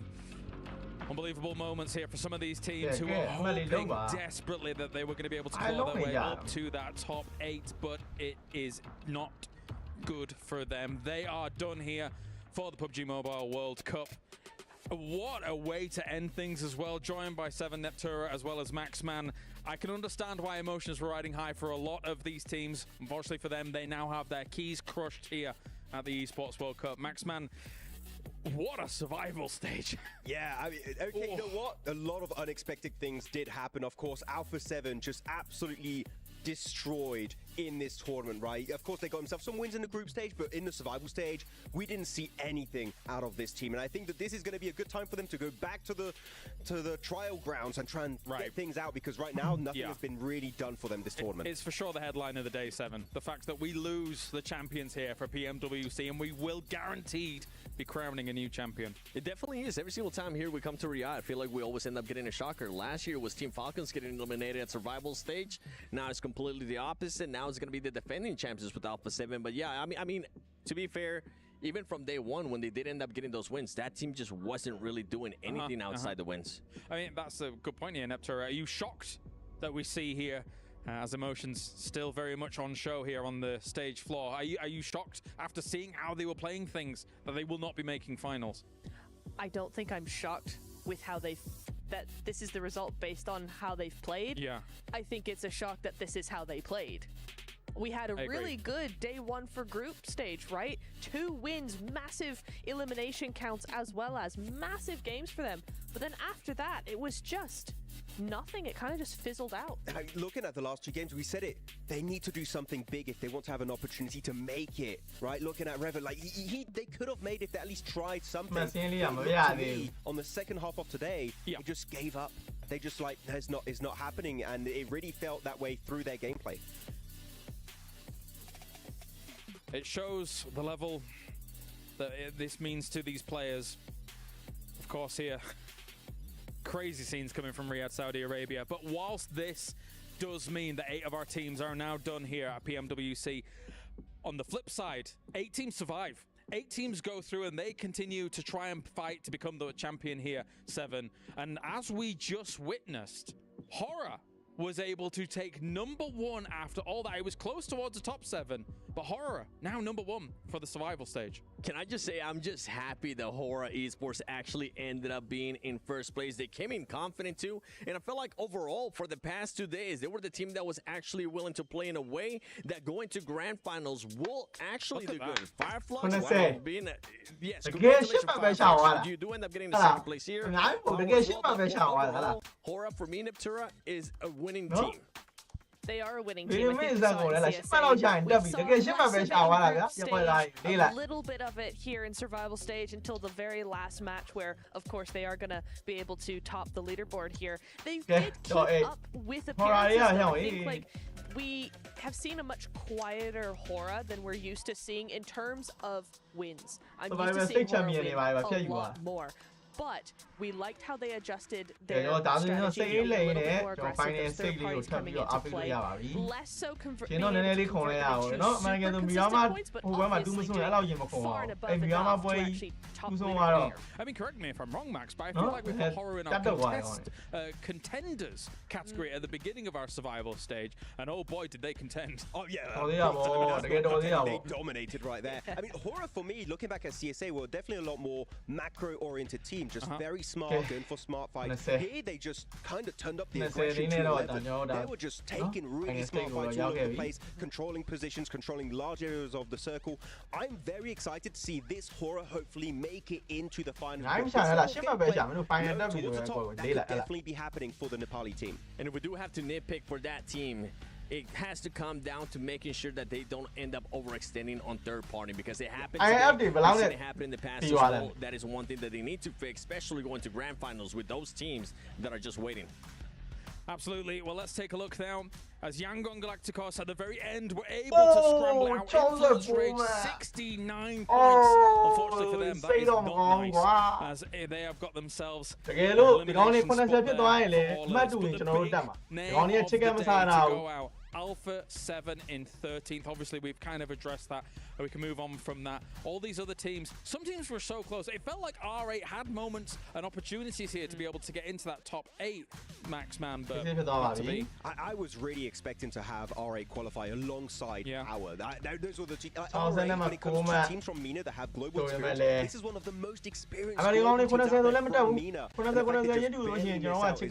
Big surprise. Yeah, quite a few upsets here from Brazil in particular, like you know, in all of Brazil missing out here, despite them being one of the most dominant regions in the past.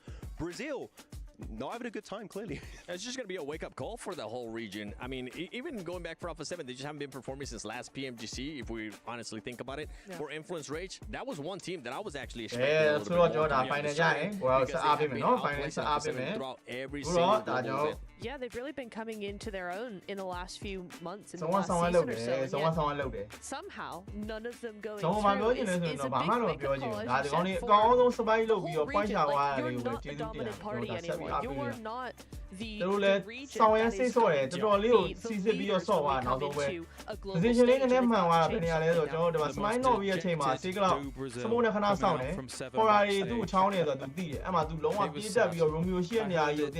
But anyway, here are teams advancing into those grand finals. Horror Esports, Fireflux, Carrier makes it. Arena with the back force. And our grand finals is set. Can these teams coming out from survival stage, they'll come in warm, but can they go up against the likes of teams like Alter Ego, 4 Thrives, DRX looking fantastic? I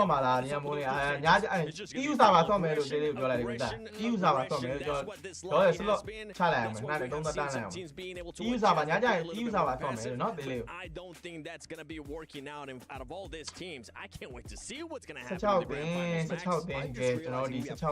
Regions here. All the teams qualified, all of the EU teams qualified, all of the CSA and SEA teams qualified.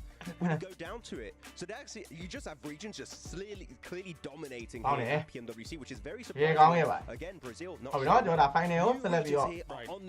claim this trophy. Oh, my question is not only can the survival stage teams keep up, I'm concerned about the 6 teams behind Alter Ego and 4 Thrives, the way they were able to set the pace in group stages, Neptune, because they really did. I'm so excited to see how the team actually gonna get in group stage. But I think we've seen such a step up, such different adaptations of these teams' strategy in survival stage that actually going up against the top 8 that went straight to finals is going to be like playing in an entirely different tournament, I feel like. Just because, yes, you had those outstanding performances from many teams over the group stage, but with the survival stage having enabled teams to actually be ဟို able site to လက် adjust ကော a င်းသွား little တယ် bit လို့ more လည်း and ပြောလို့ do ရတယ် some ဟို better SPG things. က I think it's ဆို going to ရင် be SPG very, မို့ very တော့ interesting. ငါလာပါလေ You're RC ကတော့ rotating lobbies. site You လက် were able to learn from day အဲ့ကောင် to ကောင်းသွား day လို့ to day အဲ့ကောင် in ကဲသွား those 3 days of the grand ကောင်း final. ဒီ site လက်ကိုကြည့်စစ်တင်ရမယ်ဒီကောင် site လက်ကို influence rate တစ်ခွက်လုံးဒီကောင်တက်ဖြတ်ပေးတာ Of the day as well. See Okay what's ပါ going on. Hopefully bye bye those news. အားလုံးပဲ That Max was ညညမှာဆုံကြတော့ earlier on. Hopefully. I was thinking the same.